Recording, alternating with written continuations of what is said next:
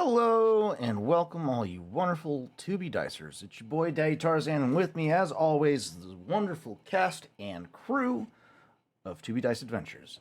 That being said, let's go ahead and roll out with our introductions for this week's episode, starting with yours truly, Daddy Tarzan, 82855, on all social media platforms. You can find me under that handle. Excited to be here to tell another wonderful story of a jailbreak episode that will liberate some wonderful pilots from a prison planet known as Belsavis. That being said, let's move on to the rest of the cast, starting with our wonderful, lovely, sneaky boy, Victor. Take it away. Hello, everybody. It's me, Victor, also known as Victor the Story Weaver, and I am currently playing, as most of the time in this campaign, the one of the two halves of the Brothers of Dathomir, Rojo and Al. That's what my brain went to. That's going to be when we do the fusion, Dragon Ball style. And yeah, currently on my third week in maximum security Imperial prison. So far, 10 out of 10. Highly recommend. And we're about to do some stuff. And if you think you have seen Oho, no, you haven't. Ooh, Matt's missing from the seat. So we're going to go ahead and move on to the next person in line, which will be Oz. This thing on. Yeah. Hello, I'm Oz. You can also call me a son of a ghost on all the interwebs. Yeah, I play Rawl this evening. The other half of the ex Mudhorn extraordinaire. You break it, we fix it. Jack of all trades, assassin for hire, complete with explosives. Yeah, and he's just here to have some fun. Delightful as always. Now that our wonderful Matt has returned to us, let's go ahead and roll your introduction out, my friend. Oh, me? I'm sorry about being not here for my turn. I apologize wholeheartedly. However, hi, I'm Matt, also known as War Tornite, out there on the interwebs, and I have the lovely pleasure, perhaps tonight you'll see me as the Zexto pilot known as Majdep.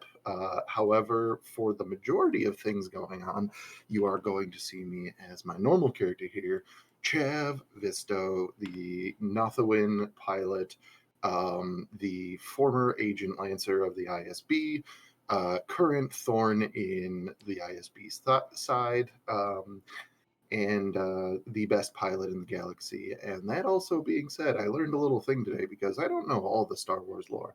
When I chose the name of Chav's ship, the Nothawin Chimera, I did not know that there was in existence already a ship known as the Chimera. That is an Imperial Star Destroyer, which is the flagship of one Grand Admiral Thrawn. So don't at me, brother. Just it's fine. That's why I'm the Nothawin Chimera, to avoid suspicion. It's all right, buddy. It's okay. Yeah, I'm small potatoes compared to you. Why do you think I threw a Chiss double agent at you? Wait, what? Anyway. All right. On to the next row of cast members for tonight's episode. Let's go ahead and start off with you there, lovely Jay. Hi, everybody. My name is Jay, also at JasonV131 on TikTok.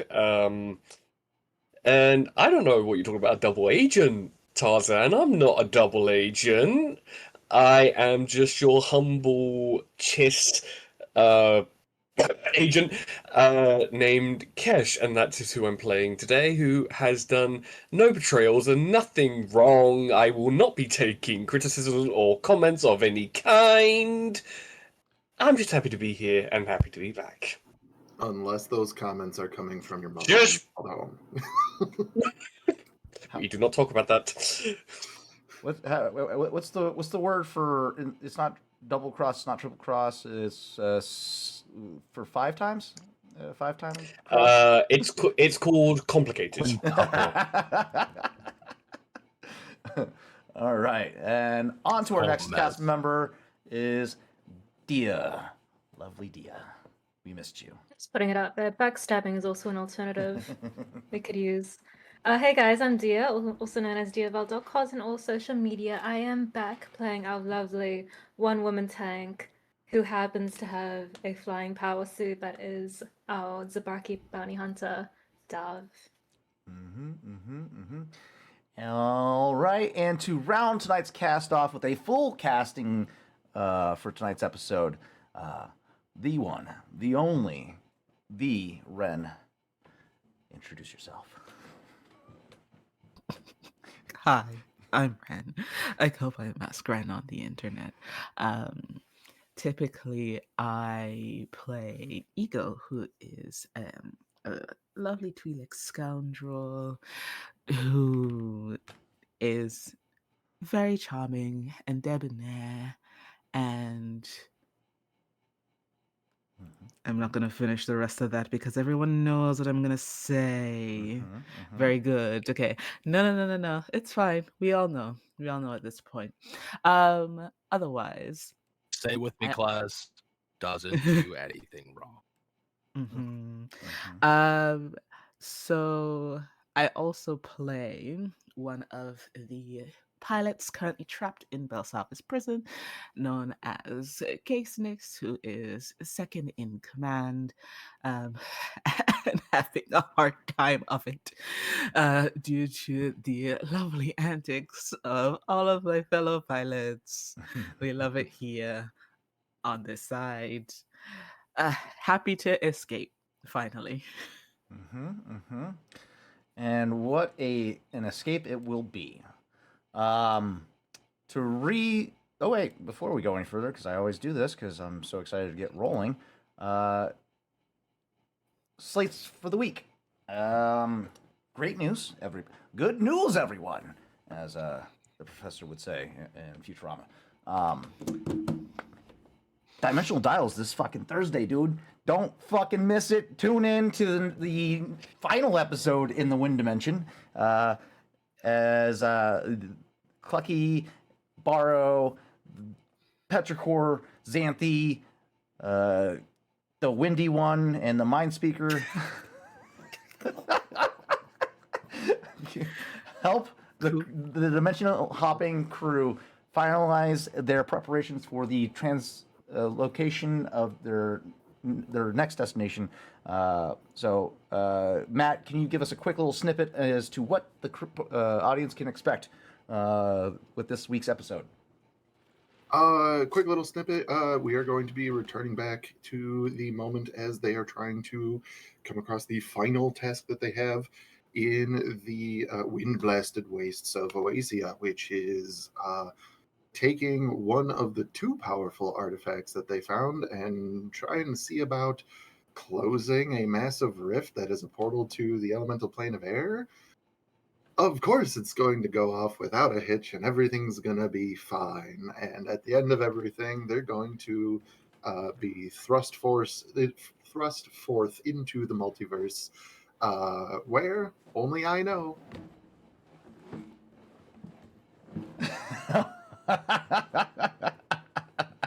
Love it. Okay. So yeah, that's this Thursday at what time? 8:30. 9 Eastern, which would be for 7. It'll be 6 Pacific. 6. So I'll be and also late. Arizona. Just a full disclosure, but wait, no, Thursday. Never mind. We're good. My son's with his mom. We're fine. Hell yeah. Unless I get held up. 1 a.m. Yippee! Don't speak to us about this. Gotta love our neighbors across the pond. Absolutely love and appreciate our neighbors across both ponds. That being said, there's also Frontiers of Eberron this Sunday. I don't know what time they start because they usually start when I'm at work. And that should bring us right back to Star Wars next week, Tuesday. You don't want to miss these next few episodes as we are leading up to the season finale of season 1, Star Wars: Edge of the Empire, with the conclusion of a epic battle that you don't want to miss. So these next few episodes are going to be action-packed. You don't want to miss it. That being said, let's re-immerse ourselves into the scenario that we have found ourselves in. The party has begun preparations for the extraction of the one known as Oho, who has managed to plant himself inside of a max security prison in the efforts to isolate, identify, and extract the pilots that were formerly known as Rogue Squadron, currently being held as prisoners of war inside of a Imperial max security prison. He has been in this prison for 3 weeks now, and this episode is going to cover E-Day, which is what the official designation of this mission will be known as. So what that means is, with Oho's current predicament, he's managed to prep the party for extraction, all the while making certain moves throughout the prison to help solidify their escape. One of those moves being during a heated exchange between prisoners and the guard forces, Oho managed to pickpocket, if you will, a code cylinder from one of the guards during the exchange. Not an easy task, mind you, but was successful in doing so. During which this exchange took place, a vault was uncovered to be housing stasis pods inside that had in suspended animation an ancient alien race that have been mentioned here and there throughout history, but not much is known. But they can be identified as the Eshka. The prisoners were then brought back to the prison at this time, which is where the rest of our story will take place, but during which our scene transitioned back to Oryx Squad Central Command, with Rev Garland and Major Brell prepping the extraction team for the event to come, that is which extracting Oho and the pilots. Where the rest of the story goes is to be diced.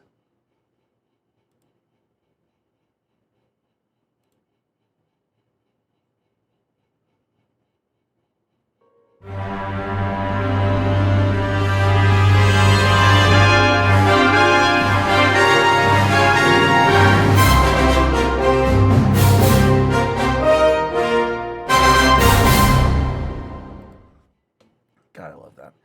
Okay, so, like I said, back at Oryx Squad Central Command. There we go. And let's set the mood.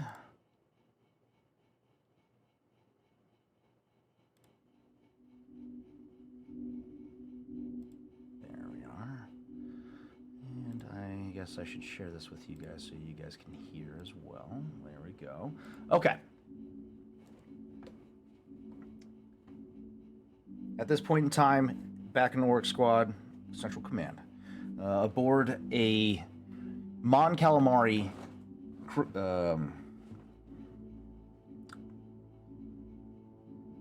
frigate, I believe is what they're classified. You quickly become aware of the magnitude of the resources devoted to Oryx Squad. This is an impressive capital ship. There we go, capital ship. Mon Calamari capital ship. Their forces bolstered at this point with a dedicated security element or armed force. You guys have been housed in the barracks area, but you guys are currently in Central Command with Major Brell and Rev Garland currently hard at work disposing or dispensing their troops to certain areas throughout the galaxy during the conflicts. However, Rev and Brel are currently more focused on the planet Belsavis and planning targeting strikes against the anti-aircraft guns that are surrounding the prison that you guys are directly assaulting.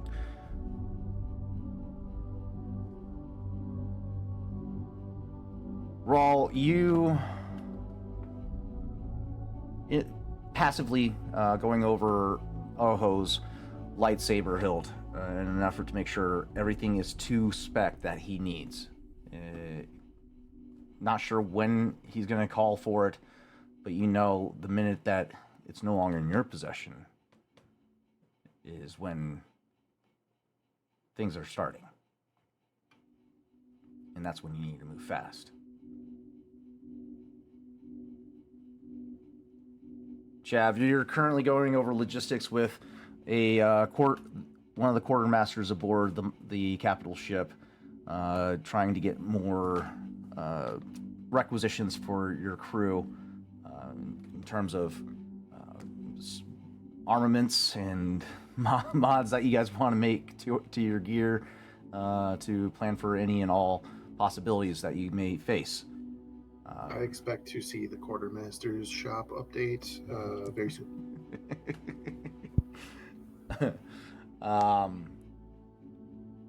Hassling him with it's progress. hassling him to the point where it gets to a point where there's almost a heated exchange between this individual and Chav, but Chav always with his quick wit and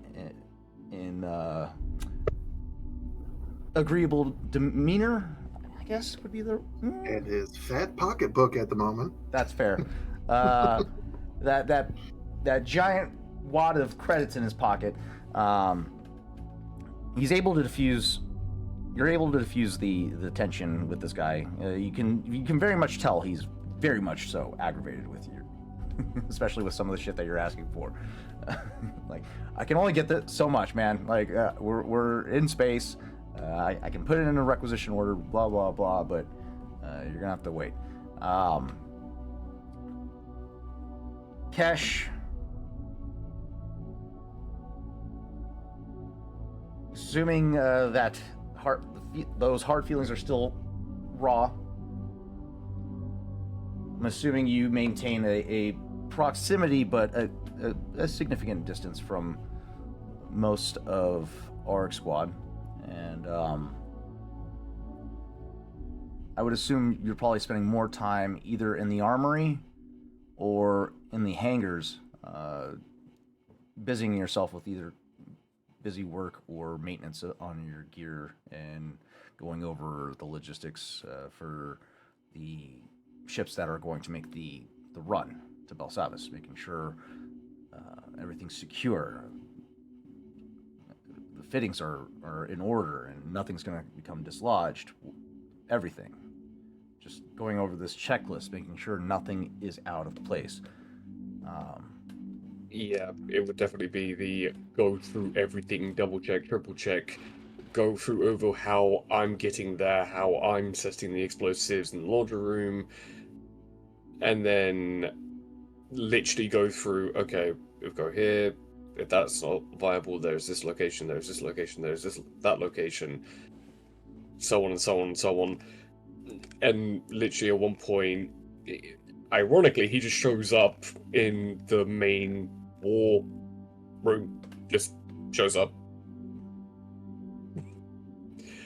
looking over the planet while everyone's discussing everything, just not really caring who's like, who let him in here? He's not meant to be in here right now, type deal.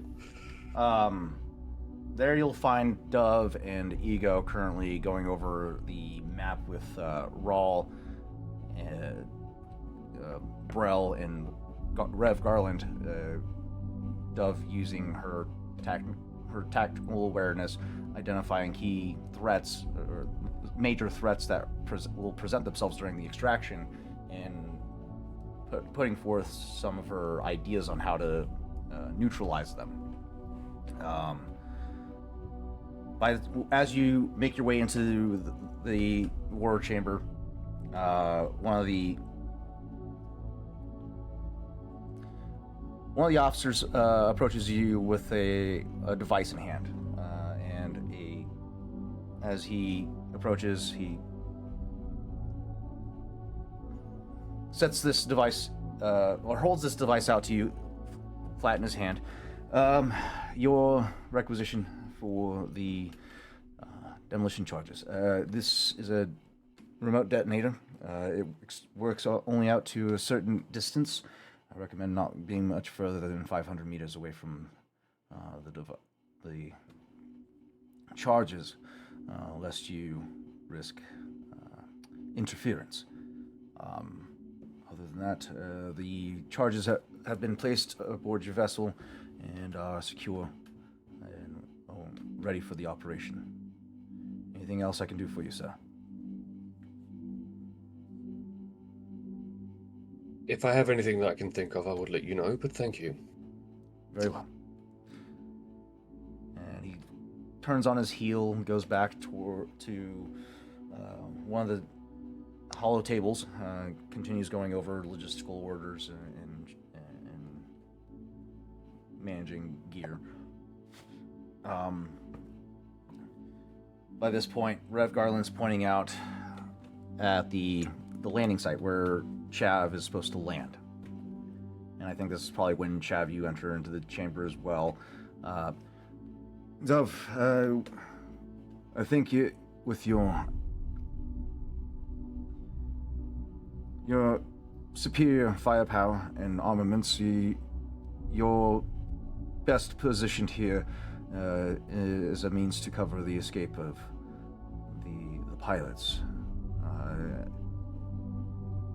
Aerial, if you could get in an elevated position, that would be ideal, or aerial. But we have to be prepared for any ground forces or automated defenses other than the anti-aircraft guns to be active during this extraction. So, do you have any armaments that could deal with large forces? What a great question. When he refers to like large forces, is that number or is that like taking out a tank? You get a sense he's kind of addressing for both scenarios. He does actually from going over the layout of this prison. There doesn't seem to be too much of a threat of presence of large military vehicles. There is the possibility that there could be like a land speeder that fitted with some type of armament, but other than that, you don't see any possibility of like an AT-AT being on site or something of that nature. Especially given the dense jungle environment, something that large, navigating the jungle would be a difficult ordeal, but doable. But yeah, ATSTs, that's another possibility, but from the recon, you're probably looking at something slightly smaller than an ATST, if there is any larger scaled vehicles, the recon ones that the clones use. Oh, okay. ATRT, I think it is. Yeah. Nothing a few grenades can't take care of. Or a barrage rain. We can. Or an anti-vehicle grenade. If I will the be buying that. means requires it, we have two missile tubes. A missile tube with two rockets that we could fit you with. I won't say no to available that. for purchase are 5 anti-vehicle mines. That's what I was referring to, yes. But other than that, infiltration team. As he turns to Ego and Rawl.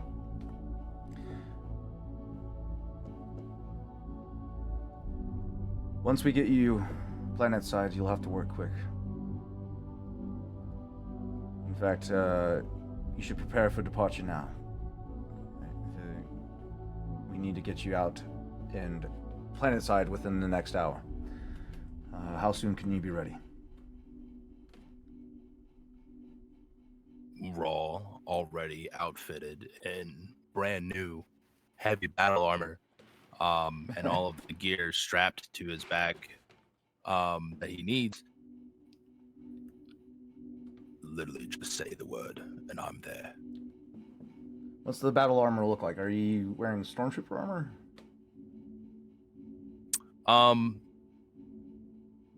It's saying models include Mandalorian shock troop armor, but I don't think it's like Mandalorian metal.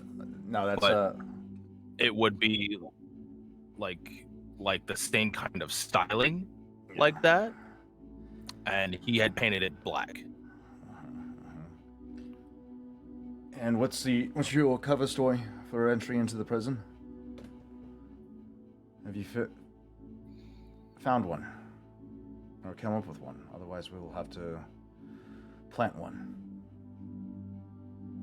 I believe the plan was we were mercenaries for hire for the Empire, and we have came to be on one of their ships for some reason, not sure. Delivery, if I believe is what it was. And then that is our inn. From there we work. Do we have the security cylinder? Yes, you guys were given We a... should already have the cylinder. Yeah, you guys were given a cylinder to get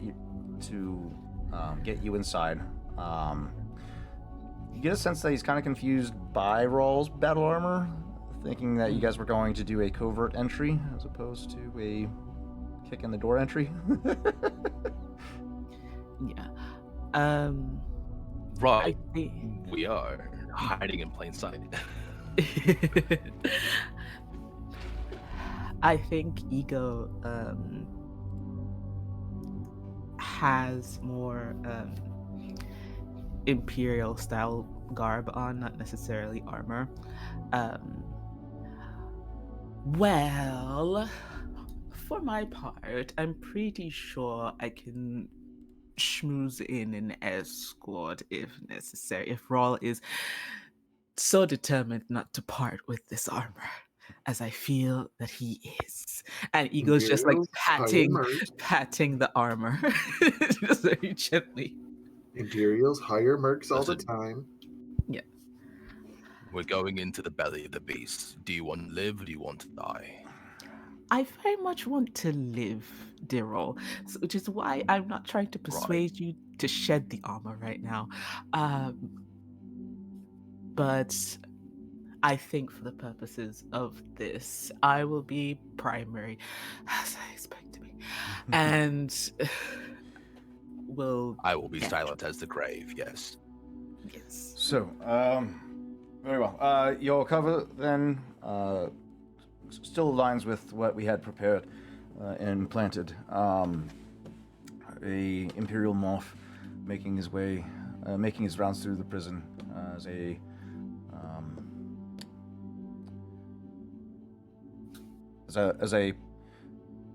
inspection officer, ethics, I believe it was, ethics inspection audit, an ethics audit, Imperial. Sorry, this is Tarzan forgetting what what the words are. not Rev. An ethics audit, Imperial morph. So just maintain that cover.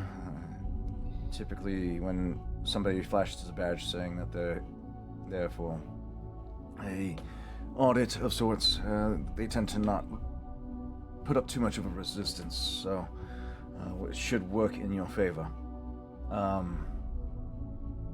Just be careful inside. Do we know if the cylinder is going to be enough for identification, or is there more? code phrases, passwords. It's a prison, so we don't have to worry too much about passwords or phrases. However, we have forged identities for the two of you as well, to help cement the infiltration. And he slides two identity code cylinders to you guys. You're a well-respected bounty hunter, part of operating within the purview of the Empire, as a security detail to this Imperial Moth, who is a ethics auditor. So that should be enough to a prison officer to not inquire too much further. And unless it goes under deep scrutiny, these identities should hold. So just don't give them too much of a reason to pry further. Once you get inside, make your way to the command center. It's at the south end of the prison structure. 3rd level. Once you get to the armory on the 2nd level, you'll find a set of stairs towards the center of the facility that will lead you up to this 3rd level where the command center will be. Another point of interest that may gain us a benefit is the warden's office on the 5th level. If there's any complications to gaining entry into the command center, you might try the warden's office. But that will be a backup option, obviously. Security will be tighter around both the command center and the warden's office, so do your best. Talk your way through if you can. Avoid any contact if at all possible. As Raw's looking over the code cylinder, he's just like, going under the guise of being an auditor is not going to give us any kind of good graces with these people. So be prepared for a backfire. I can get into anyone's good graces, Raw. I don't know what you're worrying about. Chav will chime in and go, actually, I think quite the opposite. The auditor comes in, people want to stay away. Right. Definitely don't like any kind of person looking over my shoulder at what I'm doing when I'm working, so... Alright. Stands to reason. That's why we thought an auditor was the best cover for an Imperial Moth. It should provide you the path of least resistance. And that leads us to the next segment of this operation, taking out the generators. That's when Rev turns his attention over to Cash. Supplies have been brought to your ship, and I've been informed you have received the remote for devices. So,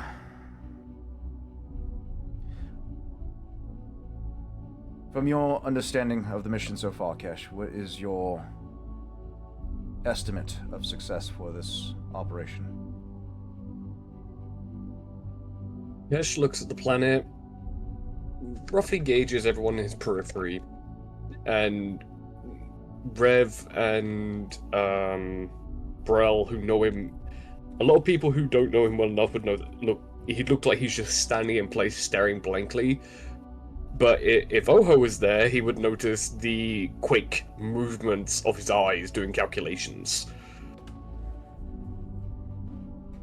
And just presses in a few buttons to his drop point, where he lands, the direction he's going. highlights where the clothes are meant to be left, but then 3 other locations where they could be left, and then all the different generators, and then his retreat point before setting off the explosives.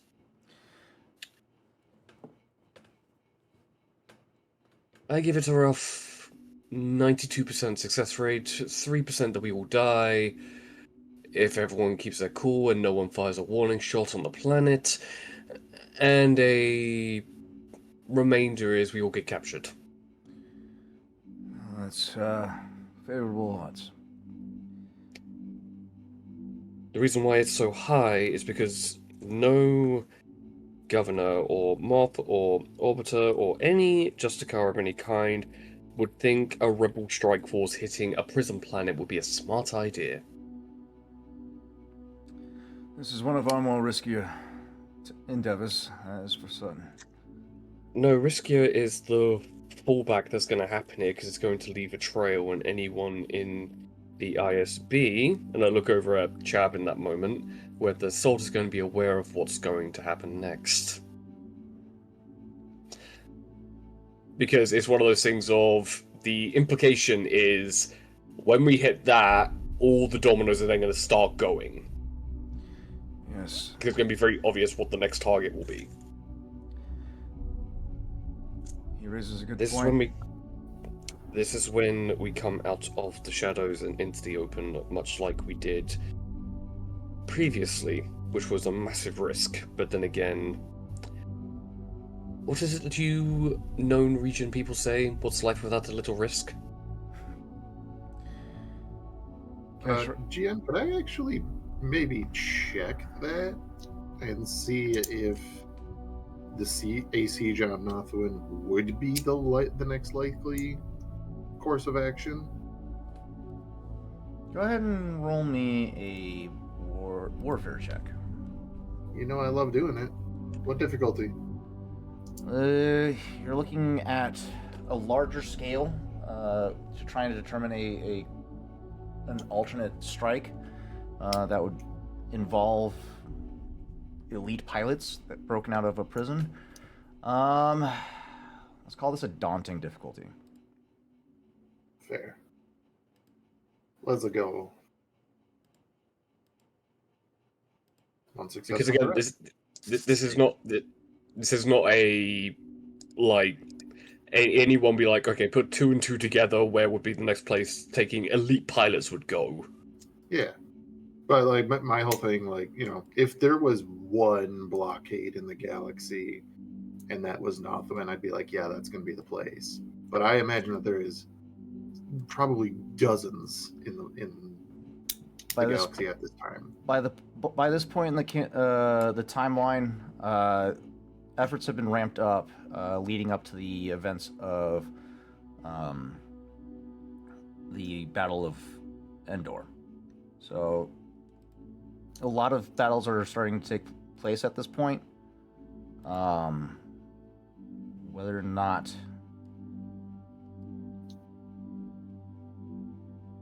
this extraction will lead to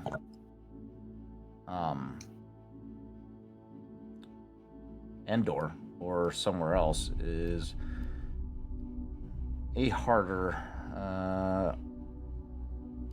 difficulty. You said 1 success, 1 threat.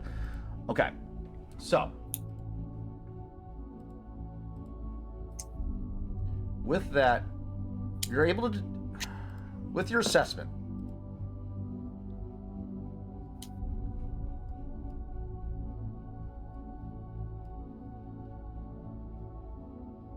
Belsavis being as isolated, not as out into the outer rim as it is, the most likely targets in that area, Nothwin is the only known planet in the sector that has an occupied force.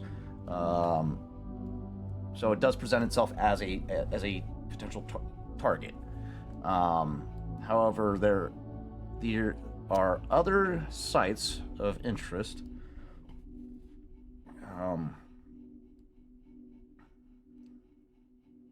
Let's see, where are they?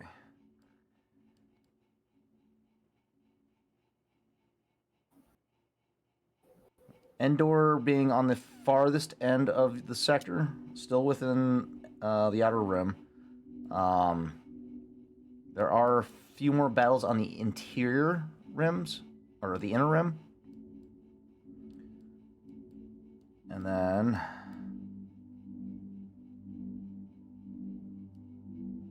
there was also the events back at Falleen that could draw attention. However,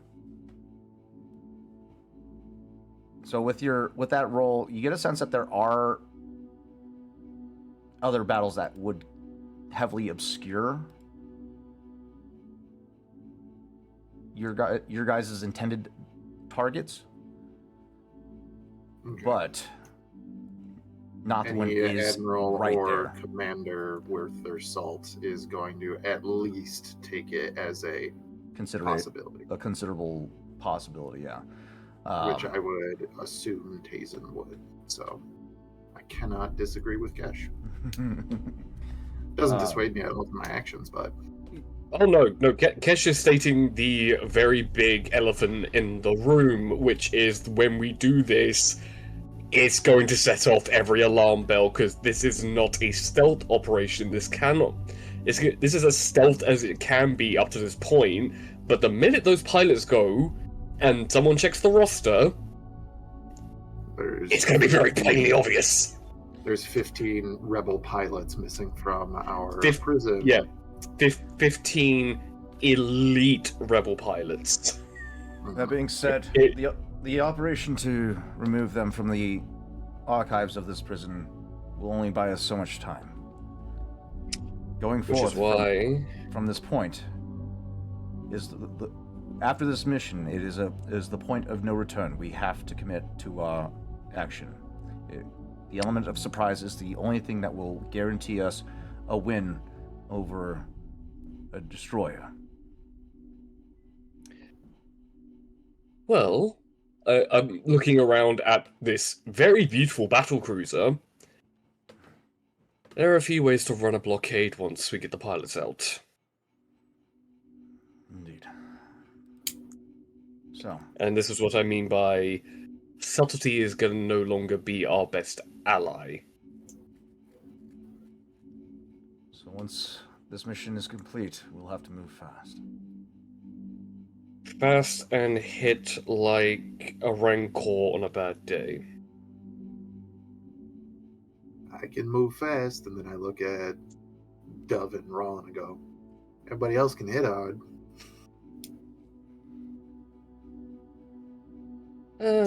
Well, I can also hit fairly hard.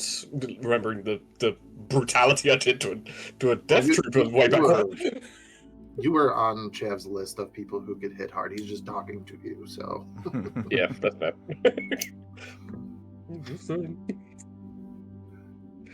Well, what are we waiting for? We start with the deployment of Rawl and Ego. Once they land, we have a timer.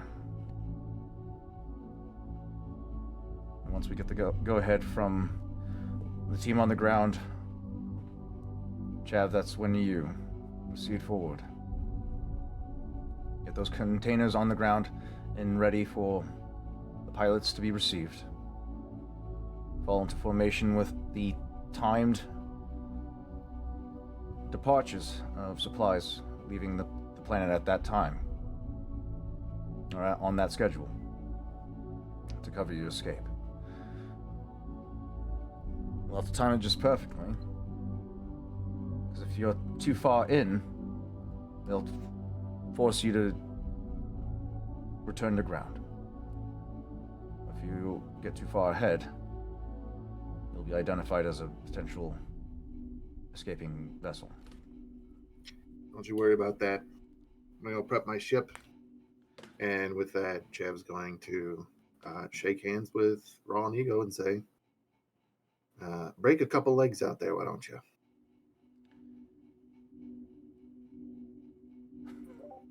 as long as you come back in one piece. Don't you worry about me. Our squad will be ready for deployment once we hit the ground with ground forces. We'll be providing Dove supplemental fire should it come to that. But again, the intent of the operation is to cover our escape, not create a opportunity for combat. So be careful out there. Choose your shots carefully if you have to.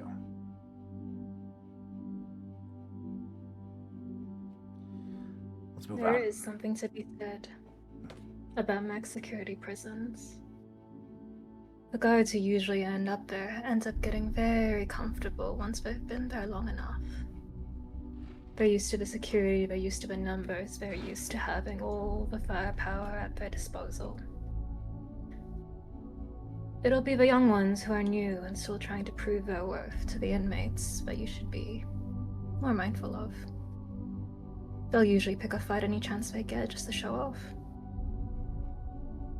Worth keeping in mind. Indeed. Good luck out there. Let's move out. And with that, everyone starts to disperse out to their respective ships, crew, so on.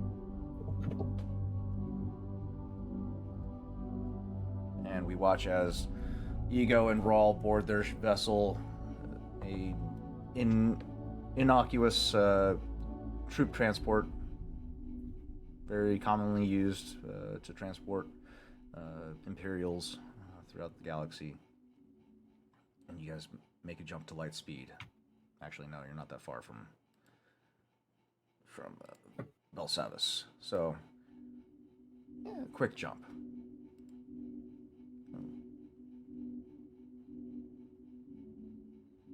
And only after a couple minutes you emerge out the other side, the vibrant jungle planet that is Belsavis before you. You begin your descent. Meanwhile, on the inside of the prison,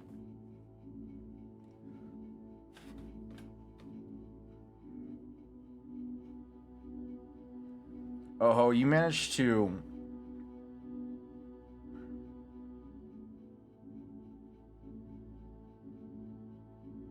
get a fairly decent recon of the prison, gathering as much intel as you could possibly muster.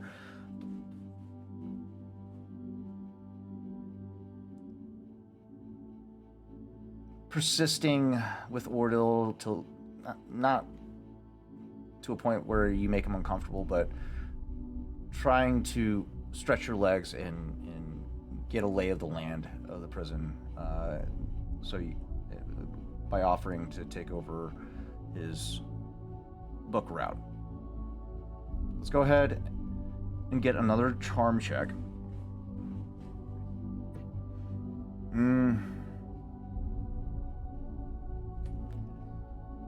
Yeah, you're not trying to deceive him. You're just trying to. You're deceiving by what your intent. You're covering your intent. So, do I? Let's see.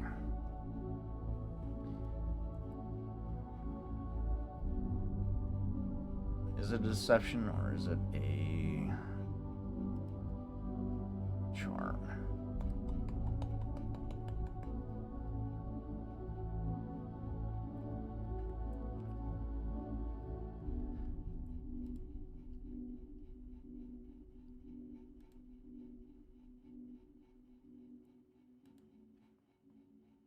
Let's go with deception.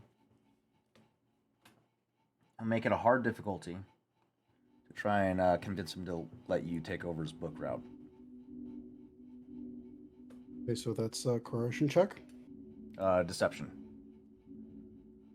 Unless you're trying to threaten him.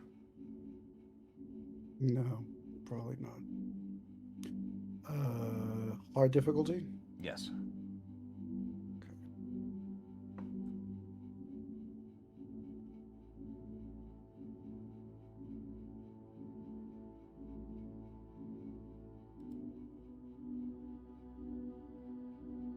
So that's a failure, but I also get a triumph.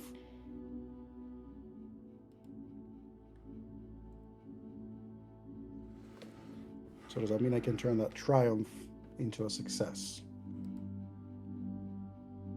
It was already considered as part of that success. That's why you only had one failure, because you had two.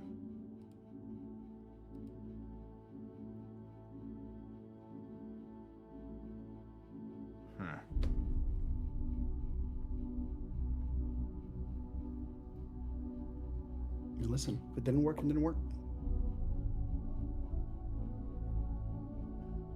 Look, I can't take you. I can't let you take my route. I don't have that kind of sway. However, maybe I can convince the guards to let you come with me in just the one sector of the prison. I doubt they're gonna let me take you throughout the entire prison for my book route, but maybe part. Let me talk to the guards and see what I can pull.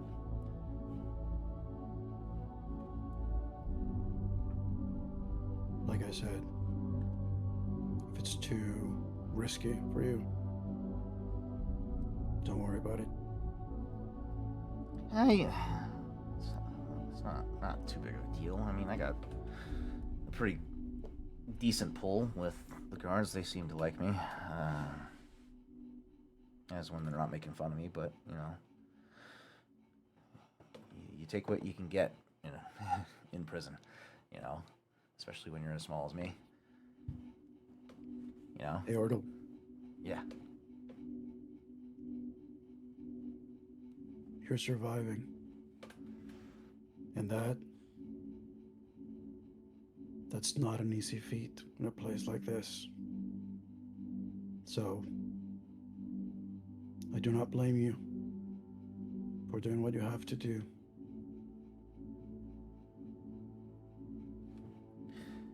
Yeah, thanks. Yeah, let me see what I can pull.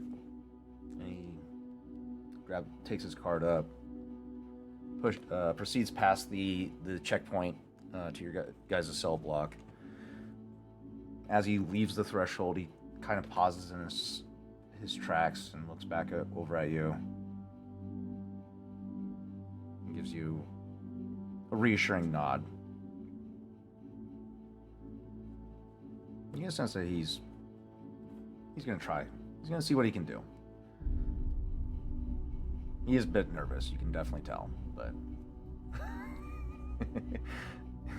but you get a sense that with that triumph, he's gonna see if he can try and get you at least on part of his route.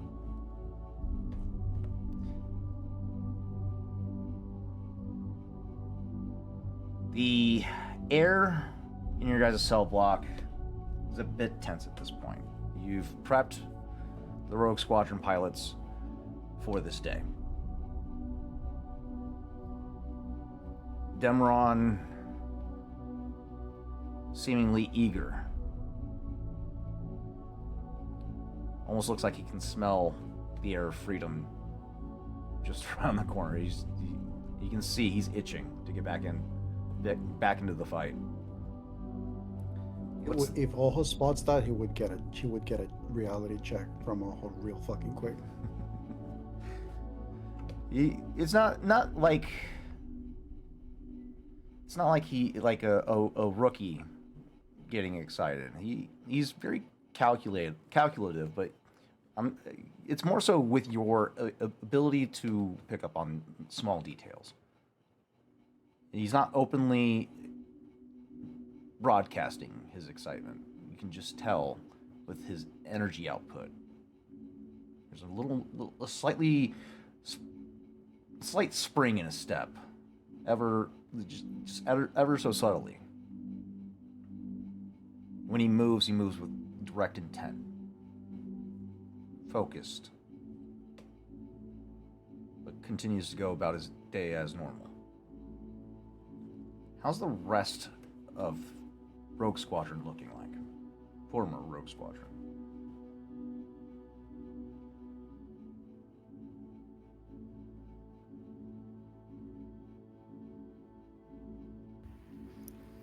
I think Case tries to keep that subdued optimism as much as he can, nothing out of the norm. His focus is more dedicated towards making sure that everyone else is still acting in line, and so it's keeping him very much head on a swivel, just making sure that no one's getting too eager about anything, no one's acting in a way that's different. Gotcha. How about the rest? Lon, go ahead, Austin. You're fine. You can go.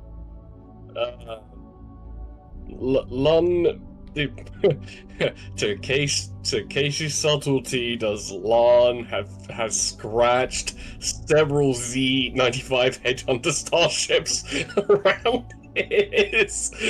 around his bunk. Like at one point, there's like a small inscribing of a Rebel Alliance symbol that it's not Casey, it's the Captain Demeron that walks over and just hits him in the back of the head saying, "Stop!" Yeah. If you didn't need your fingers, I would break them.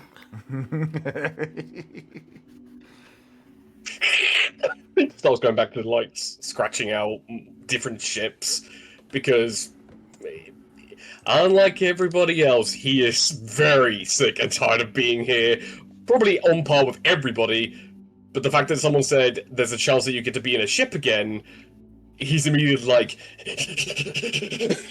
just like trying to get his excitement out in the most rebel way possible, which is vandalizing his cell. Oh, he's gonna get us killed. Oh, man.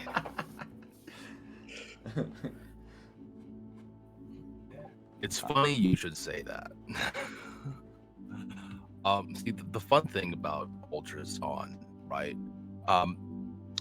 All of his bad experiences, his time in prison, all of the people that he's lost, he's never viewed them as like really bad. It's more like transitionary periods. You know, they aren't long lasting. So Ultra just came out of the shower. He's wrapped in a towel, and his hair is all wet. He's just whistling some space shanty tune as he is getting dressed, and he's looking around the room and all tension. He's like,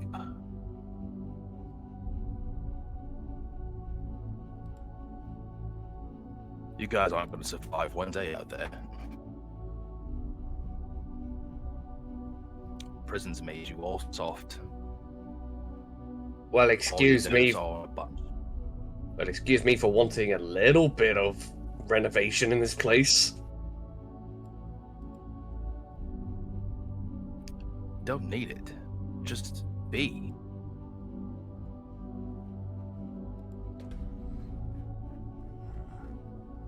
Just be, man." And he's just going back to getting dressed. And only thing on his mind is how to be the fastest pilot. That is it.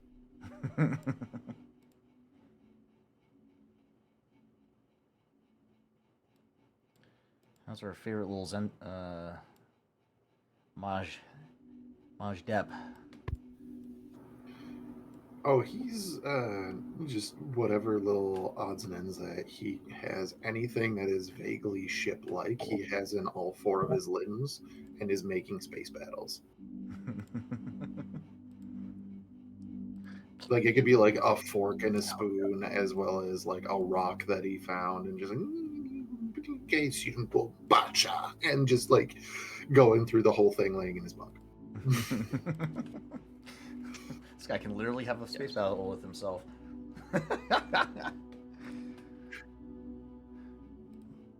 We must protect Maz. The rest of the pilots of Rogue Squadron, there is a lot of anticipation. Granted, Case and Demron have endeavored to keep majority of the pilots on a need-to-know basis, just to mitigate as much of the excitement as possible. Granted, you guys are an elite squadron of pilots, so Demron trusts everybody to maintain their composure, but the more people know, the more likely information gets out. So keep vital information central to the inner circle is the priority for both Demron and Case. The rest of them know something's going down. They just don't know exactly what yet. They are all eagerly waiting for the next instructions going forth. So at this time, Ren, could you make a social check for me as Ego? And Kesh, I need a stealth check. You flatter me, Tarzan. A social check. Which one? This would be a deception. Okay. This will be a daunting difficulty with 3 boosts given the identification codes that you were given. 3 boosts. Daunting. Please hold while we inspect our talents and abilities for things that will aid us in these trying times. I'm gonna go ahead and add a setback due to the imposing nature of Rawls' getup. and that's it. I negate like 5 setbacks, so no. Well, fine. So no, I'm not doing that. Let's see. What's the what's the difficulty that I need to do? I'll give it to you after Egos is resolved. Got it. Because they will be providing some either benefits or detriments to your role. Great. It'll be benefits. Be calm. I have many things that I can do. I know. That's what I'm sitting here not panicking.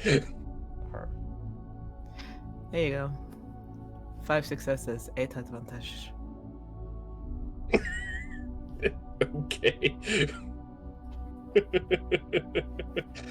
Okay. Oh, Kesh has what, 8 boost die? No, I'm kidding. Who might already 7 boost die? Sure, I'll take 8. Okay. With the cover of Ego's infiltration, you were able to make your entry during the interaction of Ego's interaction with the guards at the front, at the north entry. The north entry of the prison. So you already got like 7 boost die, and that's fun. So there's no real point in me giving you any more, but we'll go ahead and give you 4 boost die from Ego's interaction to assist in your stealth. This will be a formidable difficulty as you are breaking into a max security prison and avoiding camera detection at the same time. Tarzan, you're gonna hate me because I'm gonna suffer 2 strain to do Master of Shadows, which is going to reduce that difficulty by 2. So it goes from formidable to Hard. 1, 2, 3, 4. Hard difficulty. Excuse me while I roll the bullshit. God damn. Okay. Okay. Another 5 successes. All right. Yep, Ketch is where? Ketch is where? Sorry. You He went home. He went home. He went to go talk to his mom. you Oh make no! make your way through the you actually departed the ship earlier using the cover of the jungle for your infiltration, during which you identify with those advantages some key apparatuses that provide a interesting form of protection for the prison by means of sound waves that Oho was able to identify earlier. These devices seem to be providing some type of ambient noise that deters local wildlife. And it catches your attention as your thorough research of the planet prior to your arrival indicates that the wildlife on this planet is highly hostile and large in scale, and could provide an interesting opportunity should things go awry. You're currently fitted with a satchel of 6 charges, 8 charges to deal with the generators. So you have 2 extra to in the case of an emergency or an opportunity, if you will. So do with that information as you will. As we continue inside. An addendum, Cash should also have the detonators for the laundry room. Yeah, that's what. Oh, was okay. included. Yeah. Double check.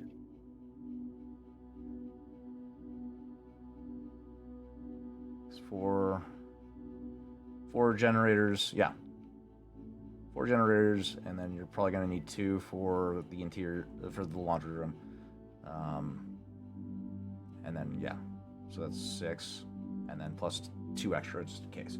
Yeah. So yeah, back in the interior of the prison.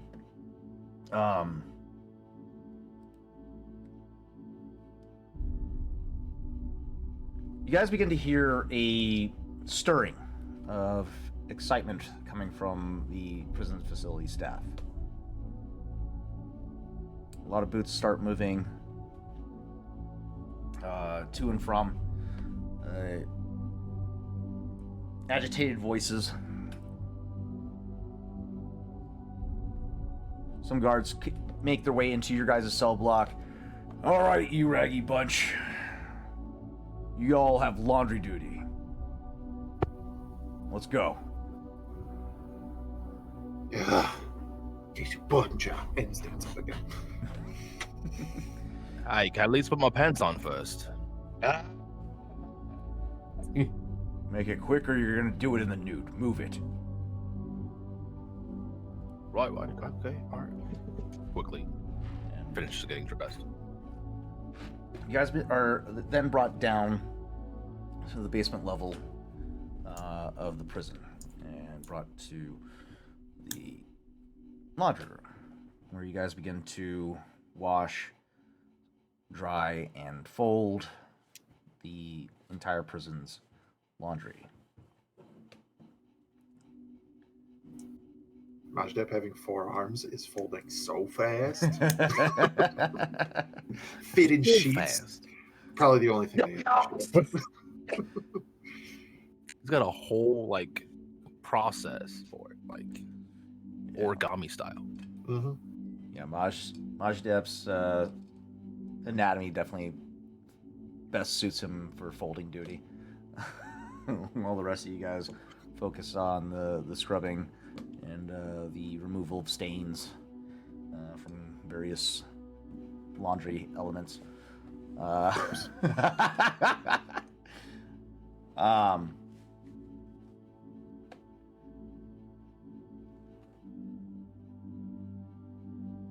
You can still hear as staff are continuously circulating amongst the building or the facility. maintaining a high level of energy, during which,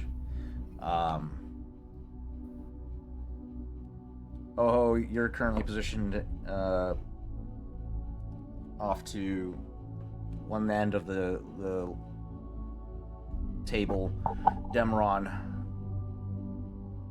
immediately next to your right, and then Case and a couple others, and then the rest of the Rogue Squadron off towards the end of the room. I'm assuming you take stock of the immediate room, and you'll see on the far side of the chamber Vulcan, who's off handling the more aggressive cleaning of laundry, again by himself. He kind of has taken up a position to have oversight over the entire chamber, it would seem. But Demeron continuing to go about cleaning and straining the clothes. Well, today's the day, right?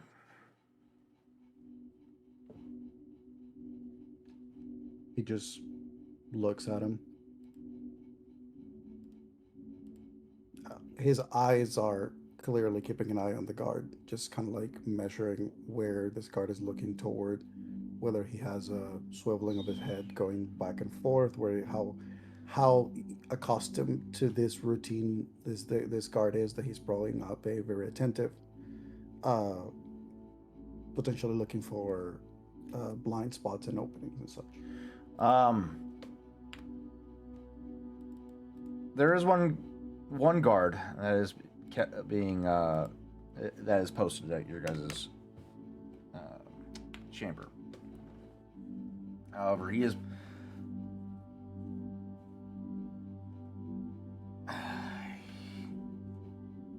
seems distracted. You're hearing a lot of radio chatter coming from his communicator. A lot. Go ahead and give me a hard perception check.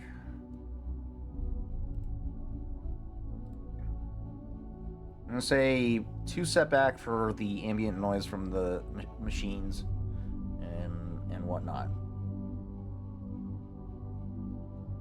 I'd argue that I could potentially come closer if I choose to like go and grab from like one laundry bin to another, like as I'm moving stuff from the machines, to try to get closer to see if I can hear it. Yeah, sure. Let's go with just 1 setback then. As you're using it, making this check as you're gathering more laundry from one side of the room. Nope. That's 3 failures. Shit. Wow. Okay. 2 advantages. Oh, I didn't roll advantage. My bad. You. Oh no, Nope. sorry. I was reading your results. Oh, my bad. Sorry. You're good. Yeah, 2 advantages. You fail with 2 advantages. So, as you make your way closer to try and listen in on what's going on, a lot of it's being garbled from the static noise or the ambient noise from the machines and whatnot. But with those 2 advantages, you do pick up on the word audit.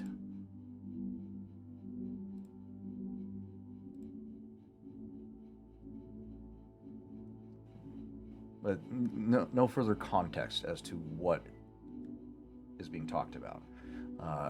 You just see a lot of agitation as people passing by with urgency. The guard himself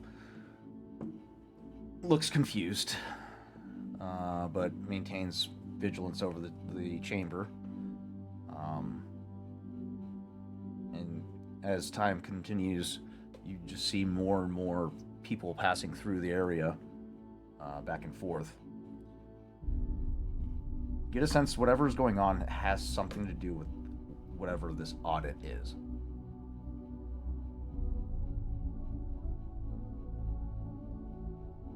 Gotcha. I think that so. Couple of things. Considering the fact that we do all the labor, so this is one of the things that I would say would have happened for this particular moment in time. Uh, Considering the fact that there's a lot of like outdoor labor that we have done, Oho would have mentioned to the group that at some point it would have been beneficial to get a small wound while working, enough that if reopened within a certain amount of time, it could potentially create some bleeding, minor bleeding, nothing too crazy. Um, and if this is the moment indeed, this would be the moment where Oho would have potentially said to the leader of this group about like today's the day is like the day that it happens. You have to be ready to bleed for it.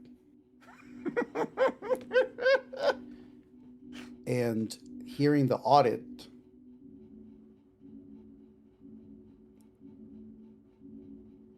I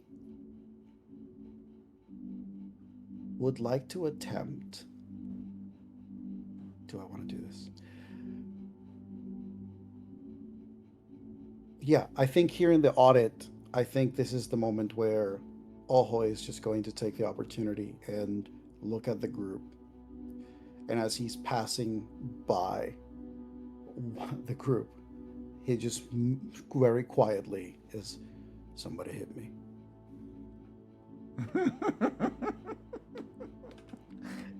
You get the long immediately swings. It's just like you don't even get to anyone else, just out of nowhere, just like somebody. Any excuse to hit anybody. Alright, Demron looks conflicted, but knowing the intent, he doesn't say anything. And yet Lun strikes you. I aim so that when they go for the hit and I suggest and ask them for me to be hit, is when I am grabbing the bin that has the clothes of the group. And I am carrying that one as if it was supposed to be a clean one already. And I am placing myself so that when I get the hit, the bin is right above the crack that I marked for where the explosion should go. Because that will be the mark, along with the fact of that blood spill is going to be also the pinpoint for Kesh. Ooh. Interesting. Okay. Go ahead and suffer 1 point of wound. As this is not intended to, or actually this would be strain. It's not intended to cause major bodily harm. It's intended to just bleed enough to make a mark without drawing attention. So 1 point of strain. Yeah. So this is the idea being, if the guard notices interest to us to cut it off, we don't do there's not too much of a ruckus. It's more like a quick moment of like something was going to potentially start up and then we stop it. But it is that thing of like, I allow for the blood moment as well to throw that blood on the ground, but I also have now left that particular bin in that spot, and I just kind of like move on. Yeah, you hear from the guard as he looks over, sees the strike. Cut it out or I'm gonna make both of you bleed. And you guys go back to, you defuse and continue about your job with your in confidence, knowing that your intended target has been marked for Kesh. Kesh, at this time I need a skullduggery check. Or computers check. Would this be considering bypassing a security? Mm-hmm. Okay, cool. Because I've got bypass security and 2 ranks in bypass security, so I actually can remove any setbacks that get put in place. So bypass security, is that a computer skill? I believe. It is to opening or unlocking doors and whatnot. So okay. Yeah, bypass security from checks made to disable a security door or open a locked door, if that's what I'm facing. So it works for both skullduggery and computers? It's just removing a setback per rank of bypass security from checks made to disable a security device or open a locked door. Oh, it's a broad spectrum. Okay. I will have to probably go with skullduggery because I've got 2 ranks in 2 yellow in that rather than Yeah. Okay. So it's a question because I've got 4 green in computers but 2 yellow in skullduggery, so I don't know what to pick. I mean, it's kind of an equal chance or equal opportunity with both of those because you're getting the same amount of results. That is true. Actually, no. You get more chances with proficiency. Okay, so I'm gonna go with skullduggery then. This will be, since you're doing a manual bypass, this will be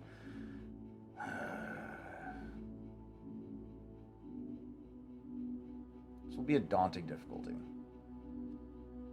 Well, great. Nothing harder than that. Am I able to add any of the boost dice that I succeeded on when it came to the advantages that I got for stealth? I'm also trying to see if I have anything else that can give me. I mean, you would have tools at your disposal, obviously. So yeah, let's go with 3 boost die to assist in the bypass. Wait, doesn't bypass security give you boost die? No, it just gives me removing of any setbacks. Doesn't give me boost. Got it. Okay. Because we have a lot of light sides or a lot of destiny points, can I use one to use an incidental that I have? Ooh. Utility belt.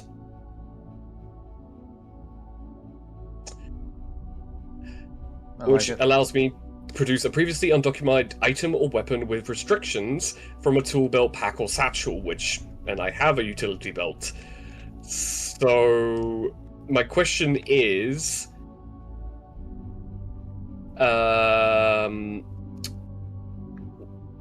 what would a data spike or something that allows me to break in without being noticed, what would that add? The data spike will just bypass the check. You don't have to make a check with a spike. Then I'm going to use a data spike. Okay.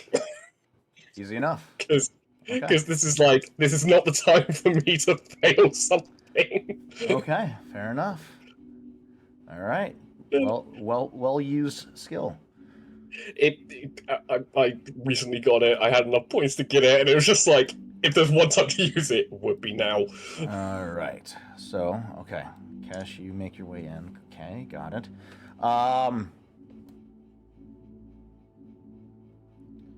Ego and Raw. You guys are reaching the command center at this point. On our tour of the facility, however brief it is, are we letting loose that little droid spider thing for Dove to control? That's a you question. Yeah. When do you choose to deploy your device? We would be having to, because there's no other way to get it in there. That being said, this is not a small droid. Okay, I don't know the size of things. It's probably about the size of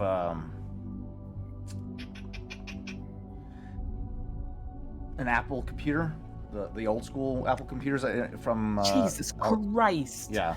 Okay. Yeah, it's chunky. It's chunky. So You could deploy it Alright, outside, in order to do this, but you'd have to risk it. I mean, actually, you guys fitted it with the code cylinder, so it has security clearance. Never mind. So yeah, you guys would have to deploy it outside. Shit. Never mind. okay. It doesn't have to worry about breaking in because it has a fucking security cylinder. That's great. It has the front door key. Damn. Damn. I just wanted to make sure we wherever it needs to go. So it probably would It deploy gets out from the ship itself once you guys make your way inside the facility. You guys would probably remote activate it at that point. Do Okay. do I need to roll for Dove has control of it. anything for the droid? I guess Yeah, this would be a but- stealth check to find an opportunity to pilot the droid. Are you doing it before you go to the command center, or you're gonna save it till after you get to the command center? We can wait until we get to the command center, just so that it's like, because they're gonna be concerned about what we're doing a little bit. Right. So, Okay. Just so that we're already in the command center when things go awry, if it does. Right. Okay. So at this point, let's get another deception check. c'est moi? I think I said formidable difficulty last time. It was daunting It last was time. daunting. Okay, this time it will be a hard difficulty. And you remove setback, so I'm not gonna even.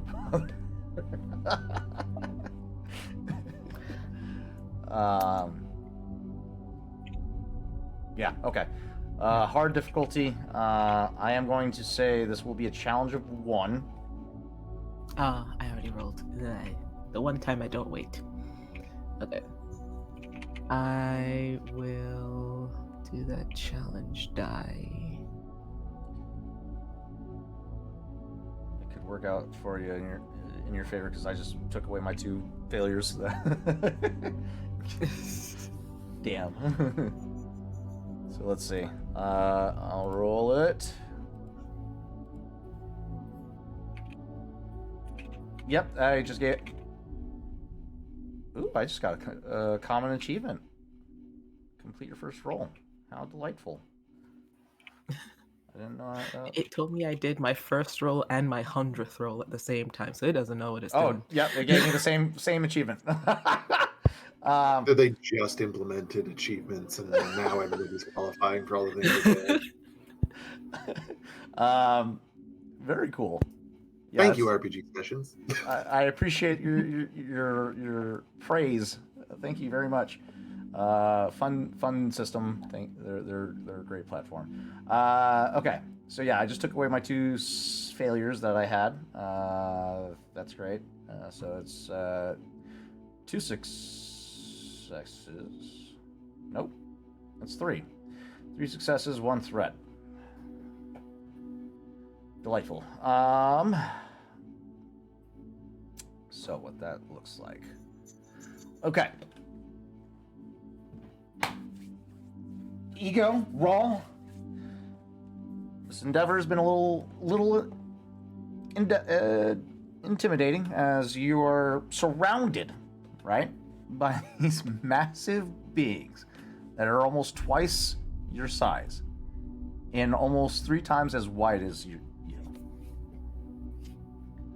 One of these Hawk's hands can envelop your entire torso.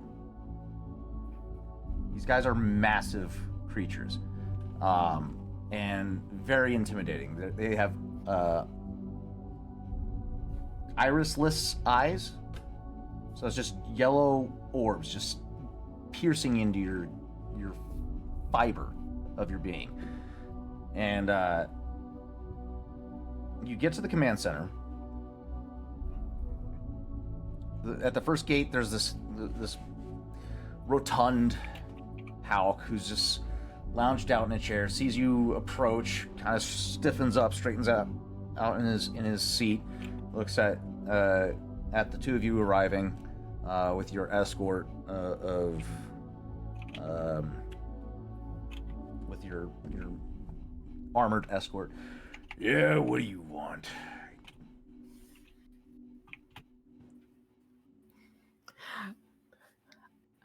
I think Ego's smile is typically very pleasant and not assuming. And I think in this moment, Ego smiles and it stretches just to the point where it looks like a threat before he even says anything. And he just says, "Move." He looks you over. You see his head go up and down as he ponders this command from an Imperial. Don't see too many your kind in their ranks.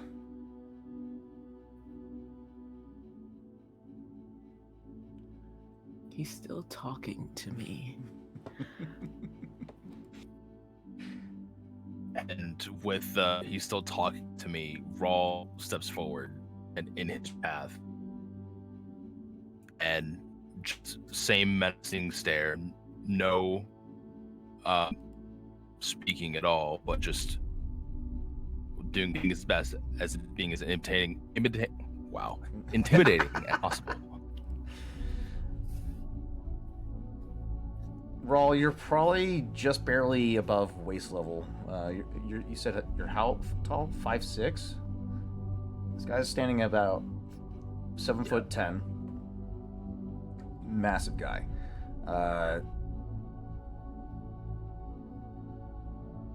He looks down at you, kind of gives an interior chuckle before he nods in the direction of your intended destination and goes back to sitting in his chair.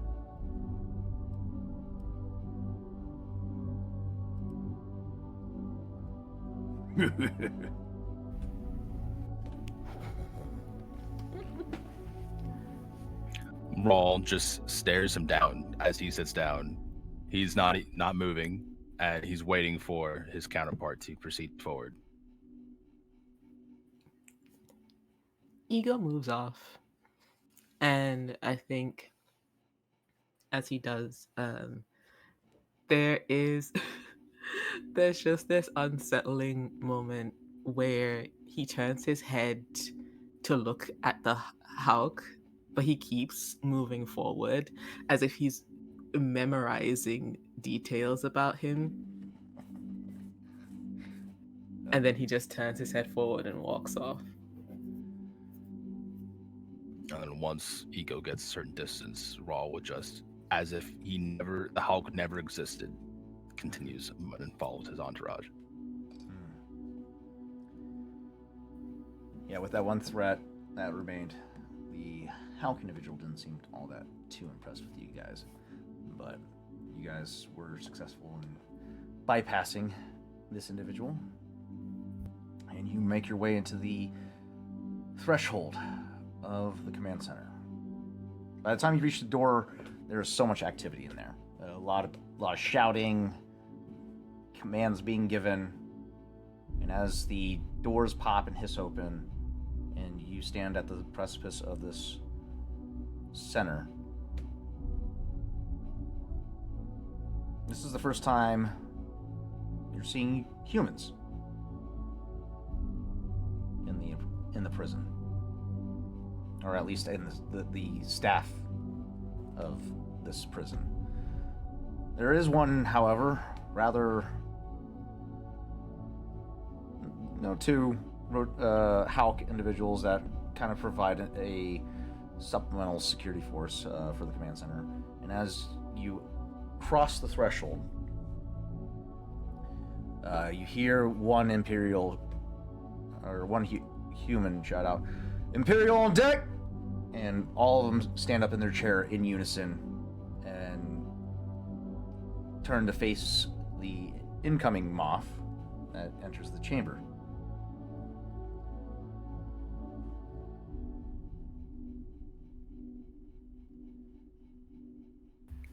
Wonderful.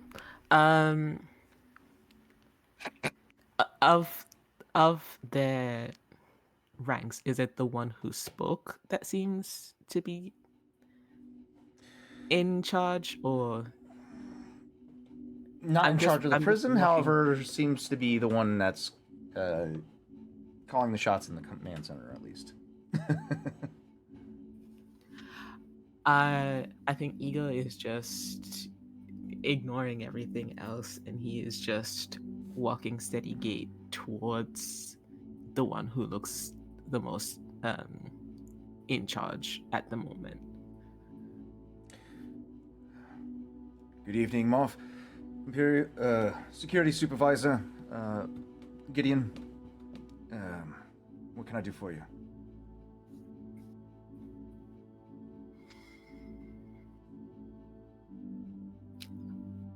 I believe, based on your previous level of activity, that you are expecting us.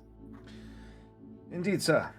We have made preparations for the audit. All information has been gathered and cataloged for your convenience. Show me. And then leave.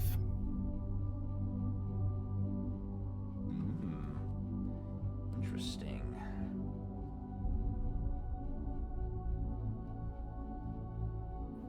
I'm gonna have to make a roll here. NPCs. Empire. Let's go with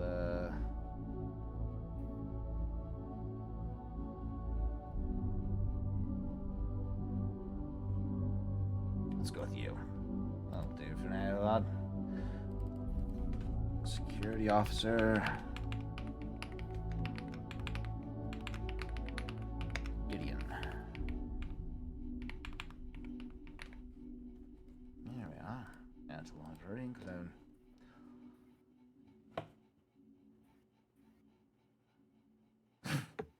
More achievements, wonderful.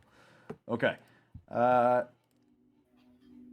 Officer Gideon, Cuban male, stands about 6'1", rather slender figure, kind of, I mean, reactive of your initial command, but as you instruct, follow up with the command, with the instruction to leave or vacate the command center, that kind of, actually, let me get clarification from you.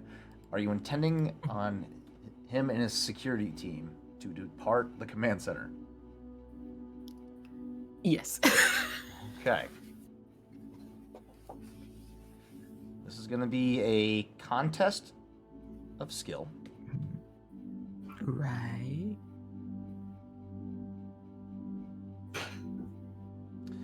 This will be a coercion versus his leadership.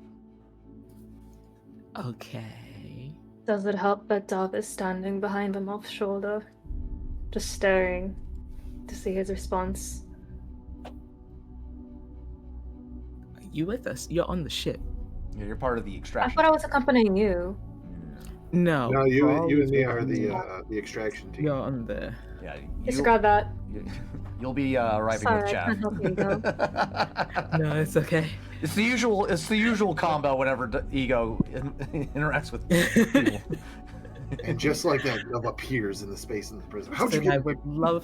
I would love to have someone 15 foot Force tall behind protection. me. Well, you can't get 15 feet tall. You get barely 5 feet with Raw. It's okay. So this will be a contest against your coercion against his leadership. So it'll be a hard difficulty with a challenge of 2. Coercion. Hard difficulty. Challenge of 2. Let's see if he has any abilities. Hold on, before you go any further. I'm checking mine.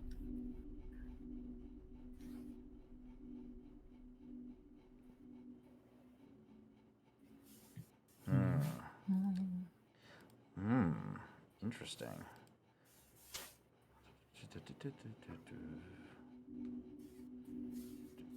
Okay. Let's see if you can pull this off. Hard knowledge check. Hold on before you go any further. Holding. Here's my knowledge check. Holding. This would be warfare, I suppose.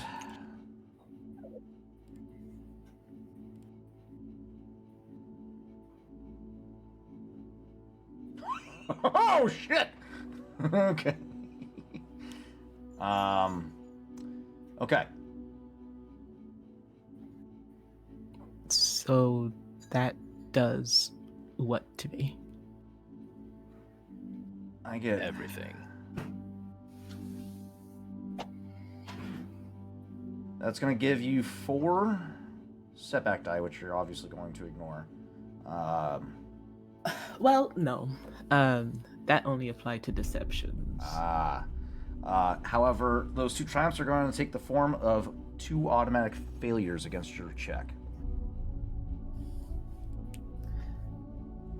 So let me get this straight. Hard difficulty, challenge of 2, 4 setback die, 2 automatic failures. Because of those triumphs that he just rolled, yeah. Okay. All right.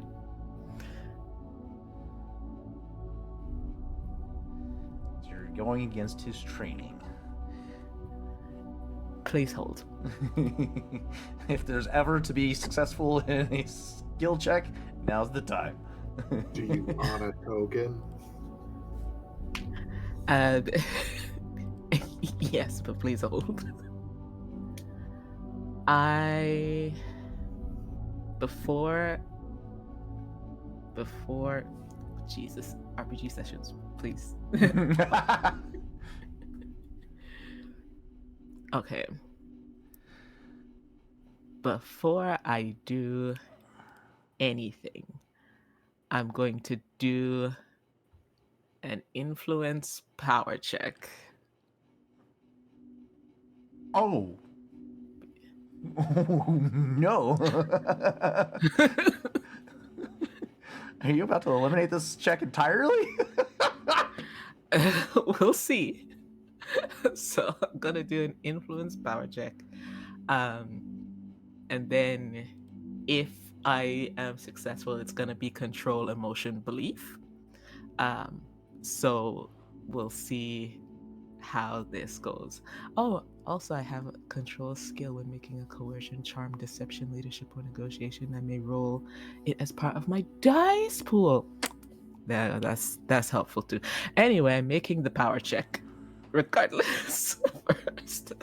I'm about to eliminate my fucking skill check. Please. With my light. 2 automatic failures that I Beg. got for 1. I beg the light to be on my side. Fuck. Oh my god. 4. Yes. Okay. All right. For those in the audience, Ego has just rolled a power, got 1 dark side and 4 light side. In other words, unfortunately, Tarzan's roll of 2 triumphs, 4 successes, and 3 threats has now become null and void. That being the point, are you about to eliminate my skill check? Is that what's about to happen? Okay. So,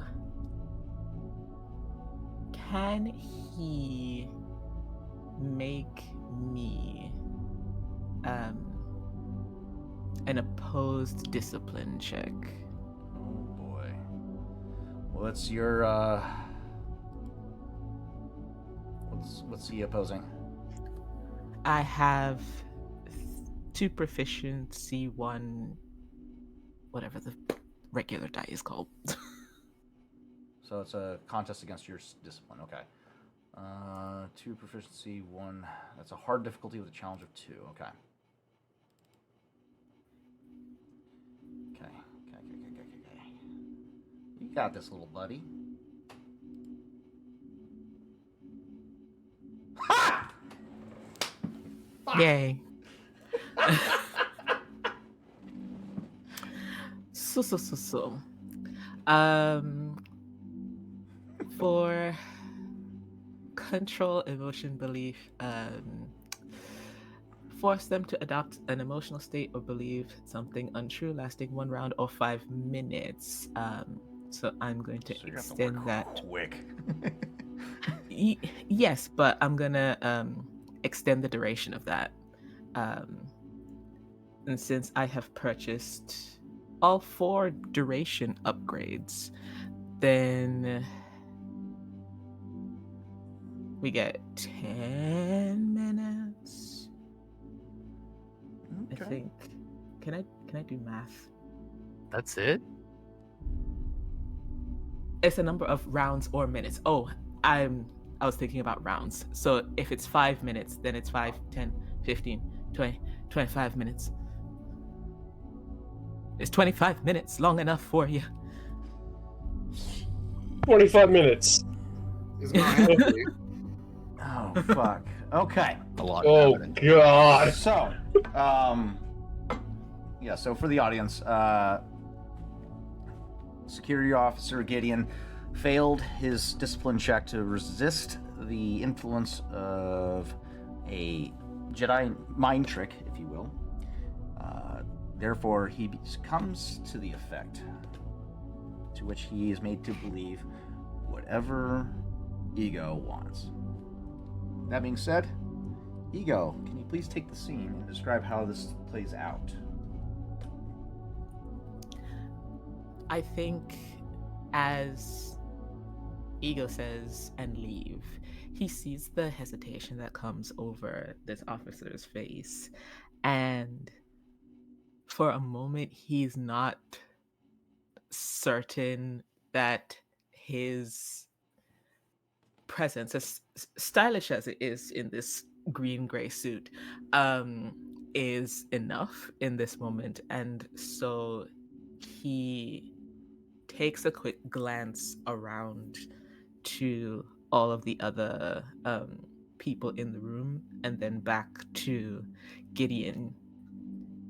And I think there's just a moment where his brow furrows as he is waiting for Gideon to respond, but he is actually exerting himself so hard in order to sway Gideon to what he wants. Mm-hmm.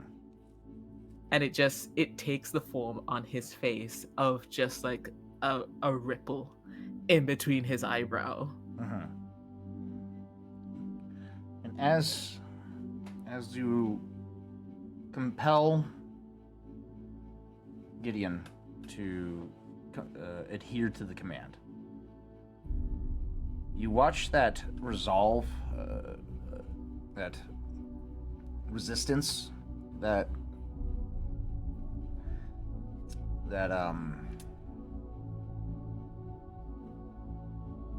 just you watch it wash away as he becomes malleable, and he straightens up, kind of has that dissociative stare for a moment as he kind of like seems to stare off into space for a second and blinks, turns to the rest of the room. All right, he heard his instruction. Everyone, please vacate the command center at this time. And everyone looks at him confused for a moment. But they watch as he turns heel and proceeds to leave the command center. Don't be too far, officer. It will be returned to you shortly. And soon after, the rest of them begin to start filing out, giving you a quick glance before rushing out to follow their lead officer. But yeah, you end up getting the room to yourself for 25 minutes. As soon as they're gone, Ega just goes, Raw, get on the fucking computer.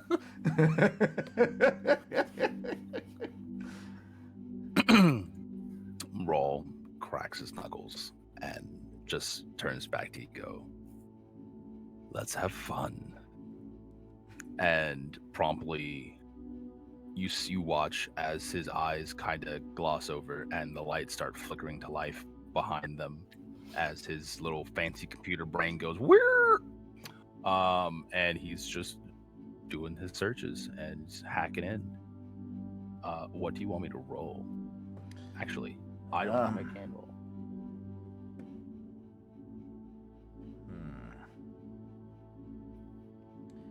So, the intent was to locate and remove the pilots from the archives. You were in the command center, so this would be a pointed attack on their system.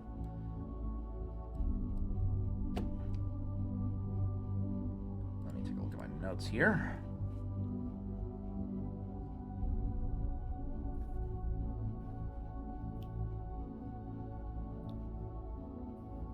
Okay.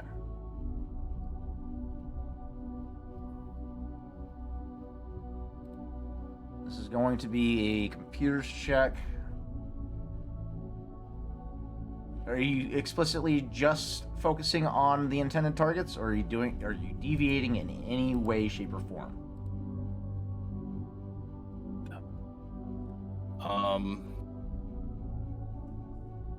So 15 pilots. And I don't think we have any reason to, because we don't have any information of any other comings and goings to this prison other than the pilots. So yeah, Raw doesn't have a reason to deviate from the plan at all. Okay. All right. So that being the case, staying focused solely on the intended mission, let's make this a hard difficulty. Challenge of 1. You'll get 3 boost die, because Orc Squad would have given you some spikes to assist with this attempt. As they have a...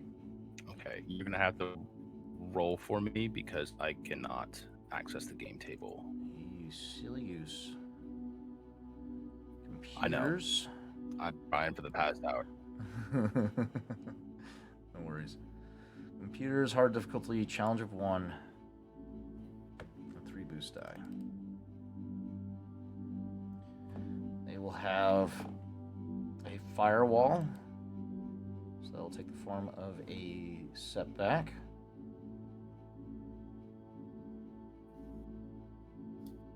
Which I can remove with my send advantage. I can fuck remove you. up to 2. All you bitches just keep taking away I my know. setbacks. Yeah, you can't have them. Not allowed. All right, so then it's just gonna be a hard difficulty with the challenge of 1. Okay. I don't want to be that guy, but sense advantage removes setback dice from an NPC skill check.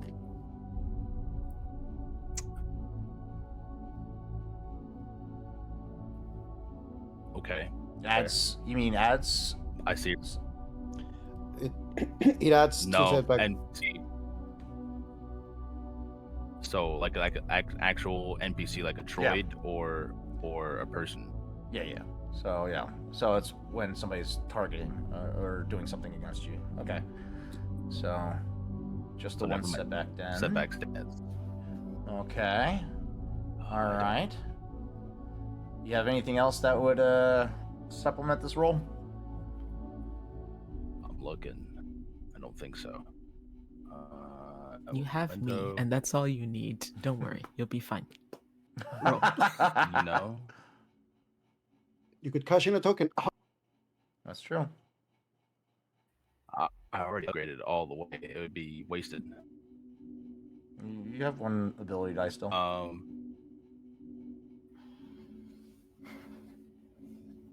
Okay, with battle mediation, the basic power, does that affect other people, or it also affect me? Since Battle I'm med- also a friendly You're talking target. about battle meditation? Yeah.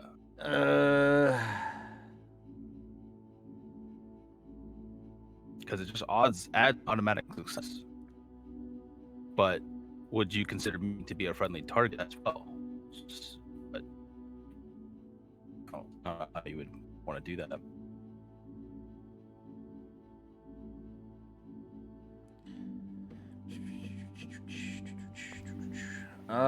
So battle meditation is supposed to affect the others around you. It kind of makes you like an inspirational force. So it doesn't necessarily work to your benefit. It's supposed to help others around you. I think the further you get into battle meditation, the more you'll eventually be able to also influence yourself. I think I haven't looked at that skill all the way yet, but yeah, the basic force power It's is okay. just It's blocked to me. yeah. That being said, yeah, it just the basic form of that force power only affects your allies. Okay. Then very well. Then the roll stands as it is. Okay, gotcha. Gotcha. Did I lose my? Yep, I did. Damn. Let me rebuild that pool. I'm sorry. Buff out. Did you guys want to cash in a token to upgrade his last ability die? Sure. The team already said go for it. Alrighty. There's that last ability die. Ooh. Spend your first destiny point. You're so kind.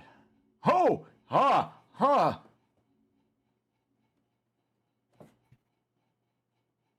Success, 8 advantages, and a despair. What happened? Interesting. Oh God. Please hold. Please wait before you start thinking about anything. Are you about to edit my die? Yes. Yes.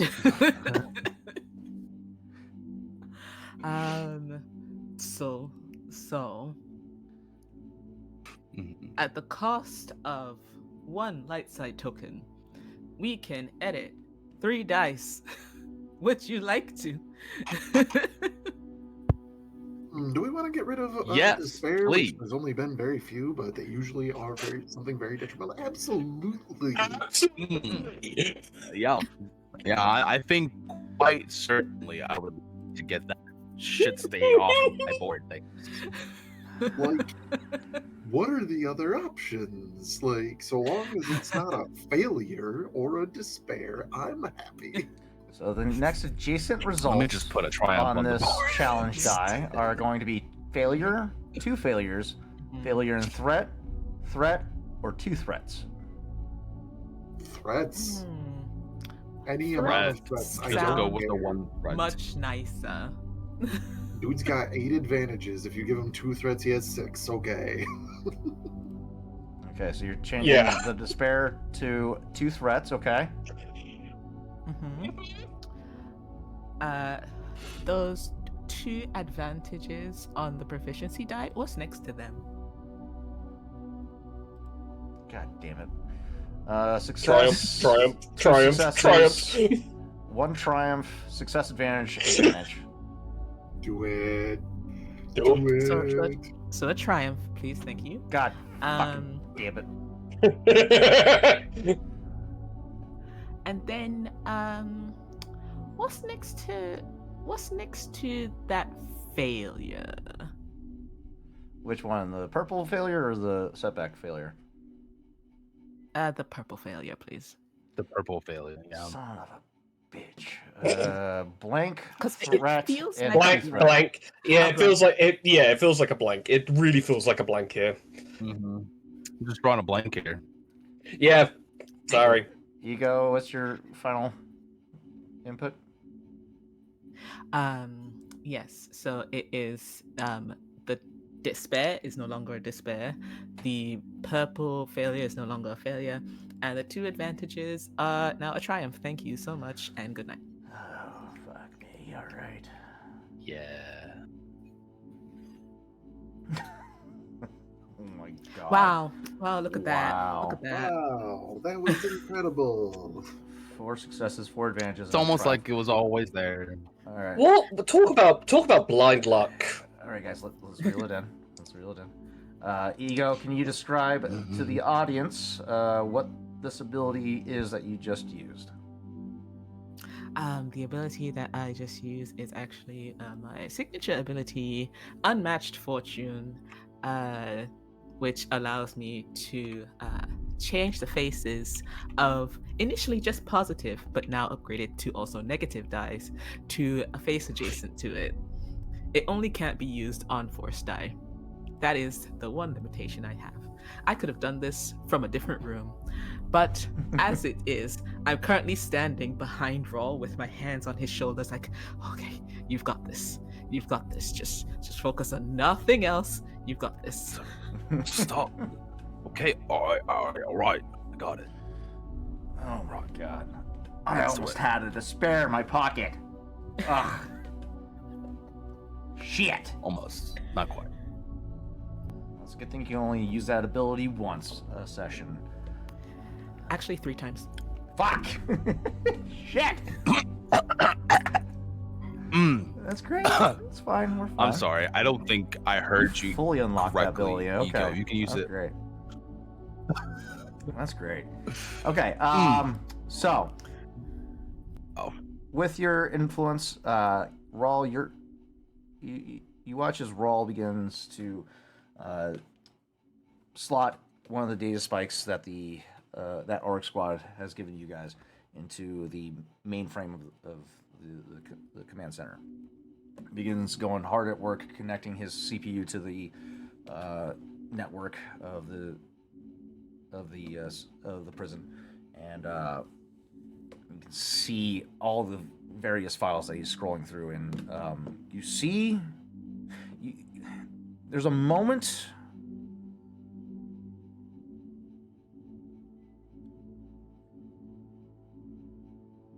There's a moment in time. It's almost as if you get like this dreaded sense of something terrible is about to happen, or will come of this. And you reach out, giving Rawl a reassuring squeeze on his shoulder as he continues hard at work at piercing through the firewall and ice of this computer system, ever so slightly changing his fate. He breaches the firewall, breaks into the mainframe, and every prisoner log is brought up on display on the console. What they've been processed for, the crimes that they're charged with, their remaining sentences, so on and so forth. A lot of these people are in here indefinitely.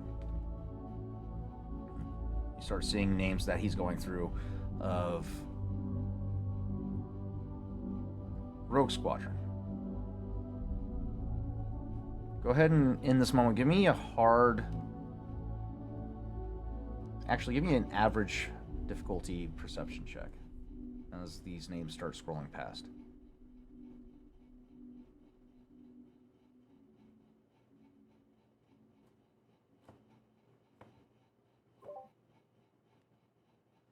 Who, me? No, Ego. You were Ego, muted. okay. High 5 successes. As these names scroll past, one name in particular sticks out.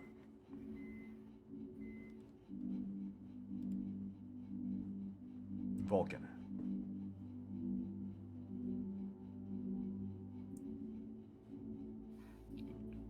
I think as as it scrolls past, Ego puts his hand on the screen. Wait. Go back. As he scrolls back up to where you see the name once more. Son of a... Vulcan Emberfire, You know him? incarcerated for political assassination.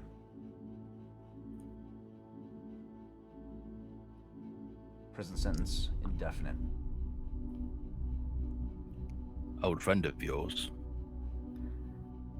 Not mine. Oh. She's gonna kick his ass. We need him too. Oh, all right. Deleting files. And done. Names quickly begin to disappear from the logs.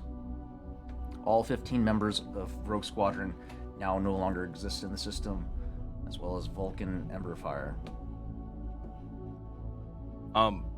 Can I make a stealth roll to download the Vulcan file to my memory bank?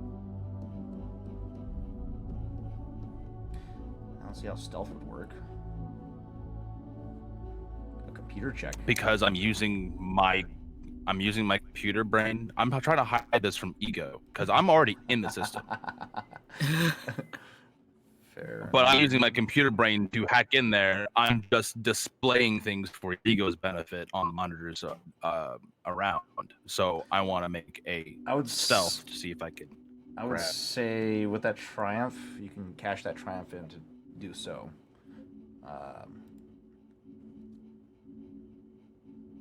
Yeah, with the triumph, you're able to seamlessly pull that information without drawing attention. You're not taking my triumph away from me. Give me the roll offer. Stealth does not apply to a computer. All right, if this is going through your brain, Ego can't see your brain, so like they wouldn't know that you kept the information. You could just have it. We're gonna have plenty of rolls, bro. Like, let's just take it. Yeah, that's just. You could just have it. You pull the I don't care about information. that All right, dude, give it I just want him deleted. You remove the information on all the prisoners of your intended target, and your mission is effectively complete.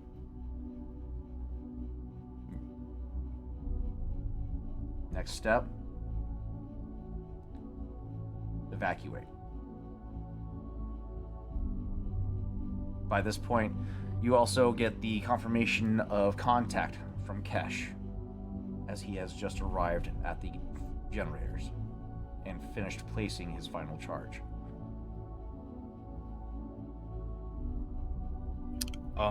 Did my database search also come up with the location for all of the pilots and gear and all that stuff, personal effects? They're not going to have I anything. believe that was part of. Their personal effects aren't going to be of much value. However, the pilots, yes, the information on their location would have been cell block Krenth.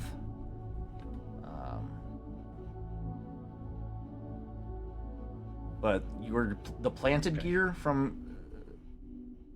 Are you talking about like planted gear from? From the plan, we were gonna plant some gear to make it look like it one direction. I believe it was supposed. Okay. All right. Never mind. That's literally the laundry, their laundry room clothing. That's what that's going to do. Gotcha. Okay. Yeah. Ixnay what I said. Gotcha. With the confirmation from Kesh, you guys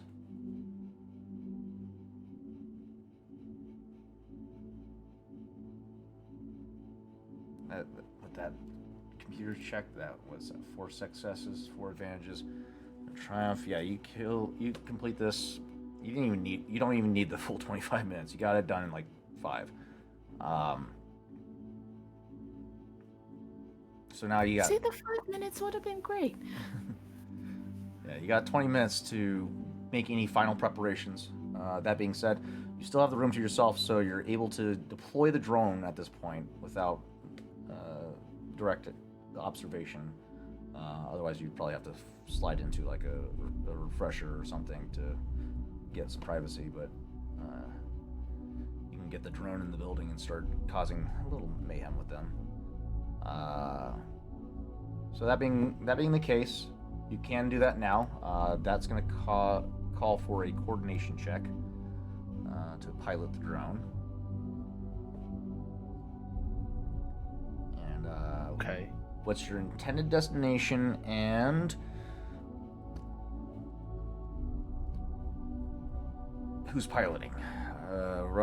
Ego, right? The droid? Yeah. No. So Rawl, you're piloting. No, No. the droid is being Dove remote should be piloted by Dove.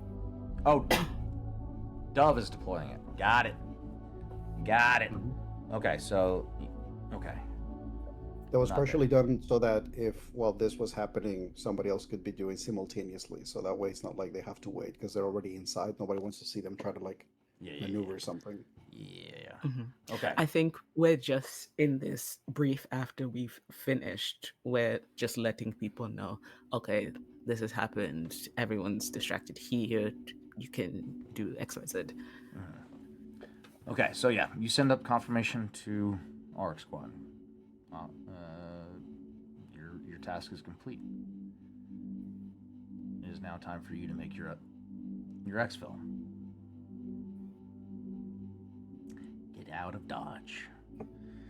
That being said, let's transition our scene back over to while that's going on. Go ahead and make either charm or stealth check. We're gonna go with the one with the least amount of skill. That being, Rawl. Yeah. Never mind. You guys choose either stealth or charm or deception. And it'll be a hard difficulty. Deception. That being said, at this point in time, you guys finish up your duty in laundry and are brought back up to the rec yard to decompress for a moment while all the chaos is going on.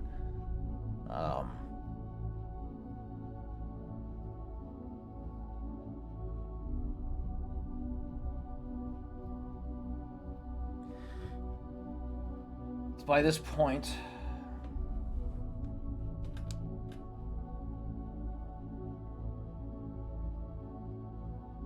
from the rec yard, which is a central courtyard inside of the prison, you're able to see the command center. It's 3 levels up to the south of you. And normally you're able to see a bunch of bodies in there. You can't make out detail because of the tinted windows. But you're usually able to see silhouettes in there. But at the moment, there doesn't appear to be any activity. Not the usual activity, at least.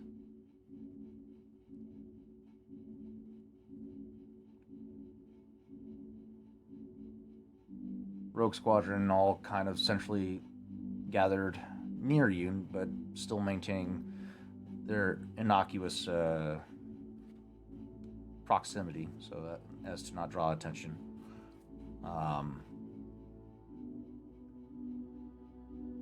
Another cell block gets brought into the rec yard with you guys.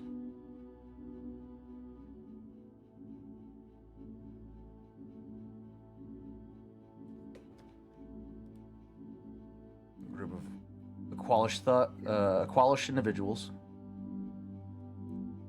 Trandoshan with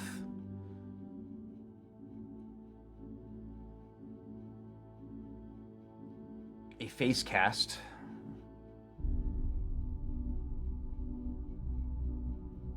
A couple Weequay and Vadrans. A Gamorrean. And a couple of Clatuianins.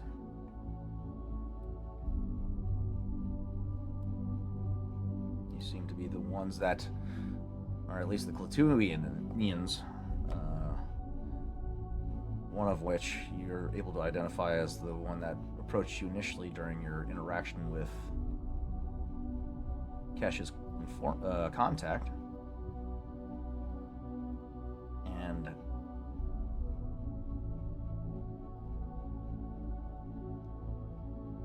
during which you see the security guards that are normally present. There's normally about 6 guards that keep the peace of the yard. They break down to only 3.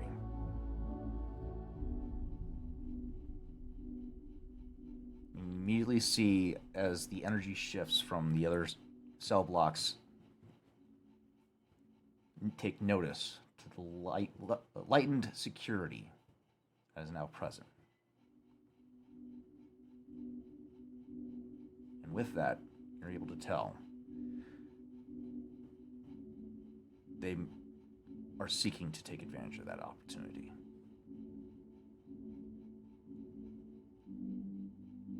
And that's where we're going to go to break. Thank you for joining us. We'll be back in about 5 minutes. Don't go anywhere as we continue this extraction operation as we resolve a little prison yard brawl. We'll be back in 5 minutes. Don't go anywhere. We'll be right back.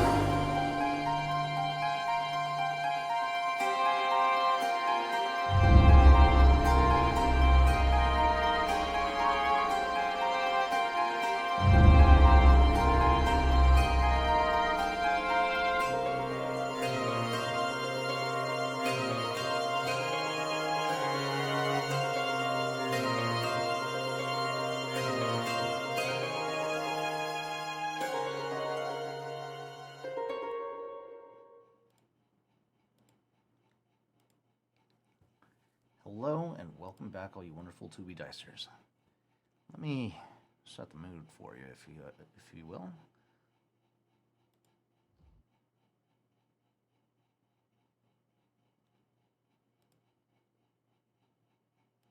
Is it working? I can't tell. No, it's not working. Refresh. Sorry, 1 second. Okay, try again. There we go. Us. No, fuck. Oh, there we go. You see, as the presence of guards lightens in the rec yard, these group of aliens begin to coalesce into a single force. You see an intent to cause harm being directed at you and the rest of Cell Block Krenth.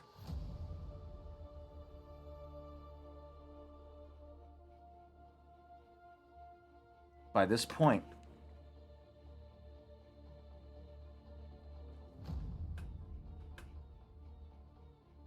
you see,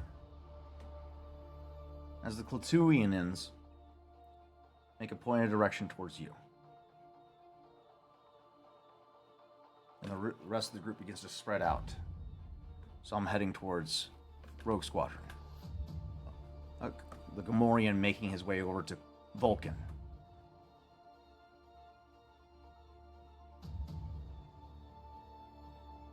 And a quick perception to detail. You see some of them start to pull out weapons.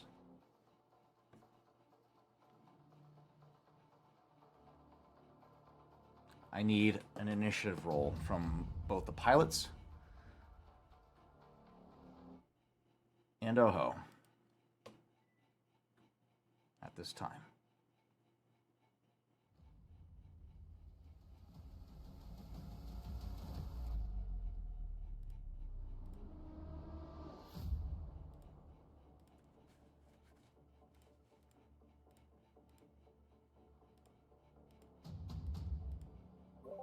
Tarzan, Yes. you're gonna have to roll for Ultra.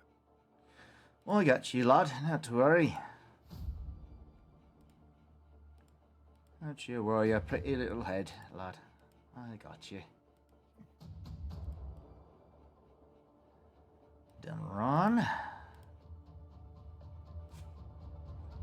Oh, Denron and the pilots are already visible. Never mind. Let's get rid of the security officer. We don't need him. Okay. I need the Qualish thugs revealed. It's going to be known. There we go. Okay. Let's take the How Guard off the table for now. Prison Yard Brawl. Here we go.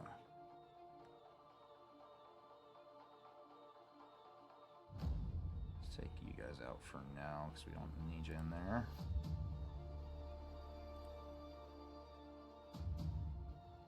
All right. Activate encounter.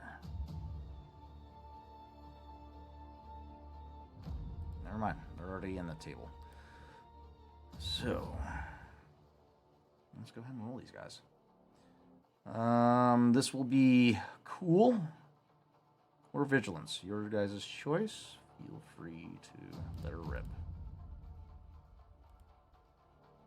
Yeah. There's no quick way to roll for all my poor babies. That's fine. Okay, let's go. You. Vigilance, initiative, roll. You.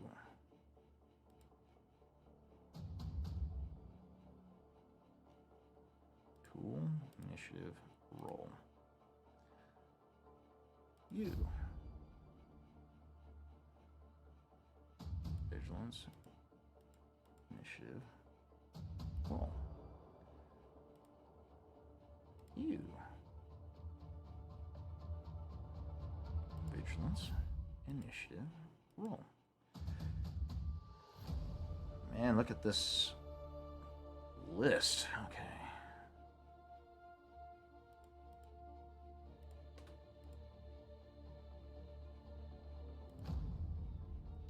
And I think this is the last one.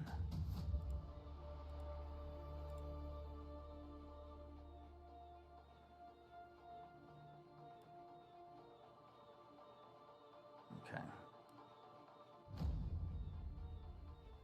And then you need Aldra rolled for.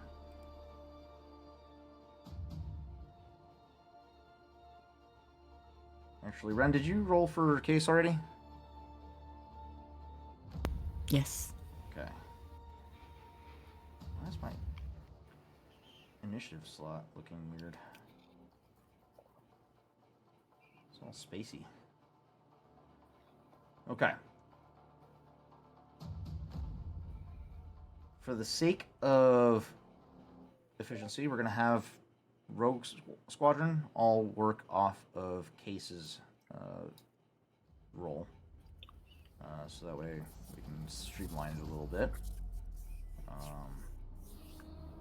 However, I do need Vulcan as a representative of his own accord. Okay, so whatever this is, just to PC slot. 2 successes, 1 advantage, 1 triumph.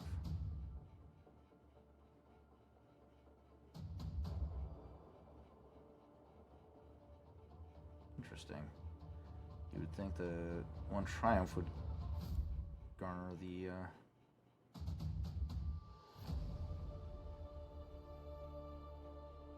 higher slot.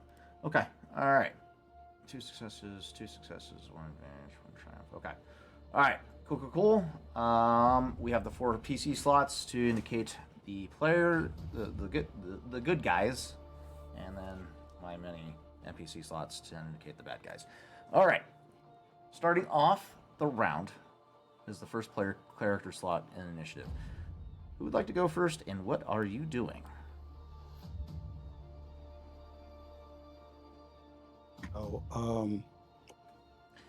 Mind you, you have no weapons currently. I am the weapon, thank you. And if I want a weapon and they have some, I might just take it from them. So, if you allow, considering the fact that Oho is aware of what this day is, and having you pointed out that he noticed the control center, noticed that the movement that is usually there is not there, having heard the chatter through the comms in the laundry room and about an audit, and then noticing a lighter defense in the room, whether for flavor or not, I think Oho would have allowed himself to try to move through the groups of people in this space to start keeping an eye on these people, this group that he already, like, the first interaction they had with him gave him that idea of these people are, potentially are, if I need to wreak some havoc, these are the people that I might need to wreak havoc with. And I think that what Oho does is, as he sees this group approaching, first of all, are any of them approaching me, or would you have allowed Oho to have that moment of like he was there and then he wasn't? The Rec-Yard's kind of open space, so you're going to be hard pressed to break a line of sight. However, you can use your allies as a means of cover. more of like hiding is the concept of like people are moving through the Rec-Yard. It's that equivalent of like somebody walking towards someone as like people are crossing by, and then they look like they're here, and then suddenly like somebody crosses in their line of sight, and then that person is like a little closer, and then like maybe to a little to the side, and then eventually it's like, where the fuck did they go? Like, that's kind of like, I see Oho making moves, but he's like dancing. in the rec room. Like he's literally like moving and then like sidestepping to his side, then taking a moment, pausing next to a person that is doing like pull-ups, and then moving to the other side, and then like move. And so he's, if one of them is on his tail, Yeah. He'll probably either if I am being seen, he'll just probably be doing that motion. Okay. So suffice to say, you said that I noticed that they have weapons. I'm assuming that includes the one that is trying to come for me. Yes. You see specifically several of them pulling out shivs. Mm-hmm. Wunderbar. Um,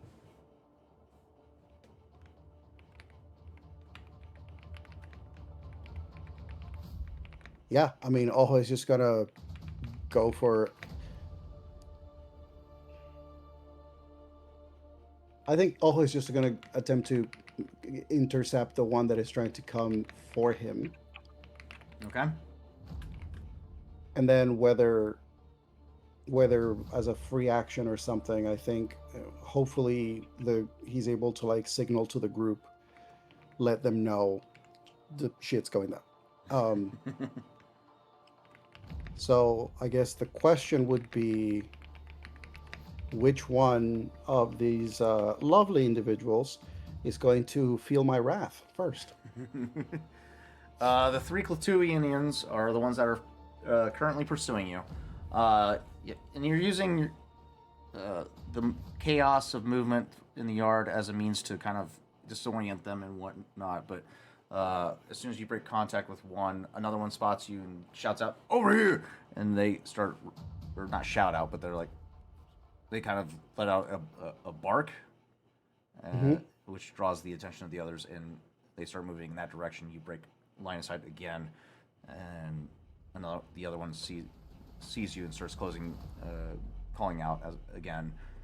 It's just a process of you kind of creating this chaos for them to keep track of you, to make it fair for you, essentially. Mm-hmm. Um.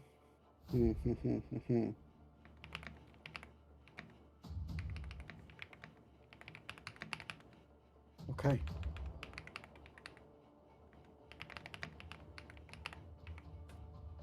So, Cash, can you at this time make a easy mechanics check?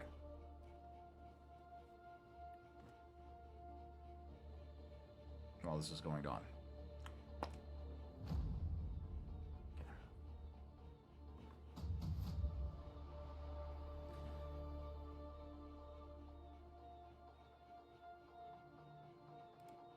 I need to make the roll as my bare fist. I don't have my bare fist as part of my weapons.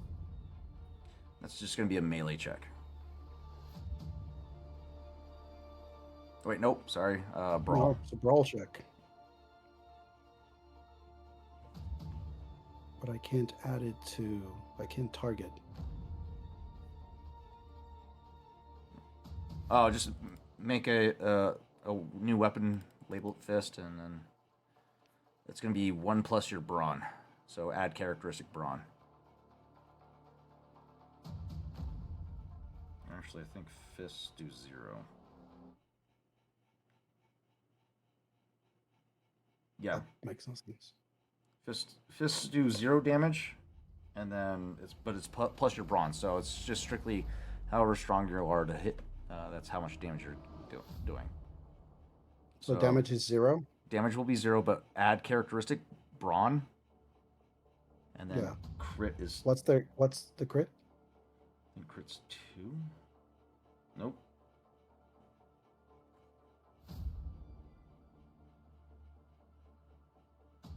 Crit's gonna be 3 for now.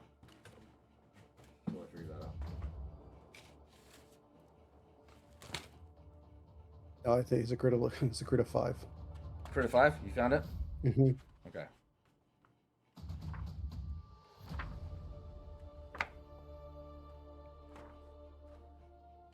Okay. And then your targets are going to be the Clatuinian thug.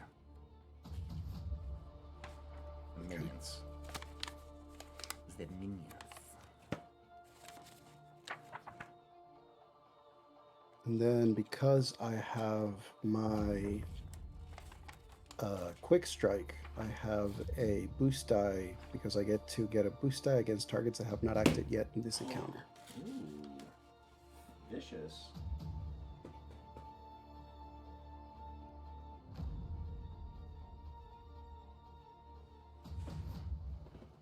Seven successes and 3 advantages. God damn. And 10 damage? And- My god. hmm All right. Crit is how many advantages I get or how many successes I get? Advantages. Okay. Okay. You do 10 wounds against the Clatunians. Their soak is 4, so you do 6 damage. Damn.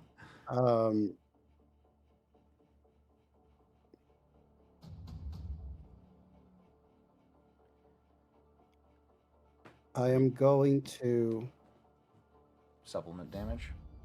yeah. Actually, wait a minute. I have a triumph Where? from when I rolled initiative. That's part of initiative. That doesn't count. It's still a triumph. I'm not using it in initiative. Does that triumph make that a crit? Yes. Would that make it a crit? Yes, it does. Okay. However, these guys are minions, so that takes them out of the combat immediately. So, can you please describe to us how you take out 3 Clatunians instantly? That's I think what happens is that Oho sees the one that it's like quote unquote like leading the pack and sees that they're going in different directions, and and he starts throwing them off because he stands up and then starts walking toward them, like toward the center one. And that's the moment where like as soon as there's a hesitation of like, oh, he's coming to us, and they think they're prepping for like a face-to-face encounter, he takes a move, like somebody walks in front of the vision of the one that is in front of him, and he's gone. And then next thing you know, like he looks around, spots him, gestures to the other one over here, starts moving in that direction, and then they see him once again as he seems to like take a seat in like the benches with a bunch of other people, and as they're approaching to the benches, all of a sudden he's gone again. And as he staggers them, he just basically walks almost like a dance in a circle around the wreck area. And as he starts staggering them and confusing them and getting them mixed in the crowd, he grabs the first one, the one that's the furthest away from the center one leading the pack, and he just finds him from behind, just grabs him, just chokes him, pulls him down, and then smacks him again one of the gym equipment. Just smashes the head, knocks them down. And then as soon as that one falls, there's that moment of just gesturing and moving again the second time. And then as he's moving, he reaches for a weight. And then the second one is trying to pay attention to the one that went down. Then he just hears, hey. And as he turns, the weight just basically travels across his face. He goes down. And then finally, the third one, there is that moment of he realizes that these other 2 guys are gone. And there is that moment of looking around, and the next thing they know, as they look around, Ojo's face is right in front of them. And it's that moment of stillness where they feel the piercing, the puncture. And Ojo is just... As he moves away, the blade gets removed from a non-lethal strike, but enough to basically incapacitate this person until they're given treatment and fall down. And as soon as that happens, Ojo just goes. He just shouts out, "There's a brawl!" Okay, so you alert the rest of the yard to the conflict. Did you snag one of the shivs? Is that I snagged them all. Oh, if permitted, I snag them all because this is a wreck yard. There's a lot of people in here. I don't need anyone with any of these shivs potentially hurting the pilots. So Okay. as every time that I took one down, I took one of them with me. And I Gotcha. probably like either tossed them over whatever the area is outside, kept one. The other ones are actually no, I kept them all three. Gotcha. Okay. All right. Up next is my Trandoshan with the face cast. You recognize as the one, this one as the one that you fractured his nose on your first day with that headbutt, and he's currently approaching you, Case. Shiv in hand.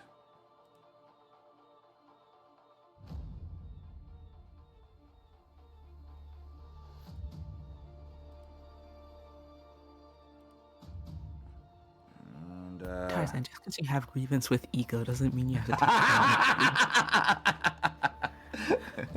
it. Also, for that particular Exactly. one, Tarzan, sense advantage, he gets 2 setback die. Nice. If like this it. works, it will come across in the version of like Oho probably like grabbed a pebble or something and literally just threw in his direction just to like completely derail whatever they're trying to do. Gotcha. Oh, not the weak way. I need the Trandoshan. There we go.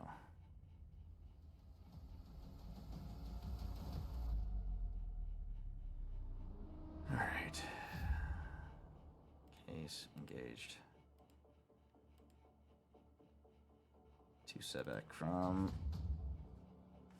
Oho. All right. Here we go.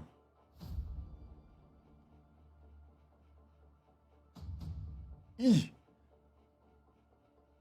Okay.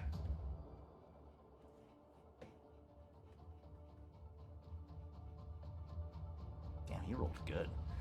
Okay. You hear, Case, you hear as Oho calls out, there's a brawl.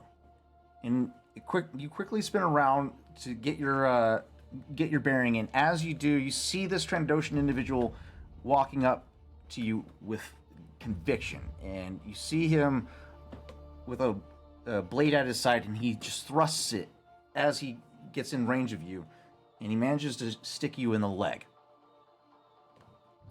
You'll take 6 points of wounds minus your soak, but you don't have any armor on, so it's just straight brawn, whatever you can resist. He took 2 threats.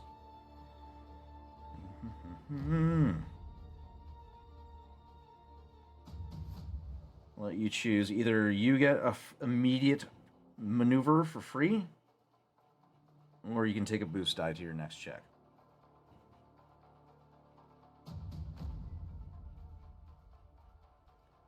I will immediate maneuver, please. Okay. Well, I'm guessing my legs. I'm guessing you're just getting as much distance as you can. Yes. Okay. You break contact after he sticks you in the thigh with the shiv. And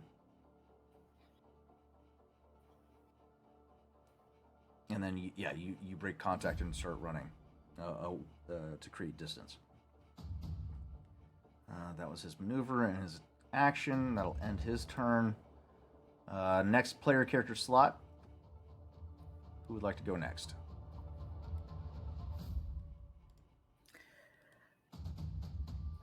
Is this the pilots? If you go, then yeah, the pilots will follow you. Also, using the 3 advantages that I have, cashing 2 of those to give 1 advantage to whoever comes next. Okay.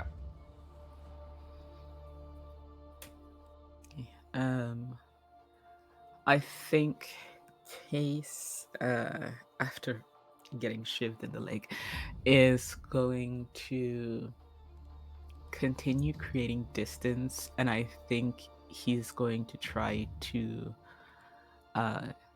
corral the rest of the pilots not to back them into a corner, but to like get them out of the various areas towards something more centralized. Gotcha. You can get a little back-to-back security going, so that way there's no surprises coming from any direction. Okay. I don't want us all to clump together, but I'm trying to like get them to like team up so no one is by themselves. Good idea. All right. You call out to the rest of the Rogue Squadron. You begin to corral everybody in a central location to cover each other, grabbing various implements as means of creating a barrier between whoever would come at you. Demron sticking close to you. Lun and Aldra and Maj.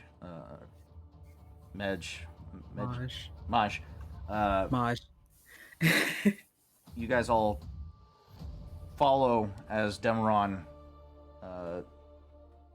gets his situational awareness about him and sees Case is hurt. Everyone get together, cover, look out for each other. Grab whatever you can. We need to keep these guys at a distance. And you guys all consolidate and not bunch up, but create a barrier, if you will, between you and everyone of the thugs that have shivs or weapons in their hands. That will end their turn, as they don't have any weapons unless Lan, Maj, or anybody wants to try and do anything.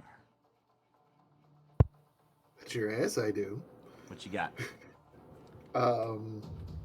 The Trandoshan that just stabbed one of my friends. I very much so would like to grab two heavy things that I can. Okay.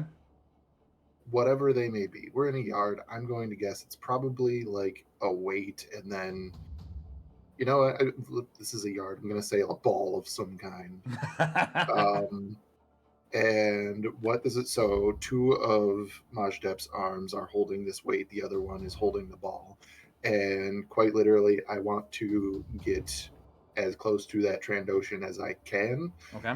And then anybody nearby is just going to hear, and I'm going to drop the weight on one of his toes and throw the ball into his face. I would like this to be using both of my maneuvers to provide assists to the next attacks on this Trandoshan. Okay. And then using my action, I would like to leave. I like it. Okay. I'll take it. Very cool. All right. Just bang, bing. Very cool. A little environmental assist. Okay. Very good. That will do it. Reminder: I'm 4'5", so yes, I will just duck down and start through the crowd. Okay. Up next is one more player character slot. I'll go next. I'm gonna follow suit. Seeing Marge like scuttle into the crowd of chaos and literally looking at everyone going, well, there goes the defensive line. Literally runs forward, following suit, literally grabbing suit, and as he's running past the Trandoshan with a weight in hand, just goes like across the side of the face, chasing up the Marge. I like it. Very good. Okay. You have 2 die for this attack. High five. Okay. The Gamorrean is up next. The Gamorrean closes the distance with Vulcan. Does he get to roll an attack check on that guy? You just hit him in the face with a weight. Oh, shit. Yeah. I thought you were doing the same thing as just creating. No, as in literally maneuver, run forward, action, hit the guy with a maid with a very weighty. That's gonna be with a hand weight. That's gonna be a brawl check. I'll say this will be a +1 weapon. So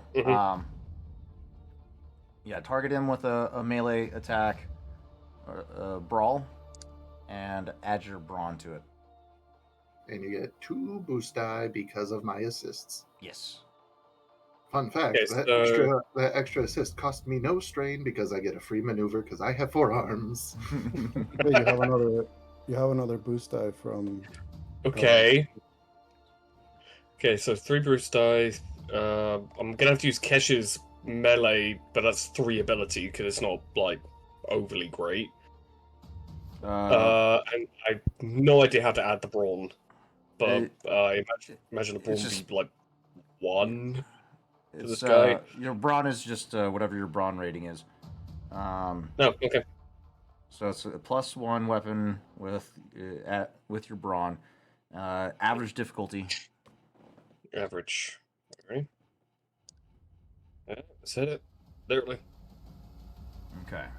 So that's 1 success, 2 advantages. That's good. +1. What is your brawn? For this guy, the brawn is 3. So that's 4. Yeah.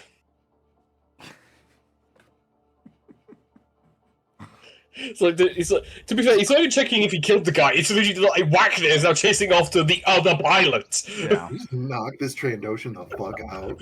No. Oh, No. Well, No, hold but on, he's hold on. okay. Hold on. I gotta make sure he's not wearing armor. He is wearing armor. That's why. Okay.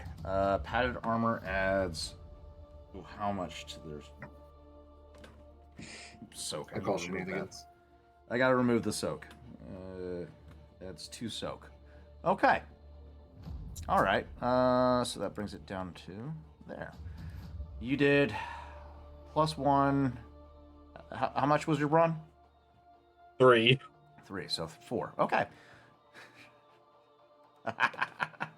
I'm pretty sure I made this. I'm pretty sure the Trandoshan, who already had a very badly injured jaw from Oho, is just about to get a very worse injury to his face. You go to strike him with this weight.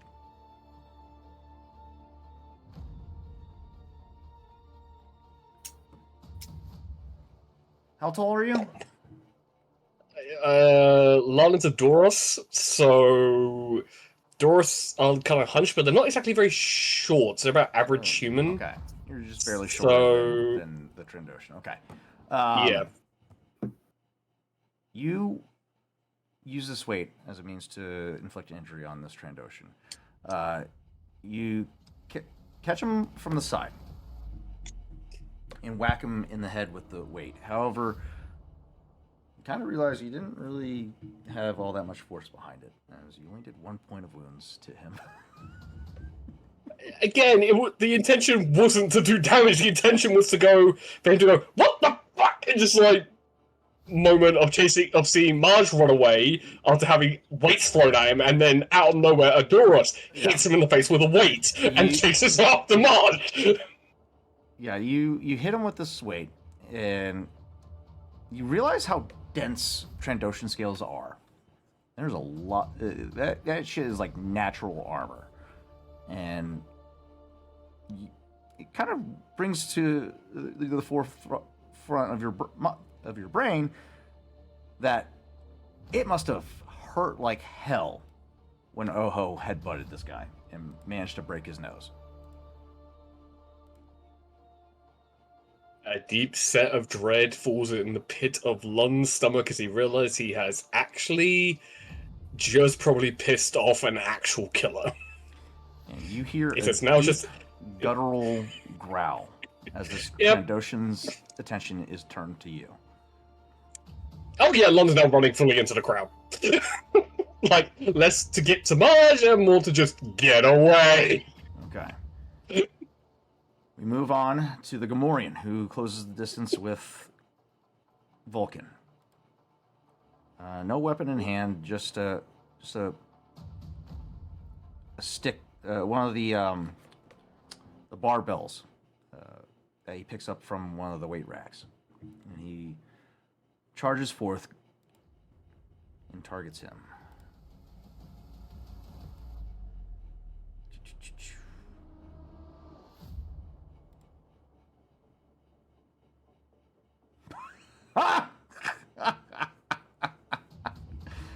Damn.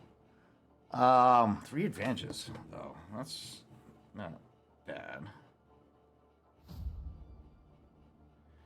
You watch as this Gamorrean charges up to Vulcan. Vulcan initially his back was turned to the guy. You see that his head was turned towards Oho when he called out Brawl, and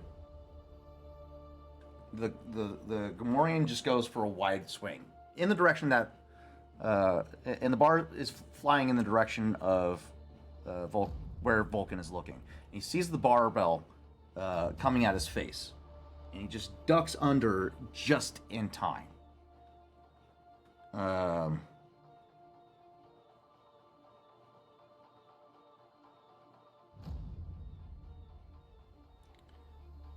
Continues the trajectory of the swing, bringing it around overhead, and leans his shoulder in to brace himself for a retaliatory attack. That'll end his turn.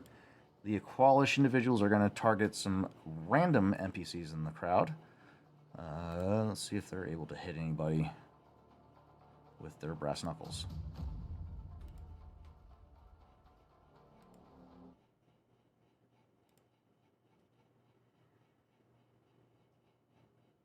All right, 2 successes. You see the Aqualish thugs just start wailing indiscriminately into the crowd, targeting various members from Krenth, cell block Krenth, and managed to knock out a couple people. Last PC slot is Vulcan. He has no weapons in hand.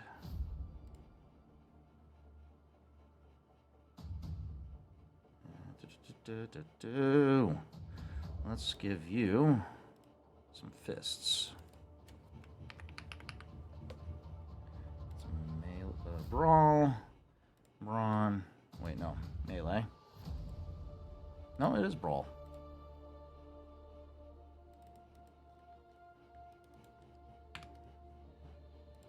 And 5 to crit. Okay, save.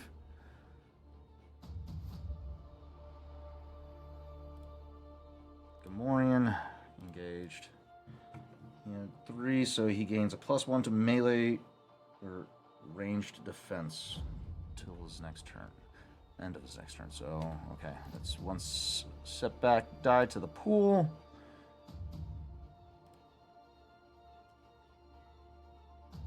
Damn. Okay. Vulcan ducks under the swing and follows up with an immediate uppercut, drilling this Gamorrean right in the jaw.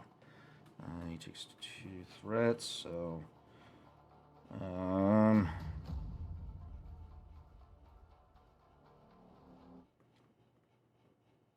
okay. The Gamorrean's going to take an immediate action maneuver to take the guarded stance.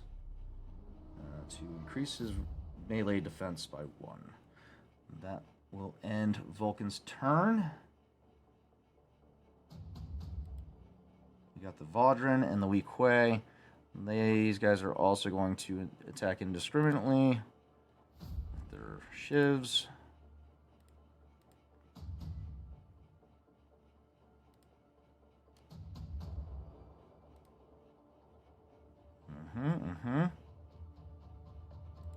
Vaudrin has fists.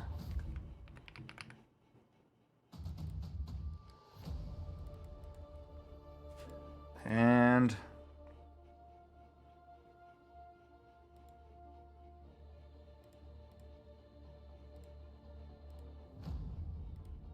that will end this round.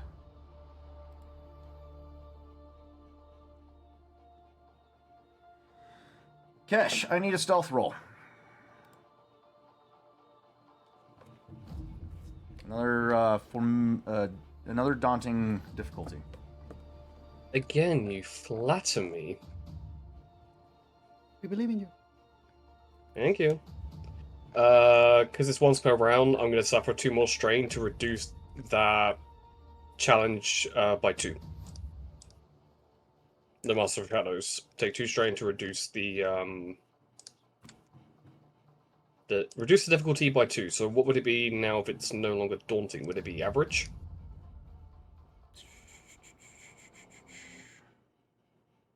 Hard. Yeah, hard. Hard. difficulty. Okay, thank you. Wait, no, that would be formidable. So daunting is 4, so it'd be average difficulty. Okay.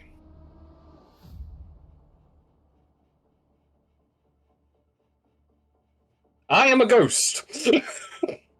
Okay, you managed to clear the prison and make your way down to the laundry room, and have finished planting the bombs there as well. During Kesh's travel downwards, does he hear the fight that's breaking out, or the chaos that's starting to ensue? You're too deep inside the prison.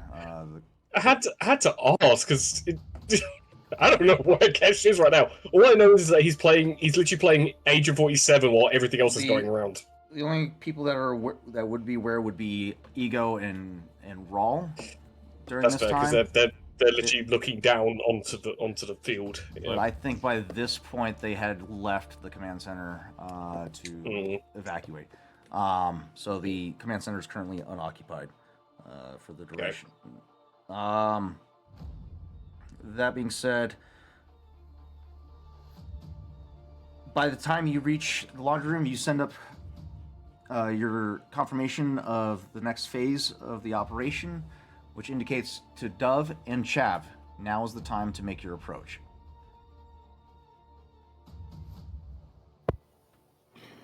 Chav would be in the pilot seat of the Nothon Chimera, dressed in his full Imperial flight suit, and as they're on approach, his brand new installed utility arm, thank you, Rawl, doing minor minor adjustments on their flight path and everything like that. Dove probably in the co-pilot seat, and as this is like a very routine sort of flight, it is a moment that the arm's kind of doing a few things, and as he's sitting there, mask on, everything, Dove, you would hear Chev snore. Snore. This is not difficult to just fly towards a building. He's just He's fucking with Dove. Behind the mask, can't see what's happening, just a snore. She looks at him for just several long moments to make sure she heard that right. Checks the controls in front of him and also their flight path just in case. Ship's on autopilot, and then the utility arm is autonomously making adjustments as needed. It's another... Chav is literally piloting in his sleep. Excellent. No, that's fine. She's going to take a minute, since he's asleep, to quickly send an encoded message to the kid. And just give him a heads up saying, hey, so big job coming up. You might not hear from me for a while. Be good. Behave. Eat your damn vegetables. Don't just be pushing them around on a plate. Several long weeks. Love you. And that's it.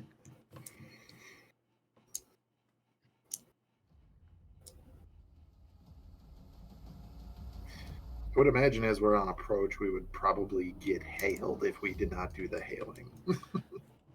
You get hailed by ground traffic control. Chow feels his chair just get kicked. Yeah, Northern Chimera, hailing Belsavis prison. We're here for a out of schedule drop off of resources. Copy when you can. Northern Chimera ground Looking over at Doug. We receive your transmission. Please proceed to landing pad 7 and await further instruction. Where is landing pad 7 in conjunction to the space that we are supposed to land? So the landing pad, along with the coordinates that are transmitted over to you, take you to another prison facility. Same quadrant or same hemisphere as I refer to my notes. Prison Grec 17. However, it is Grec 15 that they're directing you to. So definitely not where we're supposed to be going. Correct.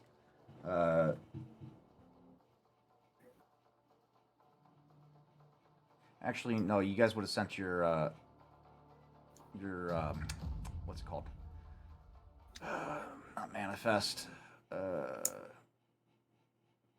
Is it manifest? Yeah, manifest would be what we're hauling. Correct. So if that it would,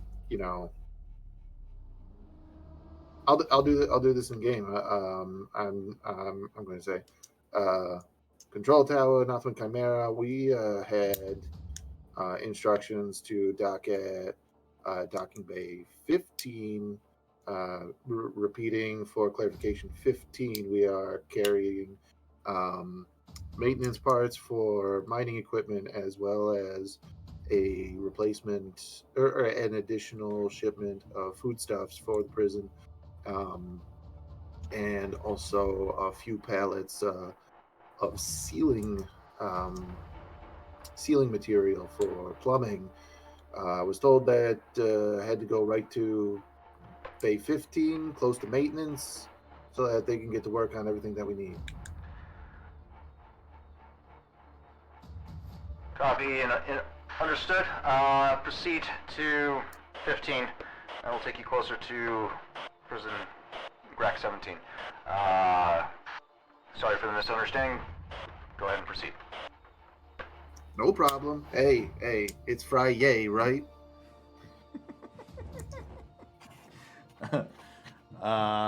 With the transmission of the manifest, you're able to readjust the course to where your intended destination, and yeah, it takes you to prison Grec 17 instead. Your destination is an open courtyard, or not courtyard, it's not enclosed, an open field near the location of the prison itself. The prison looks like a giant pyramid. Massive pyramid structure, and the landing fields or the landing pads are just cleared fields centered around a series of towers that are now identified as sonic emitters that will deter the local wildlife from encroaching. However, it is on the north side of the prison, and you do know that the extraction point takes place on the east, southeastern side, if I remember correctly. Did I say southeast in my notes? So that was kind of what I was getting at with the docking bays, of trying to make sure that I was getting a bay as close as I could to the extraction point. Whether or not maintenance is actually close by, we would find out. But I was going to double down to be like, hey, man, that's what my notes said. And, that's what, I don't know who your supervisor is, but he told me go here. Like I said, you're just on the northern side of it, but you're by that area. So you could I mean, there's no like explicit. I guess there would be landing pads. This is a prison.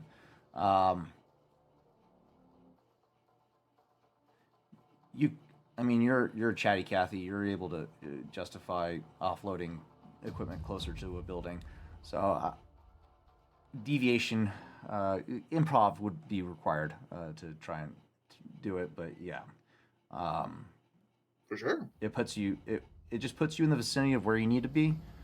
So obviously, it calls forth to your thought process. Yeah, we're gonna have to improvise a little once we get closer. Yeah. And like worst comes to worst, so they're just like, no, you're going to this bay. Like I'm like, all right, fine. And then that's gonna be just a little bit of a longer hike once shit hits the fan. Yeah. But yeah, he's going to try to get as close as he can, if not right there. Yeah. So by this point,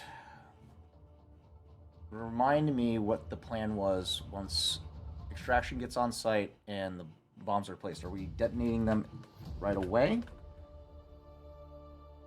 allow me to consult Oho's notes.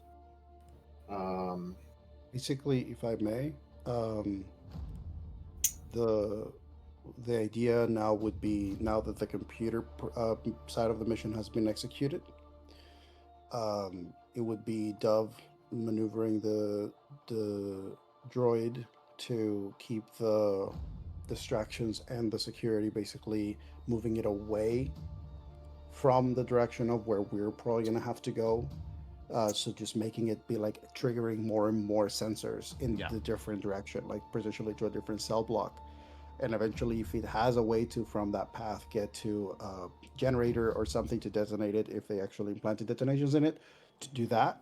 But also the explosion that Kesh triggers would be also part of the brawl. So like while this is happening, that detonation should happen. That's what I was figuring. Yeah. To basically create more havoc with the explosion, with that brawl, and then start making start trickling people out of the wreck to start moving toward the extraction point. So yeah, I was on the right track. Cool, got it. So, Chav. I also forgot to mention the decoy pilot would have also been in tow with you. So that you could use that opportunity as a means to create that miscommunication or misunderstanding, to which you landed closer to the facility and they landed on the intended destination and whatnot. So yeah, you land closer to the southeastern exfil points.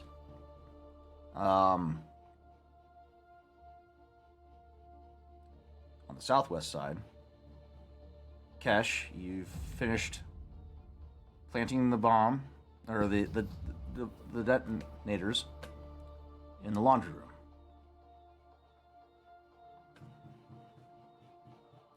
You begin to make your way out of the laundry chamber into the southwestern stairwell.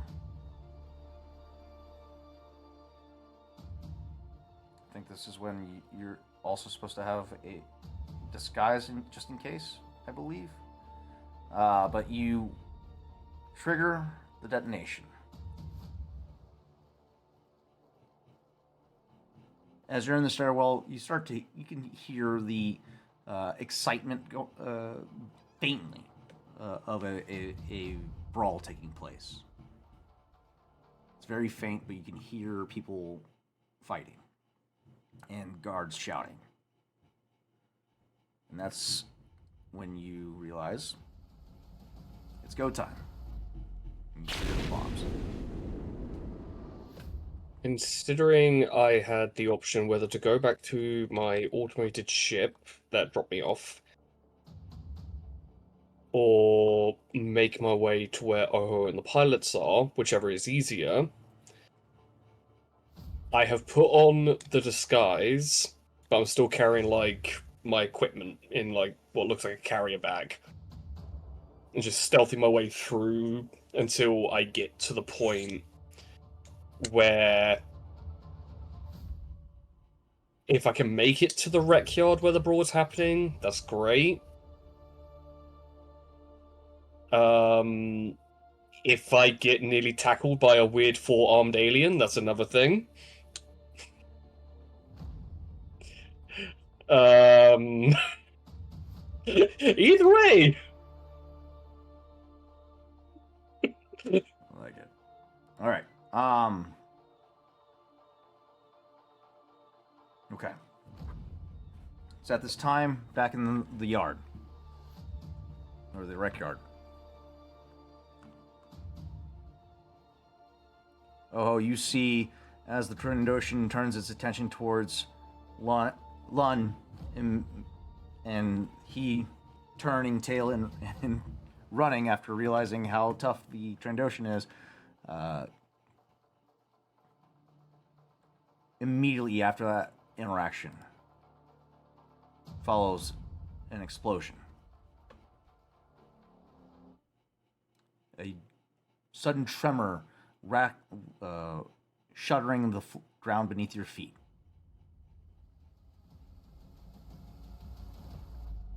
And there's a moment where the sirens begin to go, but immediately power down. Power goes out in the facility. Now's your time. Absolutely. I think that at this point, even though we didn't get to roleplay it as much, I think that what Oho spent time doing after he connected with the pilots, every time that he managed to get a reason for them to be close enough to speak, but in a way that wasn't conspicuous. So it looked like they were just talking because they have no other choice but to talk because they're doing a job. They're like mining or removing rubble, whatever it is. I think that the constant combination of speech that Oho gave to these people was just breaking down the things that were going to happen, or the things that at least he was planning on happening so they knew. And then also kind of like making them go and repeat to him what they were going to do. So it was literally just being like, now say it back to me. If this happens, what do you do? What don't you do? You don't fucking stop. You keep going. You move. If you have any hesitation, you just keep going in the direction that you have to go. You stop for nothing. The only person that gets to stop you is me. Survival is key. Do not slow down. And I will do my best to get you out.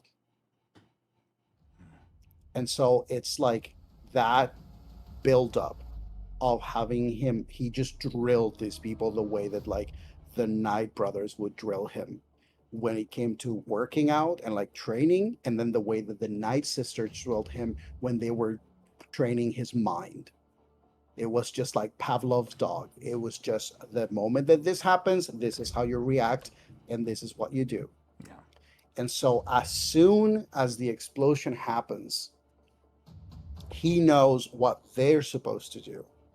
At this point, the whole round has happened and the battle has, like, the brawl has opened. So he's trusting also that the security guards first get distracted because of the fact that there's not many people, there's a lot of chatter, then there's a fight, then there's an explosion.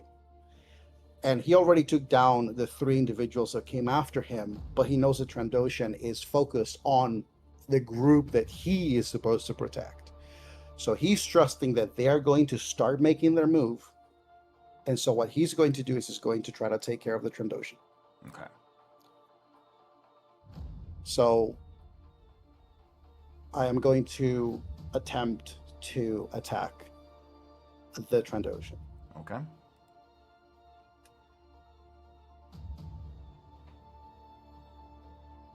Where is it? Is it Trandoshan? Did I get that right? Or there? Oh yeah, Yep. Trandoshan. Engaged. Just double checking that I don't have anything else.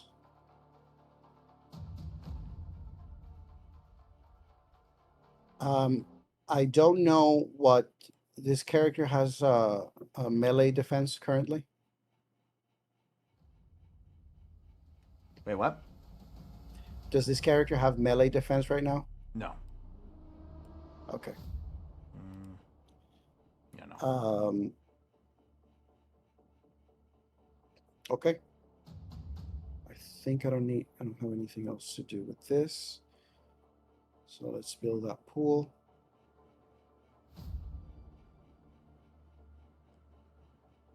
Do I get any boost die from the explosion happening, the fact that he doesn't have his focus on me, or anything like that? I'll give you a boost, I am. The power going out, it grows dark in the rec room or rec yard for a moment. 2 advantages. Okay. 2 advantages is a damage of 5, but I am going to use my deadly accuracy. Okay. And I'm going to add to that my range heavy. So he's going to take another 5 points of damage. So that's a total of 10. Whew. Okay. And I would like to color this as this Trandoshan is still trying to fight the group, Oho literally walks behind them and then like takes a small sprint, slides on his knees, and he goes straight for the back tendon on the ankle. Ooh, okay. 2 inches. Because if he's going to try to follow the group, he's not going to be doing it fast. Gotcha. You can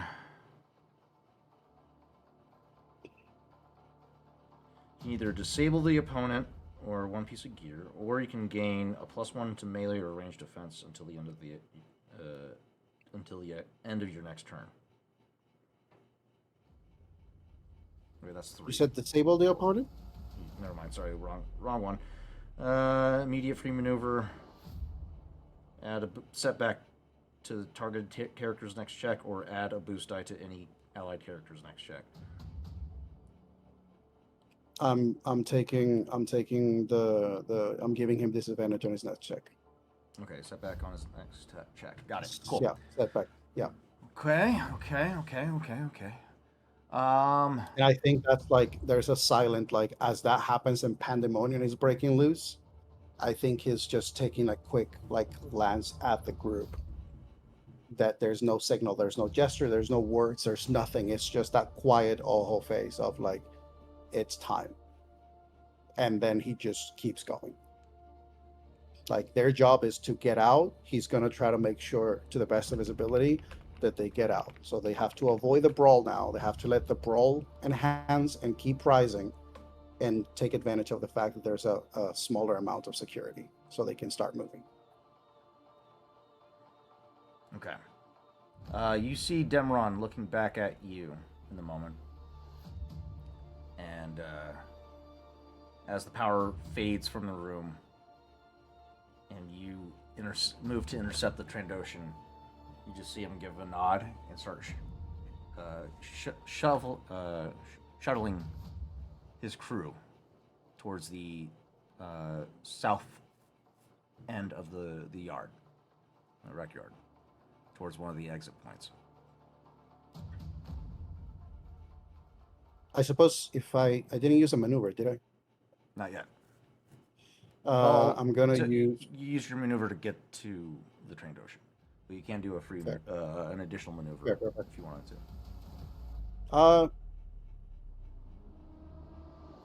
No. Okay. Then that will bring us to the Trandoshan himself. You take a swipe at the back of his leg. You watch as his stride stumbles for a moment as he turns to see you returning to your feet after taking a swipe at his leg, and you watch as his second eyelids flash, and then he just lets out a snarl as he turns his focus to you instead.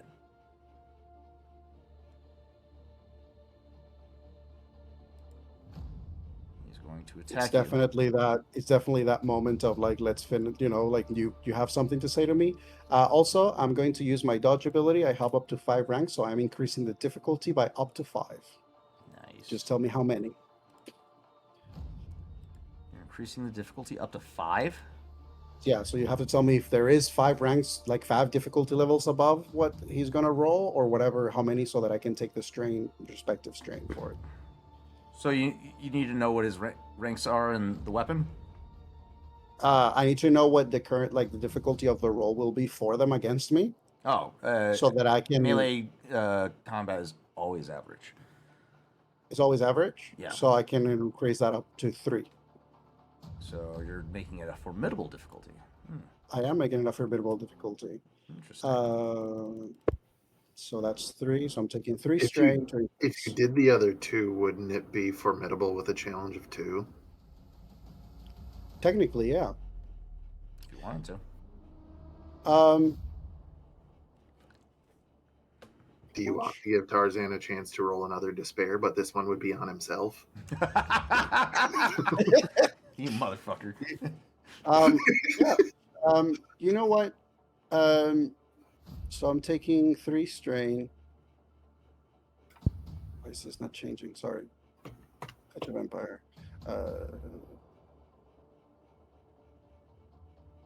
I'm going to save that though. I'm not going to increase the other ones. Okay. I'm going to just leave it as at formidable. Okay. Yeah. All right. You did give him a setback earlier. Yep. Should do it. You don't have any melee defense right now. Nope. Okay. Here we go.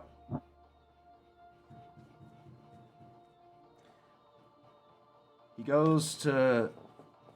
He walks just pointedly at you. No rush in his movement, just calm rage as he goes to thrust directly at you with the shiv. And you see his clawed, three-finger clawed hand raised up over his shoulder to follow. You get a sense with your innate abilities. He's potentially going to follow up the jab with a claw strike. Like to me, he's telegraphing, even though it wouldn't be for a regular vision. Right. I can see the telegraph, even though he doesn't. I think there is a moment when he goes for it and finds air, and Ojo is just standing. Ojo looks like he didn't even move, and I think there's just that moment of like Ojo's gaze is reminding him the last time that Ojo struck him, his arms were bound. His arms are not bound right now. Mm-hmm. Mm-hmm. Mm-hmm. Mm-hmm.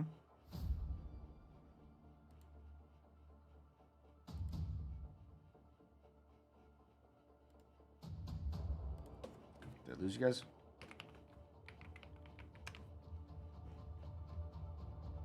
No.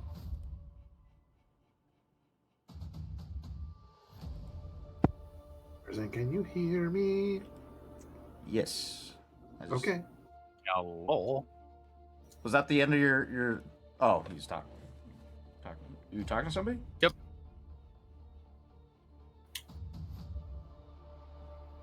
Victor? You good? Go me? Yeah. You just suddenly stopped your line of. Oh, sorry. No.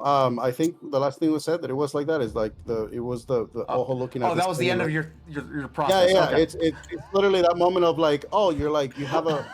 I thought you were going somewhere with it. I'm like, so what? The rest is for the And Trandoshan's scene. mind for the pin to drop in his Gotcha. head. That, Okay. like, this person that headbutted him while he was bound now is facing him. He couldn't hit him.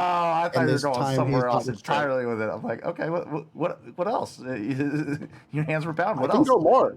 You can give me more. I'll go more. Like That's plenty of rage. Yeah, that's good. Yeah. Okay.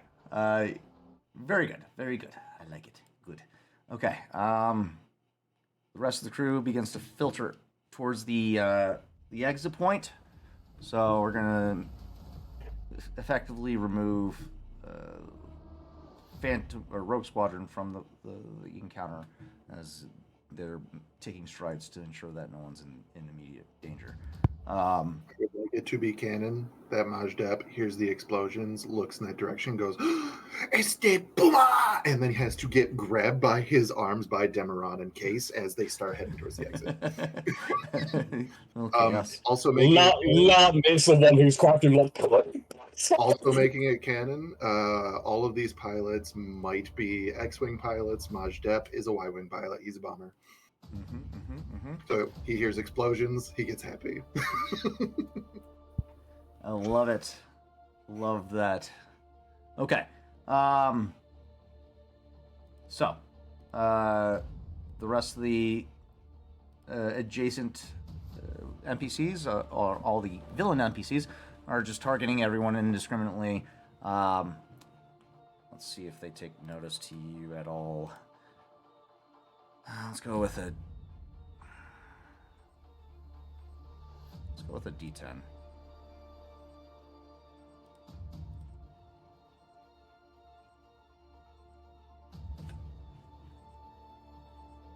All right, they're attacking somebody random. I was gonna say 10 would be another NPC joins the fight against you, but they did not roll that, so therefore it's still just you and the Trandoshan.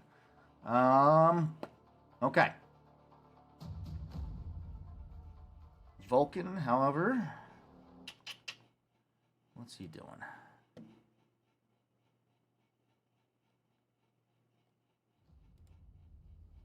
I think he's just busy tangling with the Gamorrean. So we'll continue that. However, he's going to pick up another weapon. This is not a pickaxe, but I'm just using the pickaxe for now because he's using something to hit the Gamorrean with. Also, sorry, if allowed, I forgot to say this, but in that moment when dabbling with the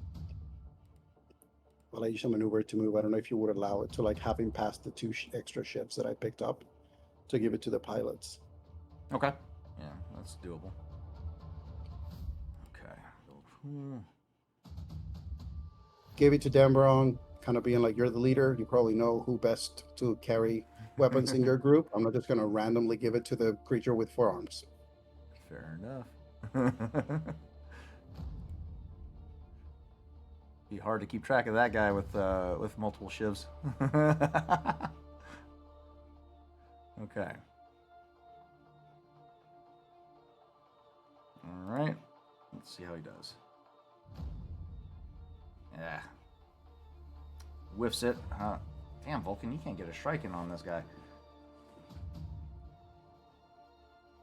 He does better with blasters. All right. That'll end the round as the NPCs continue to attack indiscriminately. So it would bring us back to you and the Trandoshan at this point, as the rest are effectively out of range to be a threat. So, what is your move? Uh-oh.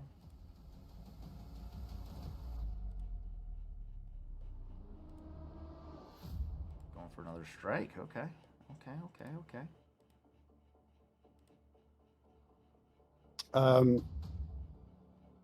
I am going to use where is it? Sorry, trying to make sure that I have my precise aim. Sure aim. Upgrade combat check by rank 1. Quick strike, no. Deadly accuracy. Sorry. Steam short. Yeah, I think that's that is it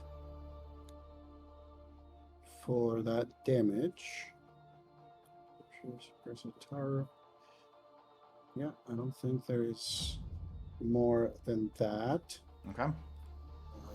Yeah, it is just. I think in that moment, it's just again, like the way that Oho's attacks come across against this Trandoshan is super quick. Like he's not really going for strikes that are like super heavy.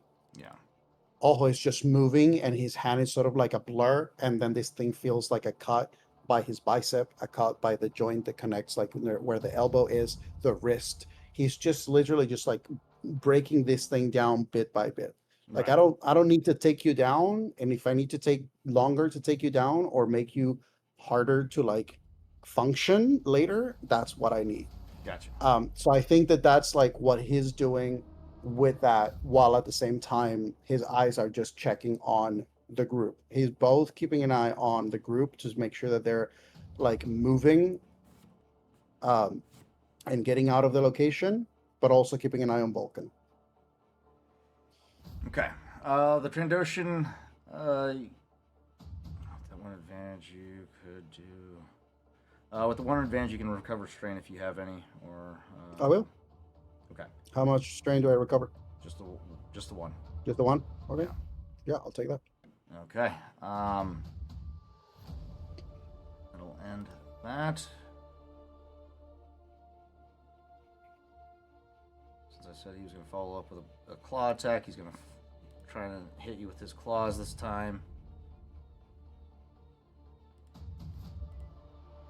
And then.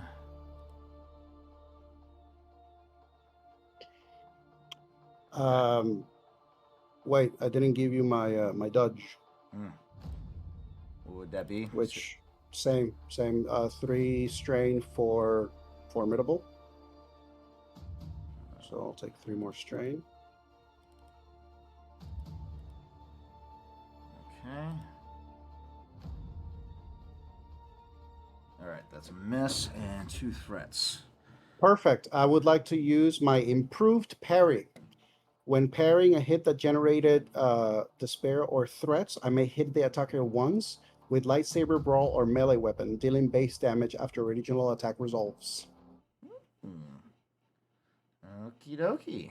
I like it. So whatever the base damage of the, I think the Shiv is what, 4? Base damage is 1 plus your brawn. Base damage is, but it's, I think it's base damage is 1 plus my brawn. Well, technically is my agility, because my brawl is my agility. Oh, it's just brawn? It's normally based off your brawn, but if you have the ability to change Yes. it, then it works that way. So, in that case, since you're able to change it to your agility, what would that be? My agility is 6. Oh, so you should have been doing way more damage. But are you sure that I'm adding that, because it does say just base damage? It just says the parry don't says know. just base damage. Well, yeah, it says, sorry. Where are you? Lightsaber relic, dealing base damage after original attack resolves. So base damage. So I think it's just the base damage of the ship. I would love to take the whole damage, but I think the Because description melee is, weapons are a +1, that means it incorporates your brawn, or in your case, agility, as part of the base damage. It just means you can't use additional successes to create additional ones. Got it. So the base damage is 6. Or 7. 7? Shit. Okay. You're able to do This that is- with every melee weapon?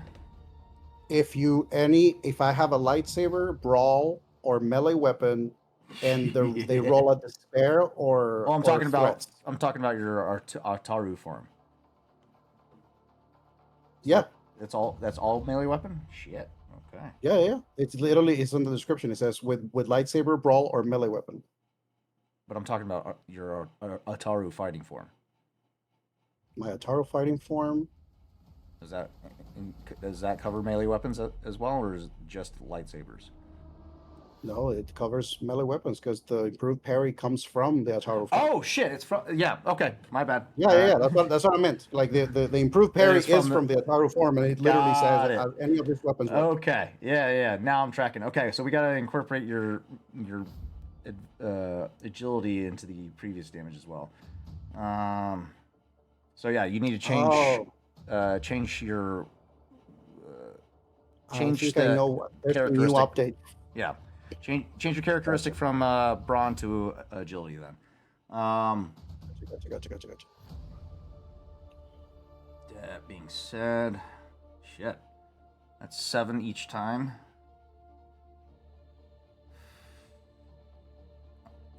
I'm gonna say with that factored in, how would you like to do this? Haha. Um, I think that Ojo's calm and collected, threatening gaze after this thing tries to attack him. I think all of this happens in a very quick motion. When this Trandoshan attacked Ojo the first time, realized he hit air, and Ojo seemed to be staring at him right there. And then Ojo just kind of goes and just keeps going, and it's like it moves, tries to like feint to make this Trandoshan think that he has to strike this way. And as soon as the Trandoshan raises the arm, it's just cut right there on the tendon.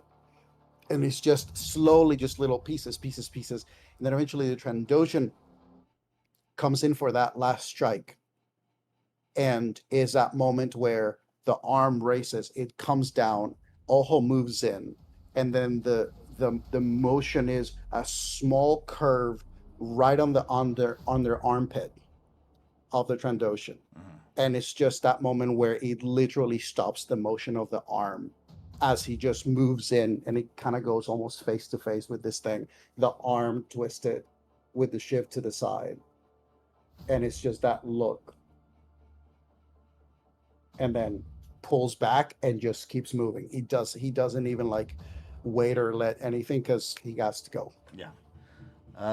As you walk away, our camera view shot. Our camera shot is over the shoulder of Ojo as he's walking towards camera, and just over his shoulder, you see the Trandoshan arm still stuck above his head for a moment.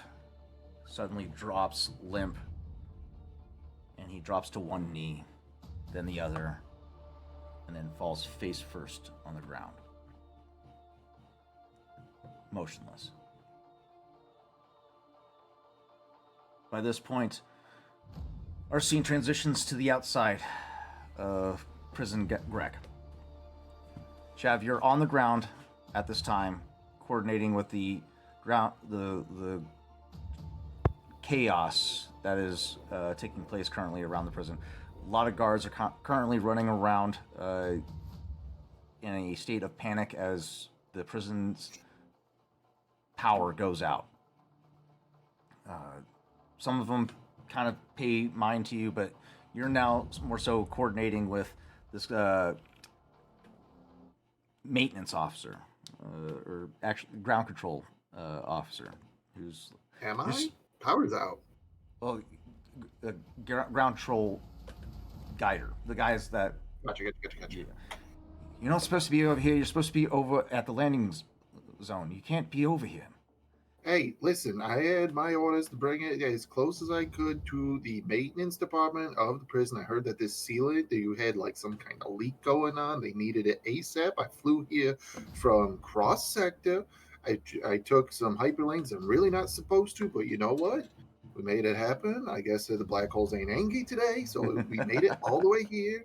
It's all right, but I got it here. You can just you're good. You got all your stuff. Just take it. Here's my everything that I need, like everything that we have that's fabricated and all that stuff. Just like, here's your manifest. You see that him like not wanting to engage, in you continue to like harry him with all these official documents that have been forged, and he just whatever, just get it, drop off whatever it is, and get back to the landing zone. Well, that's why I came over here. I need your repulsor sled. I get we're talking about 15,000 kilos of material that I got to get off to you guys. I see you need this stuff. Your maintenance department's shit in the bed. Your power just went out. Fucking, come on, let me get this stuff out to you. Where's your maintenance supervisor? As you continue to go about this, you can hear various other individuals shouting orders at this guy, and from a distance, and he just shoves everything back into your arms and get it done. I gotta go figure it out. And he As it's like still shouting at whoever. Also, this is going to be my in for Dove to just be like, yeah, go ahead. The 2 containers. If you want to just take off up there, you gotta deactivate the magnets manually. The auto one, shit the bed in transit again. Sorry, but that's why we got the suit for you. Like, just that's going to be my my cover for allowing Dove to go airborne. Like, no, she's got to do that to deactivate the automated features don't work. It's a hassle. So she has to manually uncouple the magnetic couplings. She has to manually deactivate them from the 2 containers I have. Well played. So yeah, Dove, you're able to go. And as airborne Tav at is this point. shouting orders at her, she starts shouting over him back, but entirely in Huttese. And it's very much the vibe of the nagging wife saying, I know you told me to do this before, just a standard run. And it's just getting increasingly loud, as any ethnic woman would. Oh, And he's they're just playing it drowning right each other back, out to the point where shouting it until right the back. ground command is gone. Somebody else is there. It's just like, I know, I told you that, but come on, these guys rush me. What? What do you want? What do you? But come on, we're trying to get this all done. Like, immediately, just as much chaos as I can to just get Dove into position, so that the second that we need to, she could just start raining hellfire wherever it's necessary. People don't like engaging in necessary conflict, and there's already an emergency going on, so they're just adding to the chaos. Yeah. Mm-hmm. So there's a very clear.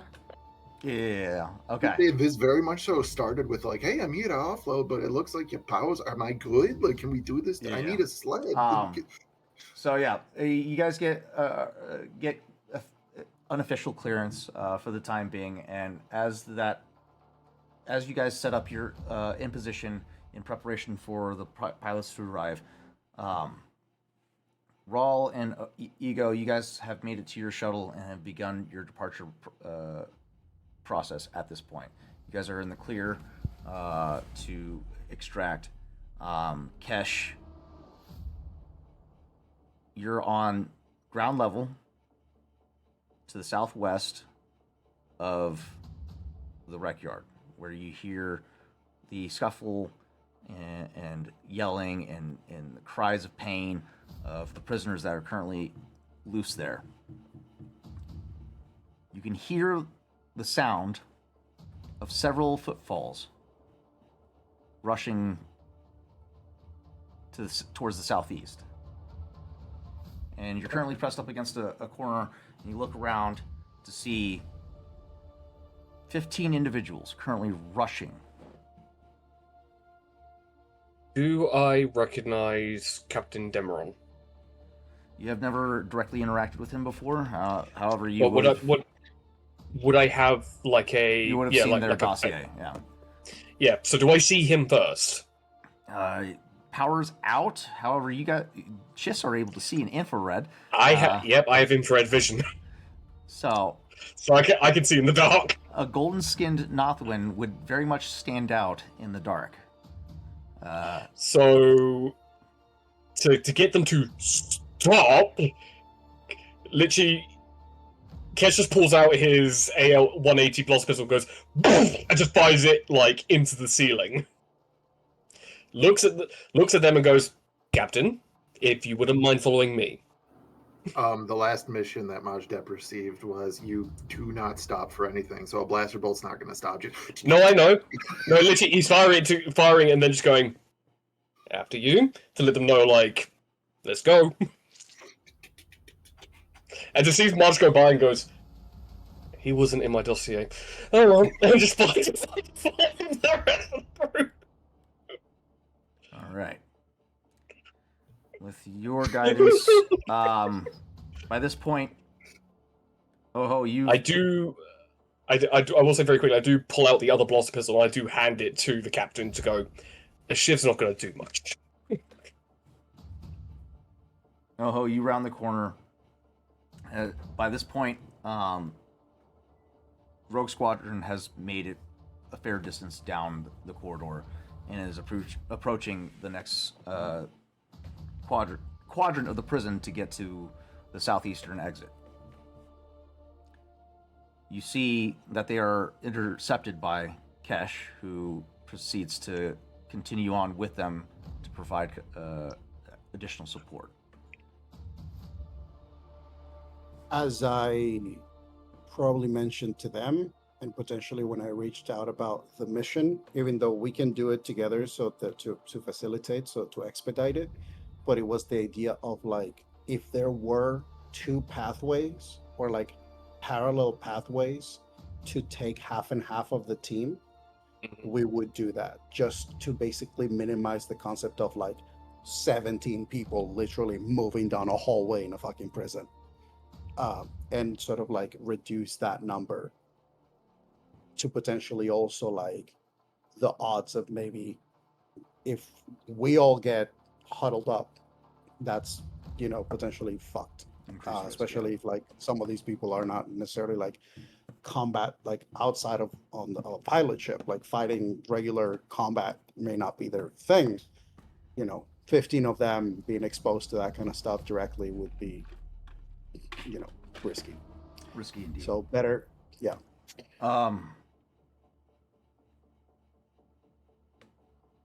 Yeah, it's one of those, if half of them break off with me, then I'm pretty sure Oho would have come around the corner and saw that and followed the rest that are going towards, like, mainly, and then once we all get back to the Chimera, it's like merge in one group and just Yeah. It's sprint basically in. having that like divert, then merge again, and then all together. All together now. Hence why I gave the captain the blaster pistol, because he's in your group. So at least then there's at least one person who has some of an idea of how to use that, and the rest are with me. So you proceed to catch up to the rest that continued straight in down the first immediate path to the exfil point. While Kesh leads another group off to the more northern exit from the southeastern of the two southeastern exit points.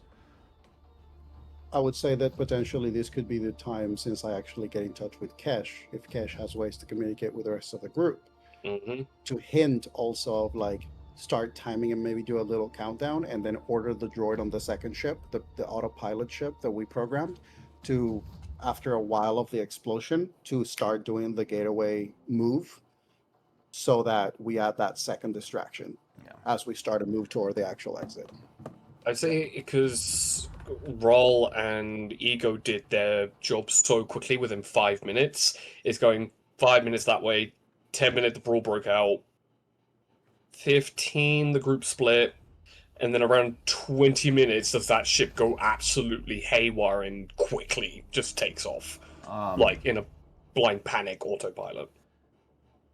Dove, I do need that coordination check for the drone at this point, while you're trying to remote pilot it on top of the connexes as a means of just cover. And a question also, because I did say that Oho was keeping an eye on the group as they were departing the brawl, also on Vulcan. Just remember that. Average difficulty to navigate.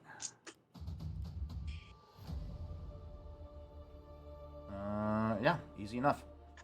You manage to pilot the drone inside, sending it through various quadrants of the prison, utilizing the code cylinder that was installed on it to log additional activities from one of the security guards to facilitate another prong of distraction. In your last minute check to see the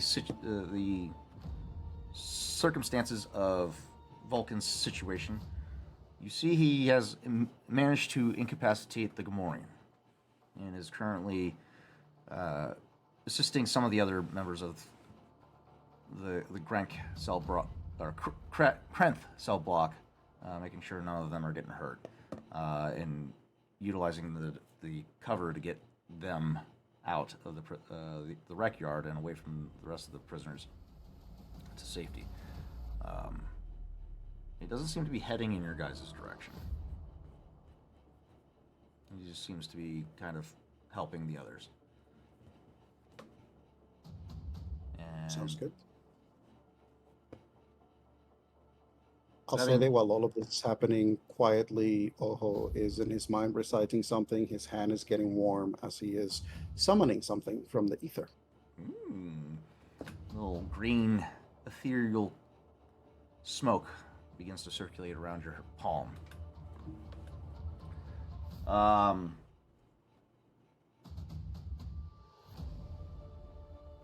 The two groups begin to maneuver simultaneously in different districts of the southeastern quadrant to the exit point.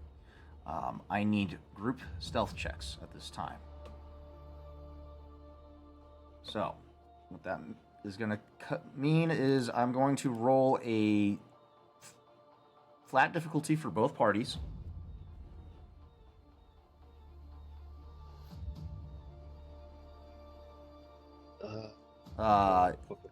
This is going to be a daunting difficulty with a challenge of 2 because it's 2 different parties.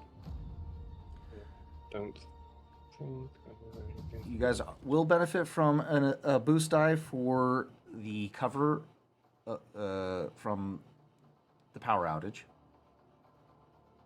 and then plus whatever your innate boost dice that you have at your disposal. Tarzan, would you class this prison as an opponent? Nope. This is an Okay. environmental check. Dang it. I thought I could use shortcut in this moment. Oh well. His Majesty Lord GM, I would like to fight the prison. All right, you guys have to beat Why, 1 failure, 6 Yoda? threats, Okay. which is not too hard of a task with a group check. Then it's gonna suck.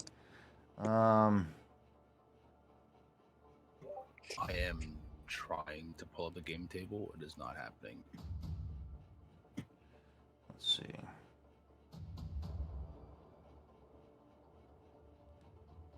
Let's have pilots roll. Do you need me to roll for anybody? Probably Case Nix. Yes, go ahead and roll for him. I got the pilots. Yeah.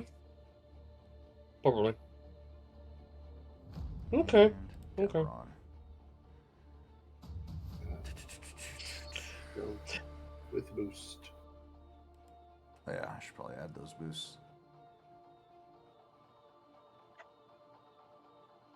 Alrighty. Anybody else? Nice. Okay, I think that's gonna be it for the pilots. Looks like so far everybody's pretty successful. All right. I feel like there's a split second when Captain Daron lose sight of Oho and Case Nix lose sight of Cash, and then out of nowhere, within a split second, they're there again. Like they're just blending in and out of the darkness. Okay.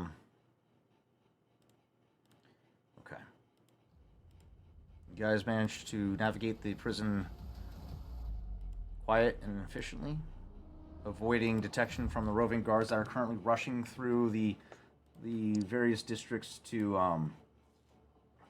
identify the tremors and the explosions, as well as quell any uprisings from the prisoners with the power outage, emboldening them to start causing a ruckus, if you will. Dove, you managed to pilot the drone towards...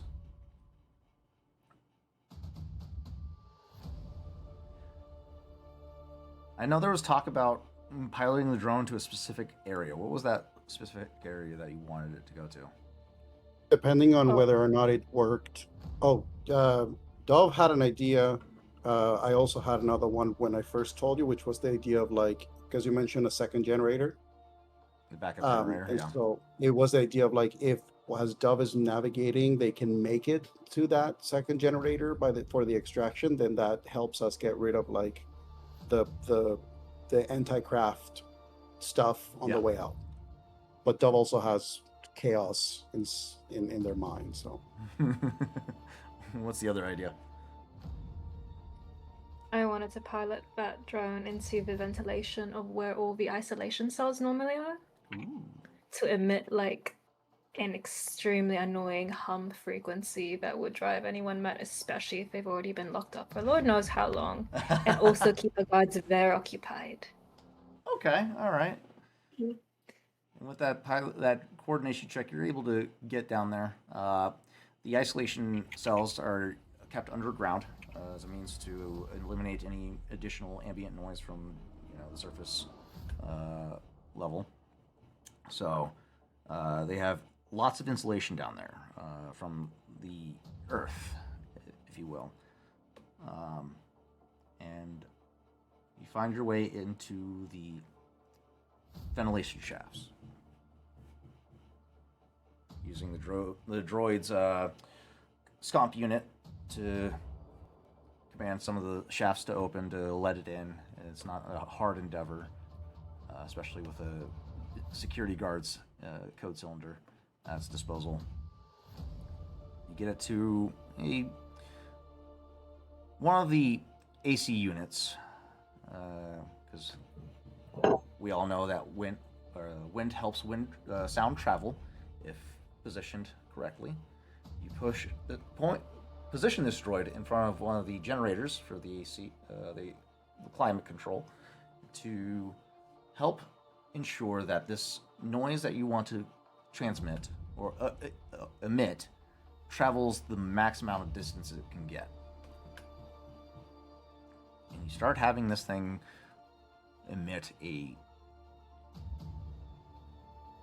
nails on a chalkboard level frequency non-stop. Let's go ahead and what kind of check would that be?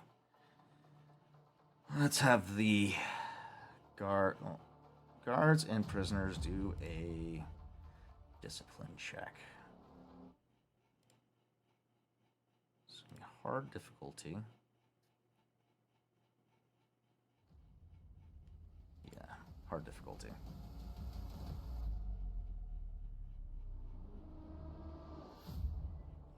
And let's have you be the other guy. Damn that. Okay. Oh yeah, I should probably reveal the hoax again.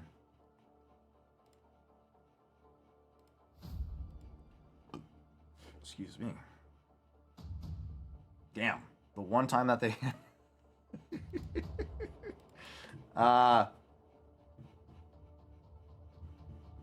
okay, so the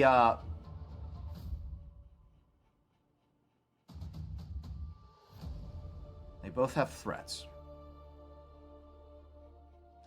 They don't openly begin to revolt. However, you can hear shouting being transmitted, being caught by the droid's audio receptors as they all begin to yell, What is making that noise? And some of the prisoners, if that noise doesn't stop, I'm gonna rip somebody's tongue out. You get a sense that you managed to rile them up, and if left on long enough, they will become very agitated. However, in the immediate moment, they are not freaking out just yet. Give it a couple more minutes of continuous noise.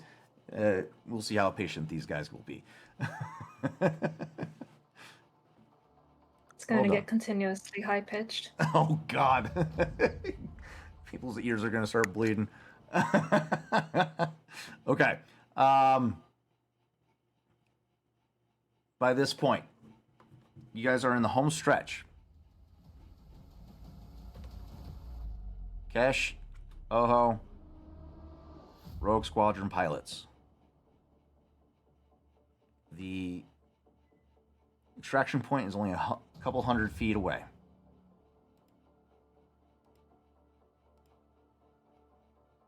I need... However, you have to cross through the busiest section of the prison. As all the foot traffic is being directed towards through these corridors. I need one last stealth check. Flat as a group again. Daunting difficulty again.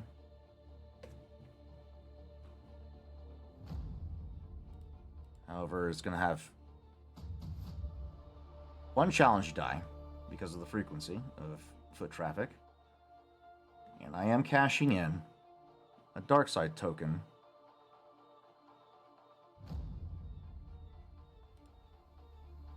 to upgrade it a second time.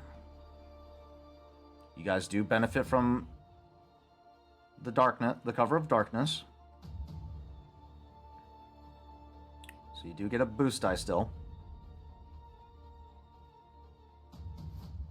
I apologize. This is what check?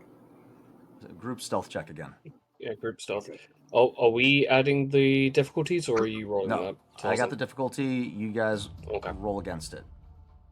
I will roll for Case and Aldra. Don't forget Marsh. Well, that's Oh, no. be the first one. Yeah. 4 Oh, failures, baby. 1 threat. I'll take that triumph. 4 failures, 1 threat. Here. Two stealthiest motherfuckers this side of the galaxy. Well,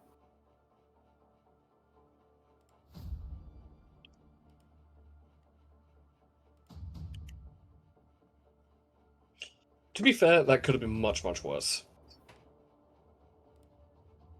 well.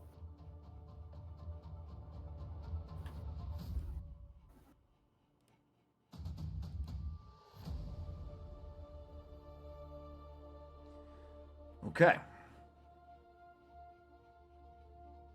So, Well, It's average.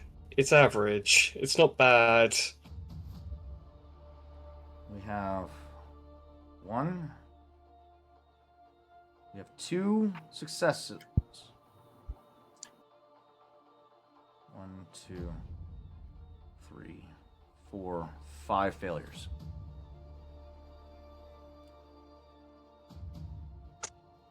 Do the advantages count for anything? If this was combat, you'd be able to spend them to give others a boost die. Yeah. But this is a group skill check. Mm. Oh, and Kesh. You guys almost moving in unison in different sectors of the prison. Down these corridors to the point that it gets too heavy.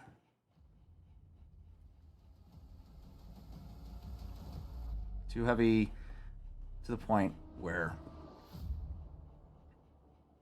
as Demeron and Case with Kesh go to move the group forward, a group of Hauks step around a corner. Friends of yours.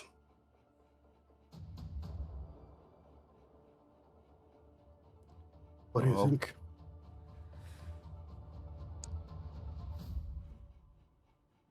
I think we've now overstayed our welcome. Kesh, Yeah, from that's a your run. infrared vision, you see these Hauks carrying blaster rifles. Shit. Tarzan, I need to ask, what rank are these Hawks? Are these like minions, rivals? This would be a squad of 16 minion Hauks. 16. However, these 2 groups are in separate, 16 in total, but so 8 and 8 for each of you, as you guys are in two different sectors of the prison to avoid suspicion. They rounded the corner. It seems to be a patrol, making sure things are in order, and they cut off your guys' escape. what is your move? You have merely seconds before they close the distance with you and spot you. Are we nearby the entry to the dock, the exit? Your extraction point, you guys are only a couple 100 meters away, about 200 at most. So you guys are in the home So stretch. would it be safe to assume that Dove can potentially see these oaks? No, they are in the interior. She's Interior. on the outside. Okay. Dang it.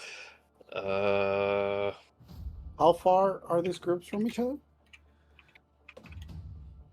They are on the northern side of cell block C.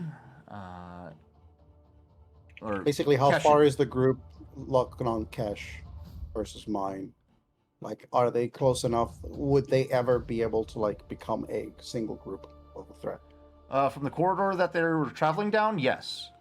But you guys are in you guys are traveling down a cell block corridor. So you just got cells left and right of you. Some columns, support columns that you could hide behind, but that's only going to buy you some time, a few seconds. I think now would probably be the time to call for your lightsaber. Oh, the lightsaber is probably already there. Okay.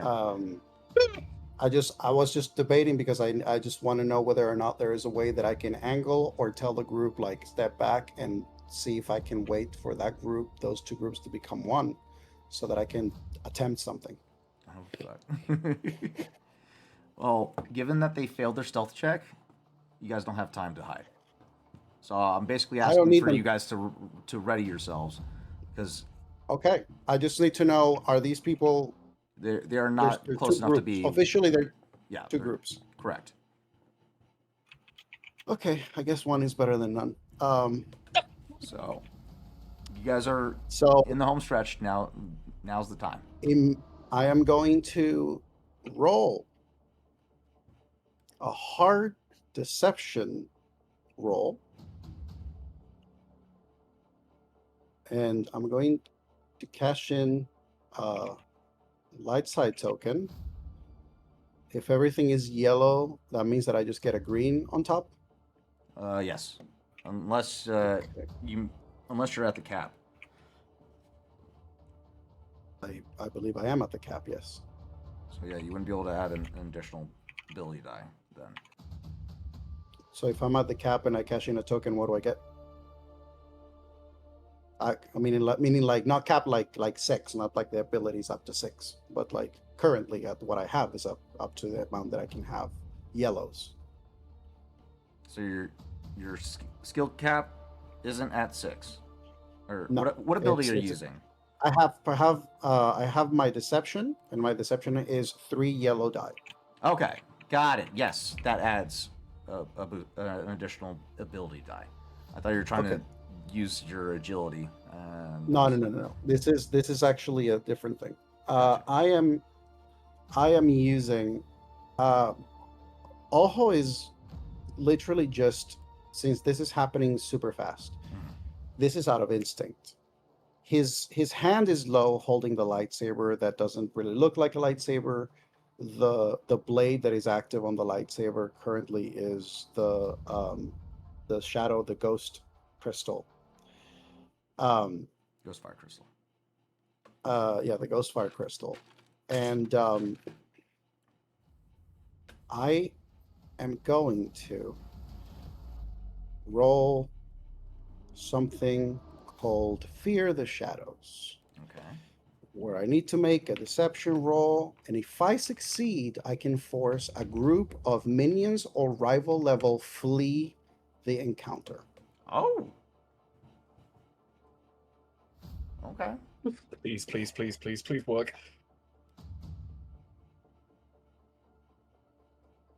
And that's 1 success and 3 threats. So to read the description, it goes: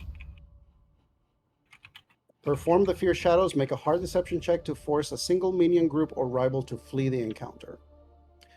And I think that the way that I am envisioning this is when the group is there and they're like almost there, he knows that they're almost there. And he sees these groups and he notices that Kesh's side also has a group of people that are potentially going to be a problem. This is instinctive. Oho takes a very grounded, sort of like low chin, piercing eyes, holding this like invisible blade by his side that there's no way for anyone to discern what it is. And he stands in the middle of this like hallway cell block. And it's almost as if his energy expands into the room and creates that if that camera effect when you're like zooming and racking the focus at the same time, so like it feels like the space is shrinking. He's sort of becoming himself a bad omen. The idea of, if you keep moving in this direction, if you engage with the thing that you have currently targeted, you are not surviving.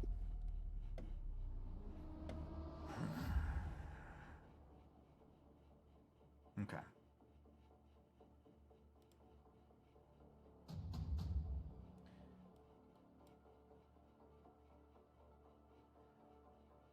One's in your corridor. As you step center of the chamber and exert your command of the shadows with your imperceivable blade at your side. You see these 8 Hauks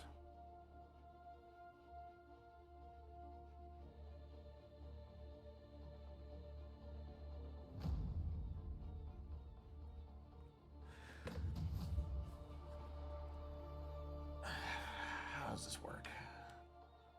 Made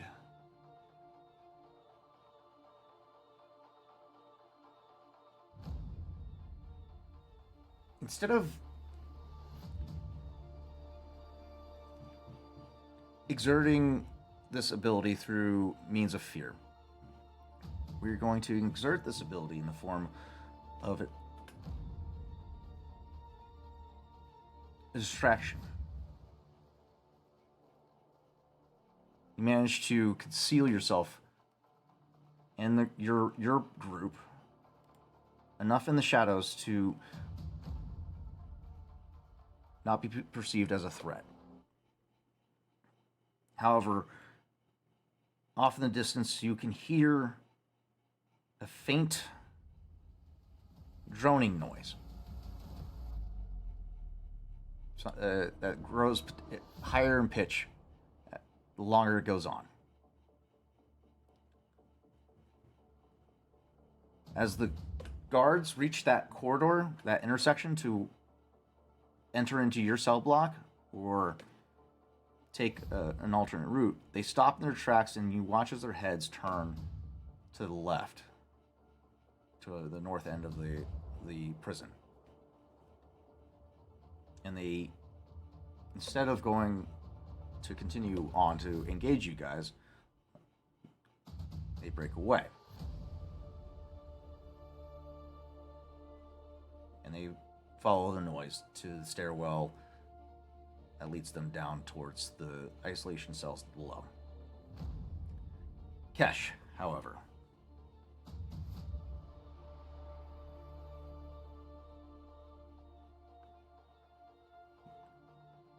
these Hauks close the distance, level their blaster rifles as they spot inmates trying to escape. As they're walking forward, Raul's going to get a message in his head with the location of where Kesh and Oho are, as close as they are to the dock. Before they are within blaster range, can Raul get here? Raul From is where? extracting with ego right now. Yeah. So not close enough. Okay. Yeah, he's airborne. He's already but leaving. where? You guys are airborne leaving the planet. Right. So Okay. okay. In that case, I'm gonna use my one triumph to unleash unmatched devastation Okay, what does that do? It's my signature ability, which I've not used yet, and basically once per game as an incidental after performing a combat check, which I'm about to do, the character may spend, it was 2, now it's 1 triumph to perform an additional combat check against the same target with the difficulty increased by 1 for each successful combat check the character has performed this turn. This combat check must be used by a non-structure or vehicle weapon. However, it's maxed out, so I remove Well, that all didn't tell me what it setbacks. does besides. Okay, so basically when I do one combat check, which I'm about to do if I'm shooting the one guy in front, I'm trying to terrify this 8 enough that this is not a good idea and they will all die. So it's I'm shooting at one person Okay. once, and then I can shoot them 3 more times. Because I increase the number, it's performing additional combat checks equal to ranks in increased number. Normally it would be 1, but I've increased the number to 3.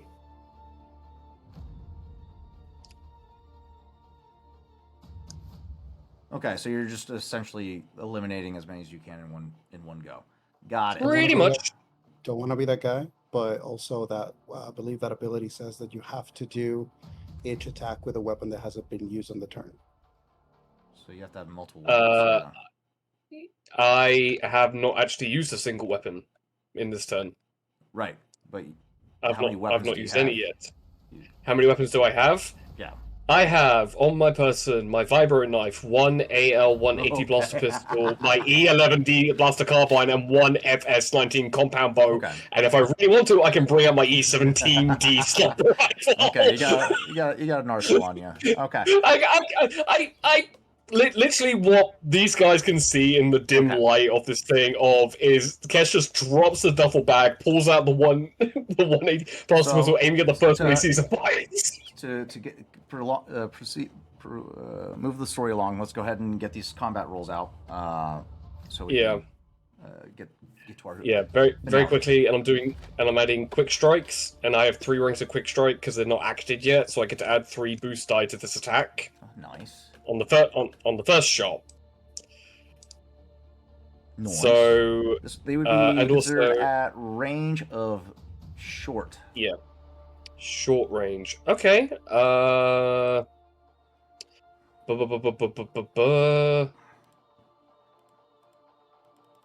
where is it?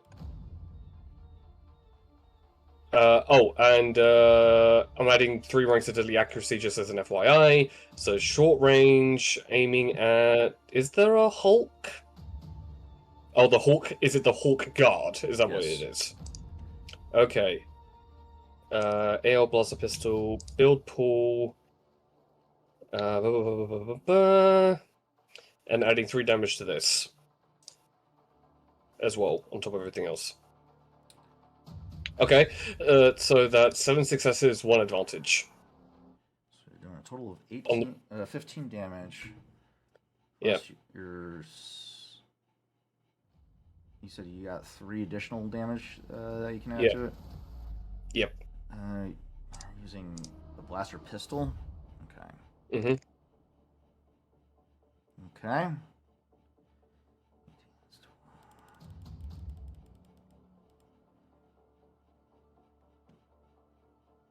Yeah, okay. What else? Because I've activated that, activating Unmatched Devastation, so I immediately holster that and do Quick Draw and pull out the E11D blaster rifle, using Quick Draw, You don't and really- shoot the guy. You're not using quick draw because you're using unmatched devastation. You're just doing it this Right. and 3 sequential attacks on in one go. Yep. So, yeah, E11D blaster carbine. It's still short range, correct? Yes. Okay. Deadly accuracy is Don't forget, you also have Also- targeted blow. You can spend a destiny point to increase damage equal to your agility for 1 hit. Yep, I'm going to do that as well. So using 1 destiny point to add 6 because I've upgraded max to the max characteristic of my agility. So doing that as well. Rolling.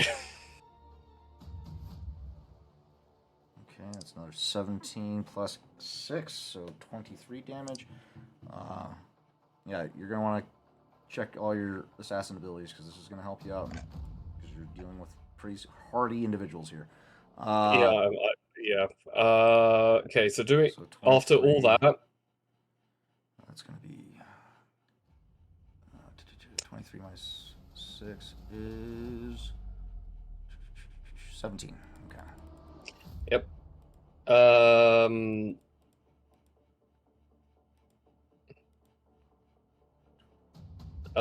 also going to add precise aim on my next shot.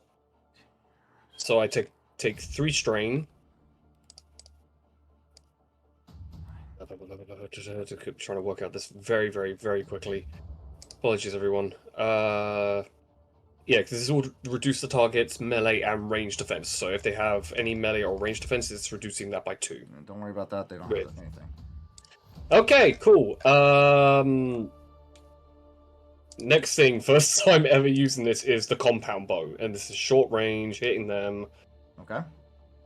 Adding again deadly accuracy to add 3. Can't use any more destiny points. And then after this, I've got one more use. You got anatomy Cool. lessons that you can add your intellect to a hit. Okay, yeah. This is the first time I'm using everything on the assassin roster. Yeah, So assassin is gonna be coming clutch for these types of encounters. Yeah, adding my intellect for a destiny point. My intellect is 4, so this is an added 7 damage because of the accuracy plus anatomy lesson. Deadly accuracy has 3. Anatomy lesson has 4 because of my intellect. So That's a crit. Yep. So I add lethal blows, which is rank. How many lethal blows do I have? Because they collide. So I think I've got Deadly accuracy only applies to one. One shot. Okay, so it's just 4 extra damage. Lethal blows. I have 5 ranks in.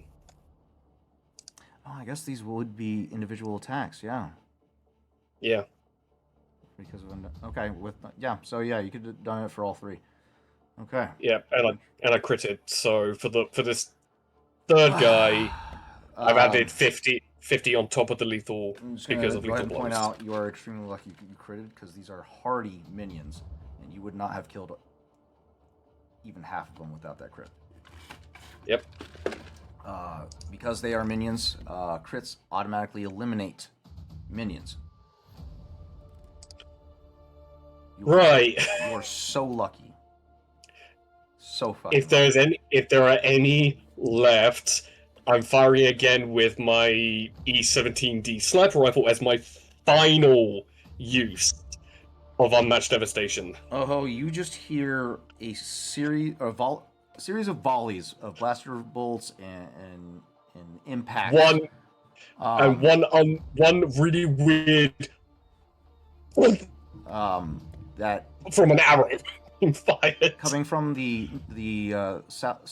northern. No, you're taking the northern path. Coming from the southern corridor,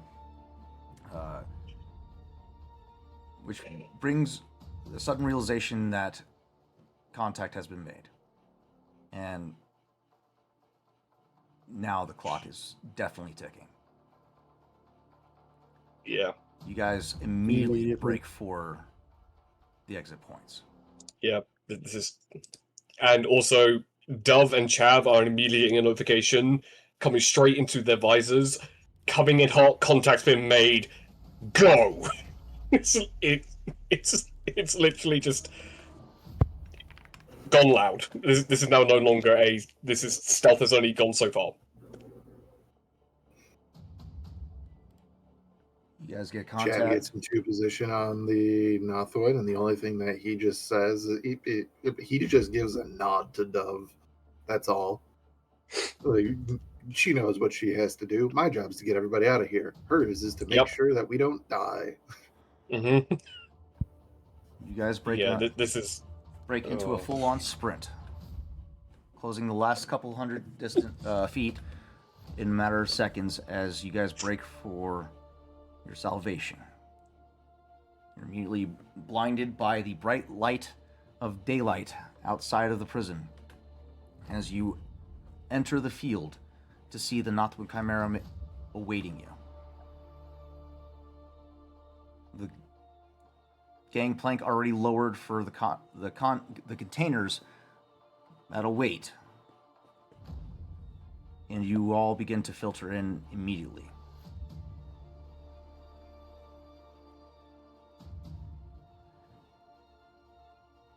By this point, you hear as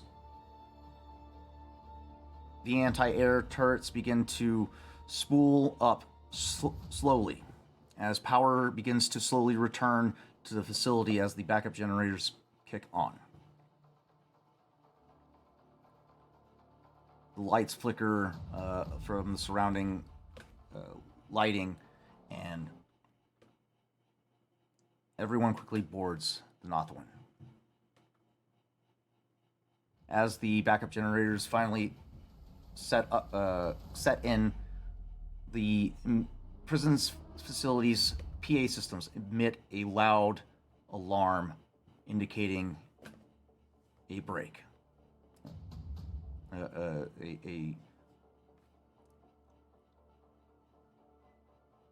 event is taking place. The immediate area begins to break into a frenzy. Chav, you know this is... You're working with a small window here, timed exactly with the takeoff of the decoy shuttle. Dove, you watch as, one by one, Rogue Squadron pilots begin to filter into the containers. You see as Kesh and Oho trail behind to cover the escape. As the last man crosses the threshold of the prison exit, Kesh and Oho rush to the shuttle, to the Nothwin. Everyone is aboard. You can see as the towers begin to shudder from side to side as power is slowly being restored to their power cells. You have a small window again. Dove, are you remaining on the exterior of the ship for the moment, or are you retreating inside? I think she would remain on the exterior until the last person of the group is visibly able to board the ship as well. Okay. She's taking up a position to act as cover fire if need be. All right. Go ahead and, at this time, give me a hard perception check. Perception.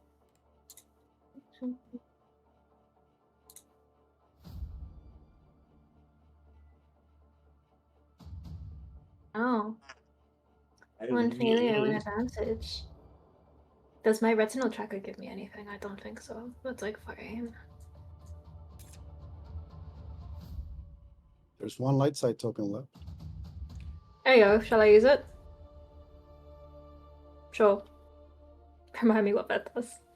Upgrades a ability die to a proficiency, so you can turn that last green die into a yellow die.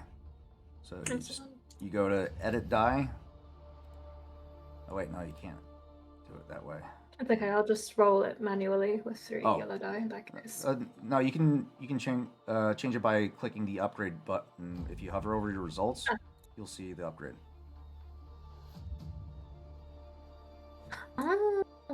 Upgrade positive. Yep, positive, and then select a green to a yellow. I didn't mean to do that. Ignore that. There you go. Nah, I say no. 2 failures this time. No. Damn. 2 advantages though. What you But I don't said no. notice immediately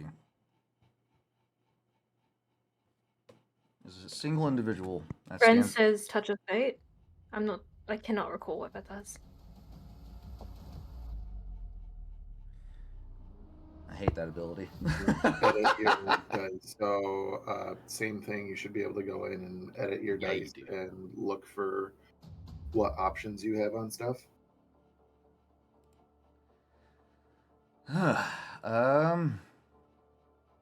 Shit. Forget how it looks, and I haven't rolled a lot. There we go. Unfortunately, I'm not able to do that for you, Dove. So you can, The if boost you hover, if you're able to hover over your results, you'll see a edit die option, and then you select.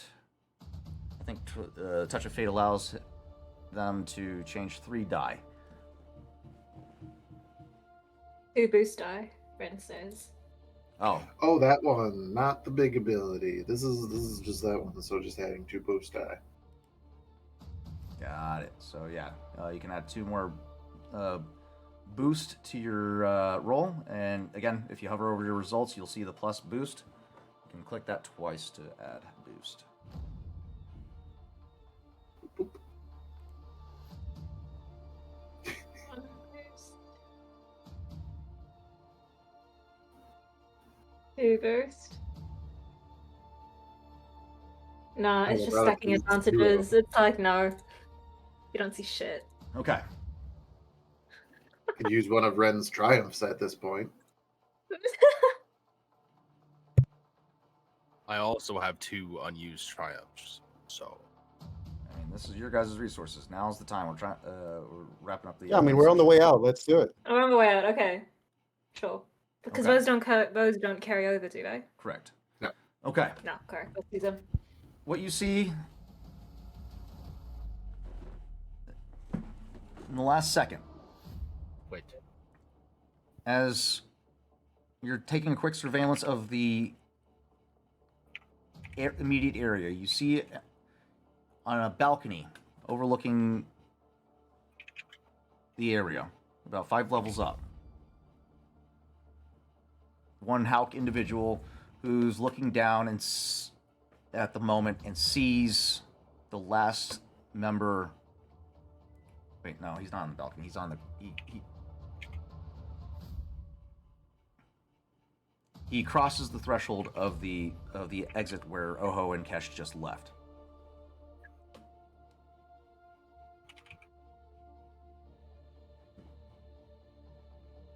Holding a heavy repeating blaster in his arms. Tater, can you please quit being so clingy? Thank you. Seeing as Kesh and Oho board the ship, he levels the blaster and you watch as the barrel begins to spin up. And as he goes to pull the trigger,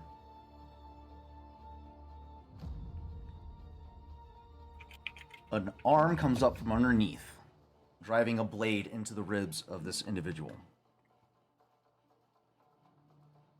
Oh, you look back to see the warden, Zarek, and a human with red hair who just drove a blade into Zarek's ribs.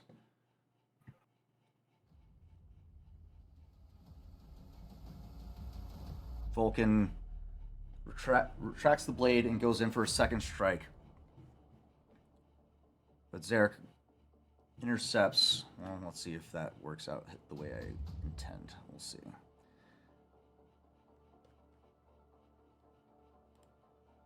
Engaged.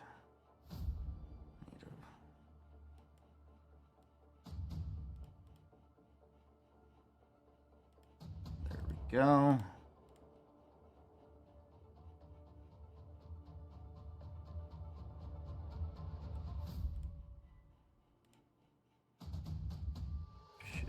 There we go. Engaged. Zarek.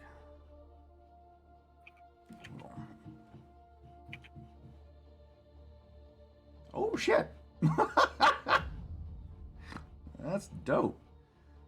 3 points of wounds. Or 4 points versus a soak. So 1. Okay, he did enough. So he ends up managing to landing a critical injury on this guy. It's plus 10. And he stuns him with the jab to the ribs. So, you watch him as he drives that blade in. Zarek drops the heavy repeating blaster. Stunned by the sudden pain, he turns to see Vulcan there standing behind him, and immediately grabs him by the torso, lifting him up in the air.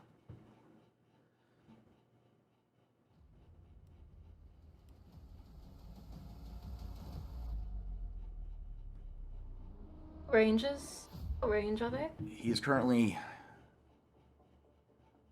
He'd be considered currently extreme range from you right now. Just outside long range. So extreme range.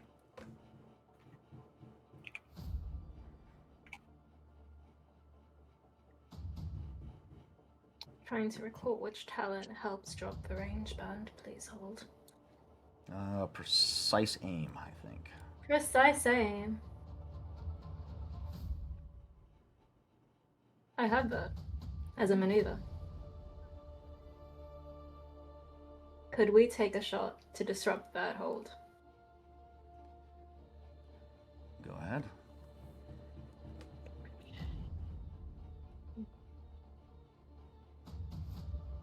We are going to use our ever reliable light repeating blaster. What would be the difficulty on that?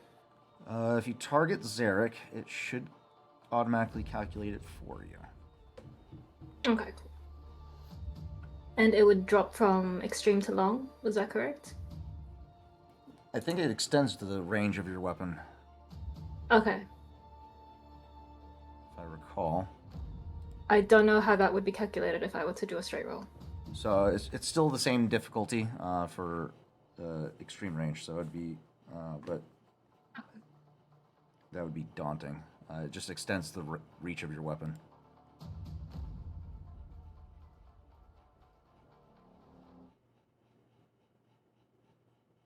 Oh, wait.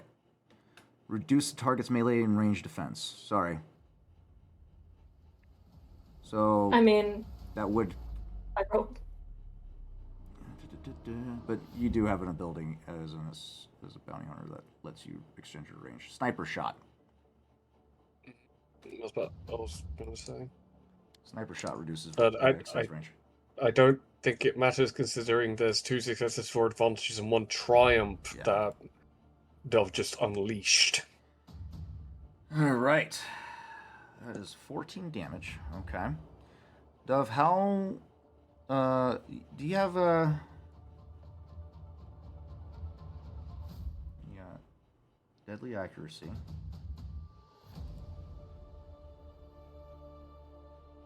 So you add +5 to... A single attack. And attack. it would be barrage +3 because we are at long/extreme range. It's also a crit. It's also a crit. How many lethal blows do you have? I have 1, 2. Oh, beg your pardon. It was sniper shot that was meant to be the maneuver. Disregard that. Yeah, sniper shot, which I do have, and 2 ranks of lethal blows to add +10 per rank to any critical injury results for a total of +20. Damn. Okay.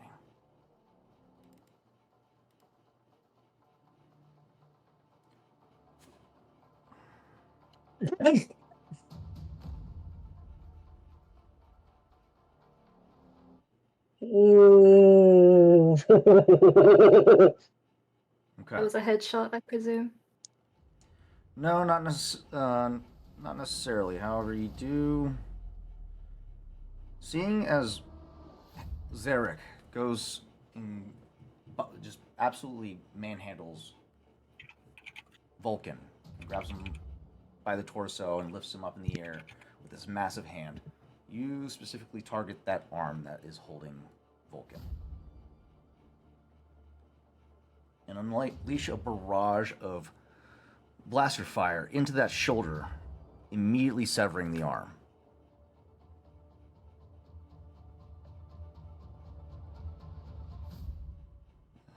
You did 19 damage.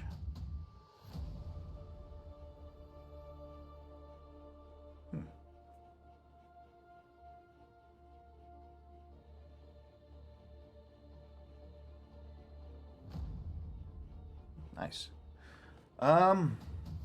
Actually, yeah, I guess that would be considered a headshot because that damn near doubled his wound threshold.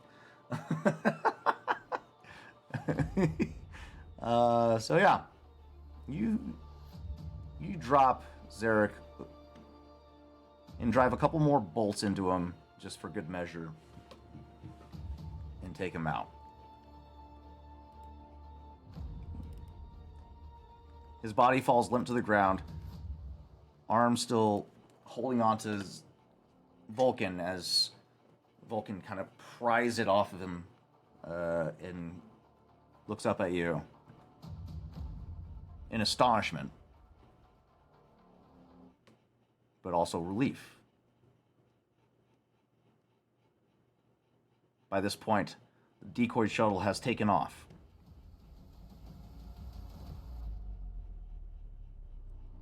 Now is the time to depart.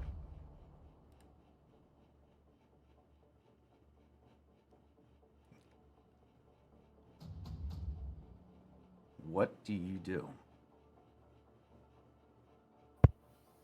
As per the plan, we gonna take off right on time with that other shuttle. We gotta go. We gotta go. And yeah. Punch it, Chewie. Hey, does Dove have interest on this person like coming along? Is there time for him to come along? Because I imagine as we I have enough one Or thing that I can roll. ask Tarzan, and based on the roll, I may or may not do it if he lets me.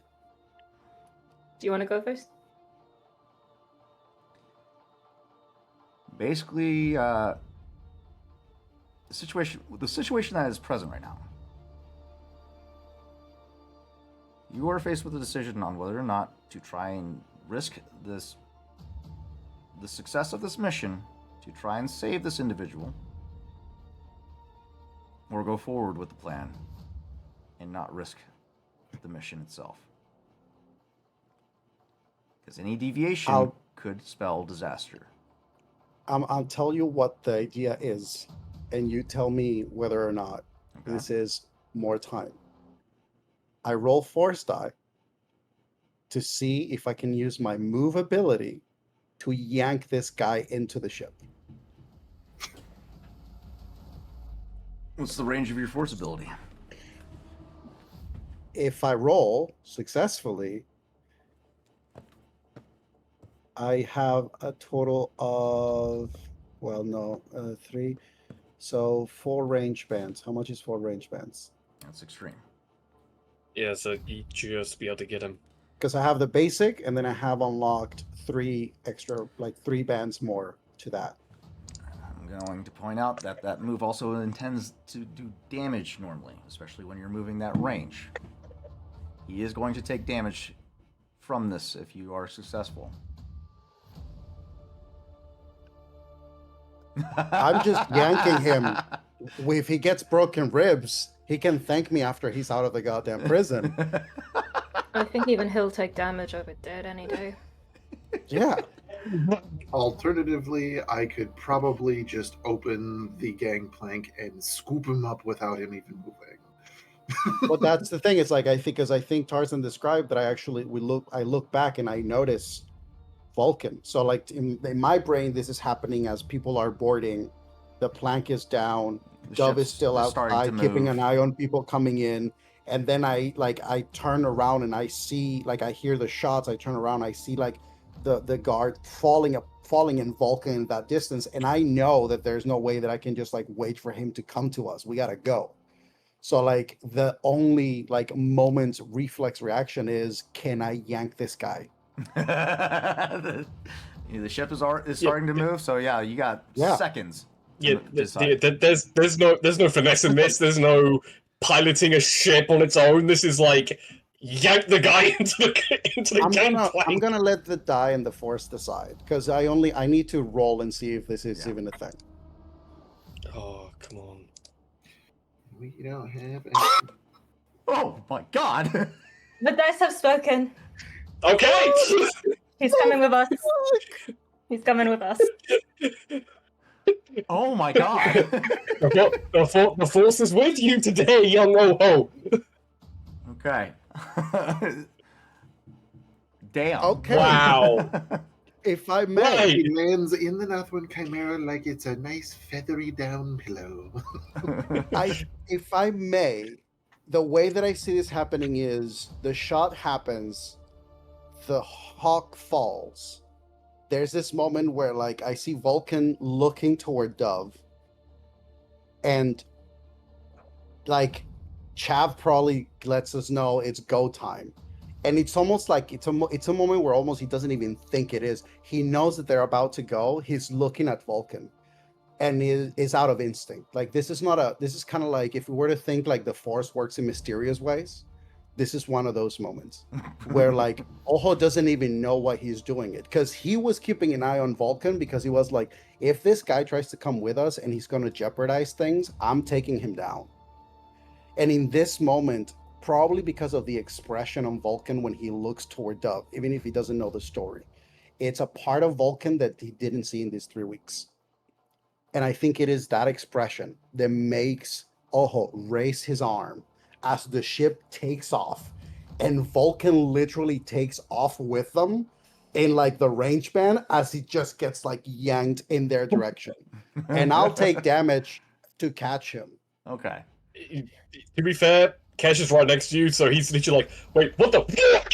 Yeah. Like, I There think is Vulcan no is like, help I from believe I Jeff can on this fly because for a as far while. as there's no communication to him, so literally it was just like last person's on, let's go. So he doesn't even know that this is happening. It's just like last thing that he got was let's go, and then Ho's just like, wait. If you allow it, I did also imagine that Dove would come down to join the others as the gangplank was raising. So if anything, she could make sure to give him an extra boost. Yeah. Yeah, this is like 3 people catching one guy. After being, it's a full trust exercise, but with the Force. I mean, it's a full trust that caused injury. Let's rein it in. Yeah, So sorry. you do have control access. So that being the case, you're able to fine tune it to the point where you're not going to do damage to him. So it's just a matter of whiplash from the sudden pull. You see him racing towards you, and out of instinct, you realize what you're doing in the moment, and you refocus and center yourself and slow his velocity down to avoid any further injury. And as the ship ascends, Chav, you go to raise the gangplank, but you get a notification immediately that there's still people on in the fucking gangplank that it won't let you. If it gives me any kind of notification, it's just hitting the button until the notification is cleared. And this is me at work. The machine that I have, if there's anything breaking this one sensor, like it'll take the startup button and turn it into a warning button, and it's just like that every single time. Like it just switches. Yeah. It's Jav right now. At first, the trajectory is sudden and immediate. He closes 3 range bands instantaneously before you realize what you're doing, and you slow him down and bring him slowly to the gangplank. And his feet settle. He's disoriented in the moment, but gains secure footing as he looks over at you, Oho, and then to Dove. Long time no see, love. How is it even now? I'm still cleaning up after your messes. Oh, I think he hit his head. I'll hit him in the head. You guys board the vessel, the Northwind. The gangplank closes. Alarms continue to sound as you guys begin to merge into the traffic that has begun its departure process. That's the indication for the decoy shuttle that he starts to break away immediately.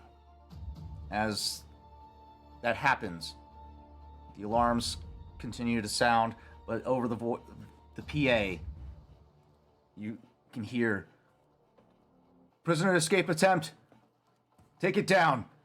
And the turbo lasers that surround the prison yard all simultaneously focus on that one shuttle deviating from the flight path and open fire. The shuttle explodes as intended. And before they have time to react, you guys leave the immediate airspace under the cover of the immediate departure, the scheduled departure path. As you guys enter the vastness of space, Chav, you input the immediate coordinations and quickly make a jump to hyperspace. And that is where we'll end tonight's session. Thank you all for tuning into this episode of Star Wars Edge of the Empire. We are in the final throes of the season finale. You're not going to want to miss these next few episodes, so tune in next week for the continuation and the initiation of the siege break of Nothwin. We'll see you guys next week. Have a great. We'll see you guys this Thursday. Take care. We'll see you next time.